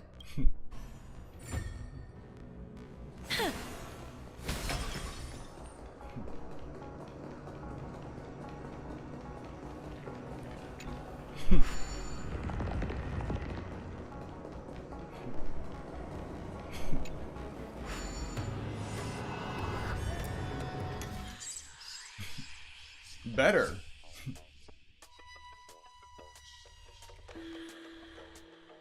Okay. 1, 2, 3, 4, 5, 6, 7, 8.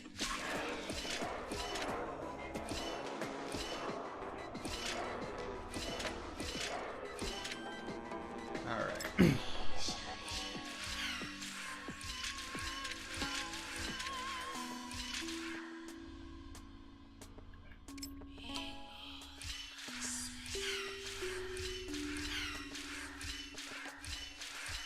There we go.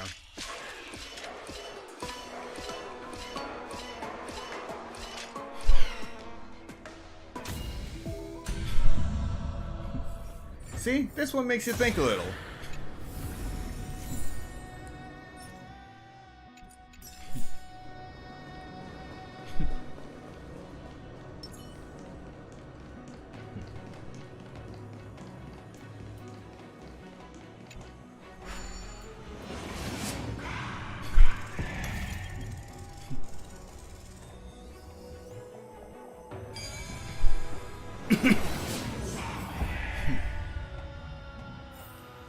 If Cersei saw this puzzle, they'd die from laughter. We finally made it. Hopefully, this...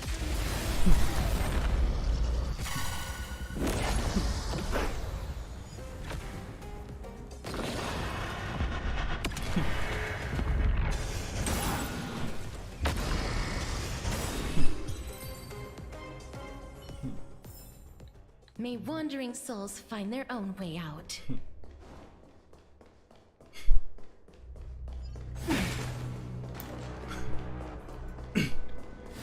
Now that I think about it, when was the last time I went through the trouble of actually using a healing item?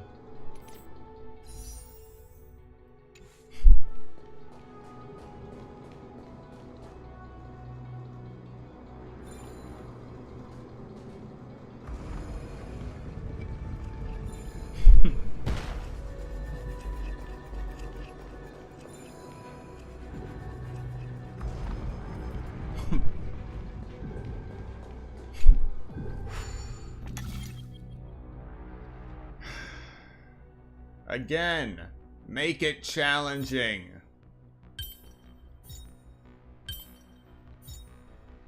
I've learned something. Just because it is actually part of the story doesn't mean it has to be a hand-holding puzzle.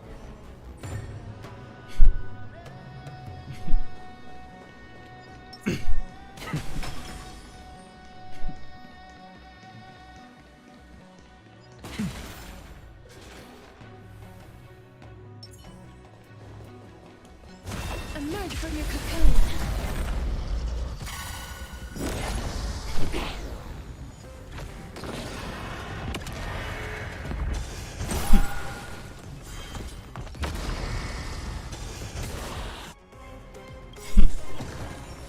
Curious? Endless riddles. Nothing but a void.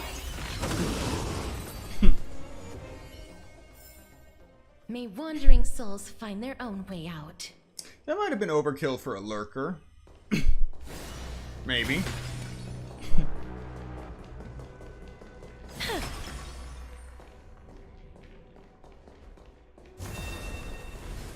Emerge from your cocoon.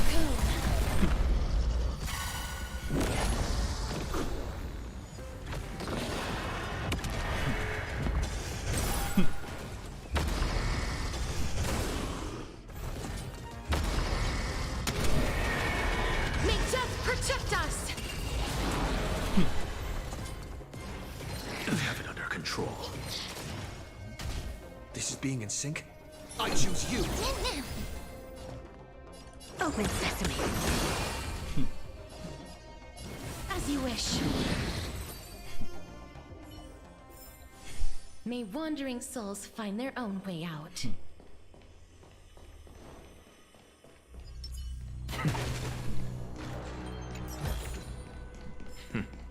Go melt it down.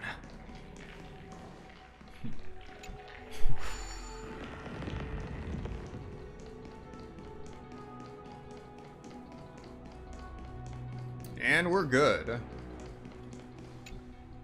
The turn of dawn and dusk, commanding the celestial globe. Change, celestial mural.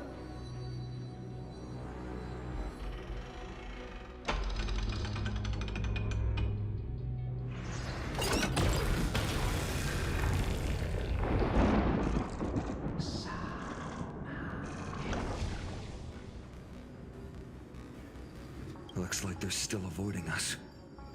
I wonder if it's cowardice, or if they have something up their sleeve. I fear the Aquila of present has long lost their sanity. But instinct still drives them to flee from the shadows, to evade the Black Tide's encroachment. Do not mistake their behavior for weakness, warrior. I have faced down the tyrant of the sky. It is no hyperbole that their raging fire is capable of melting the firmament. Amphorius's heavens exist because of their authority. It is time to leave this place. Lunavis awaits you at the next stop. A moment, please, Lord Solibus. I have one more thing I wish to do. What is it, girl? To honor the pact with Selioci. Her descendants spent a millennium looking up at the sky. I believe my countless ancestors who lived for that purpose deserve to know the truth behind her legend. If you don't mind us knocking on the gates of the past, maybe I can peek into this place's history.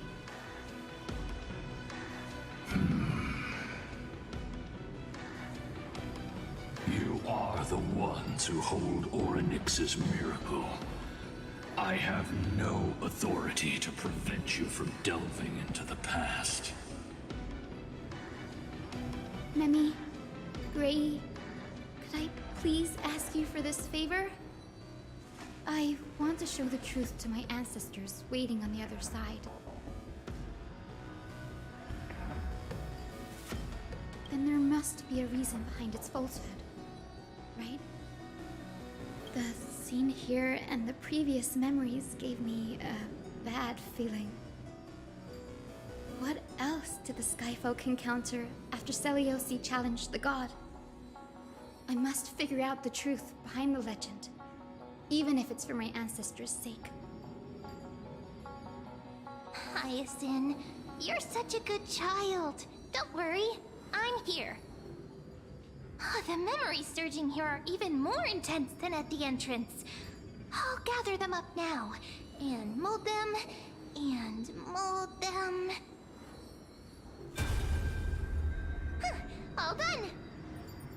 Thank you, Memi. Everyone, please, witness history with me.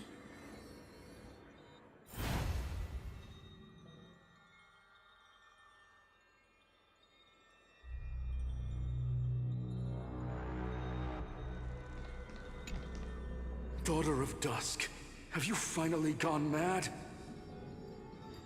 I knew it! The child with the blood of 2 feuding clans will one day destroy the Sky Castrum.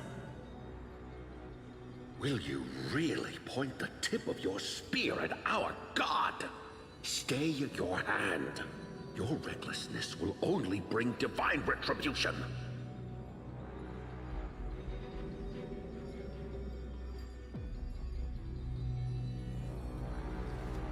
Divine retribution? Those innocent children of the earth were sentenced to total annihilation by the god above. Well, they had nothing more than mere curiosity for things that lie beyond the sky. Look at yourselves. You call yourselves the Sunborn, yet you're unable to bear the blinding sunlight. You even consider sunburns and blisters as a gift from the gods. You declare yourselves the chosen ones, champions favored by Aquila. Yet you dare not even declare war upon the true threat of this world. Instead, you raise your swords and rattle them at your weaker brethren. You are all beyond saving. My father was also a disciple of the sun, but he taught me resilience and justice and guided me towards the light. He taught me wherever there is light, there is hope. Wretched people, I see no hope left in any of you. Even a shadow has more dignity than you lot. Even so, Daughter of Dusk, even so, you should not shatter our faith. Not just our faith. Aquila forged the sky. Nay, they are the sky itself. If they fall, what will this world turn into? A prophecy echoes from the horizon's edge.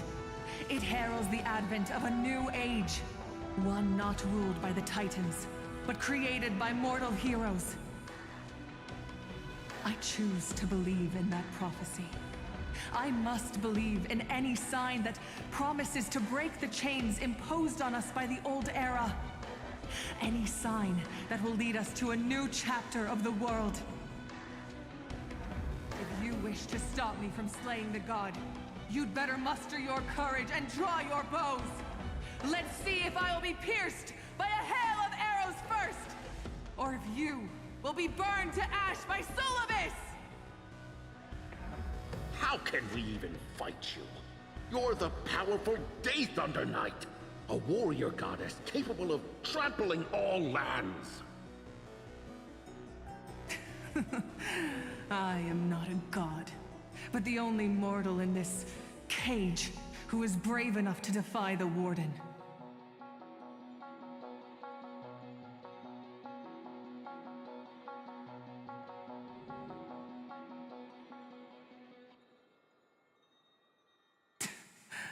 See, you are all truly weak beyond measure.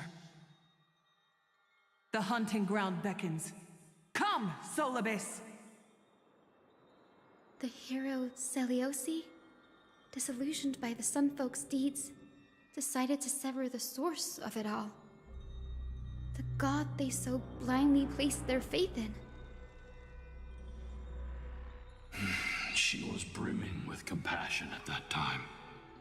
Her words were bursting with anger, but her heart had nothing but mercy for the children of humanity. At that time... We should get going, Hyacinthia. Lunibus is waiting for you all. Aquila has fled to the other end of the fortress. Let's chase after them. Lunibus will lead the way.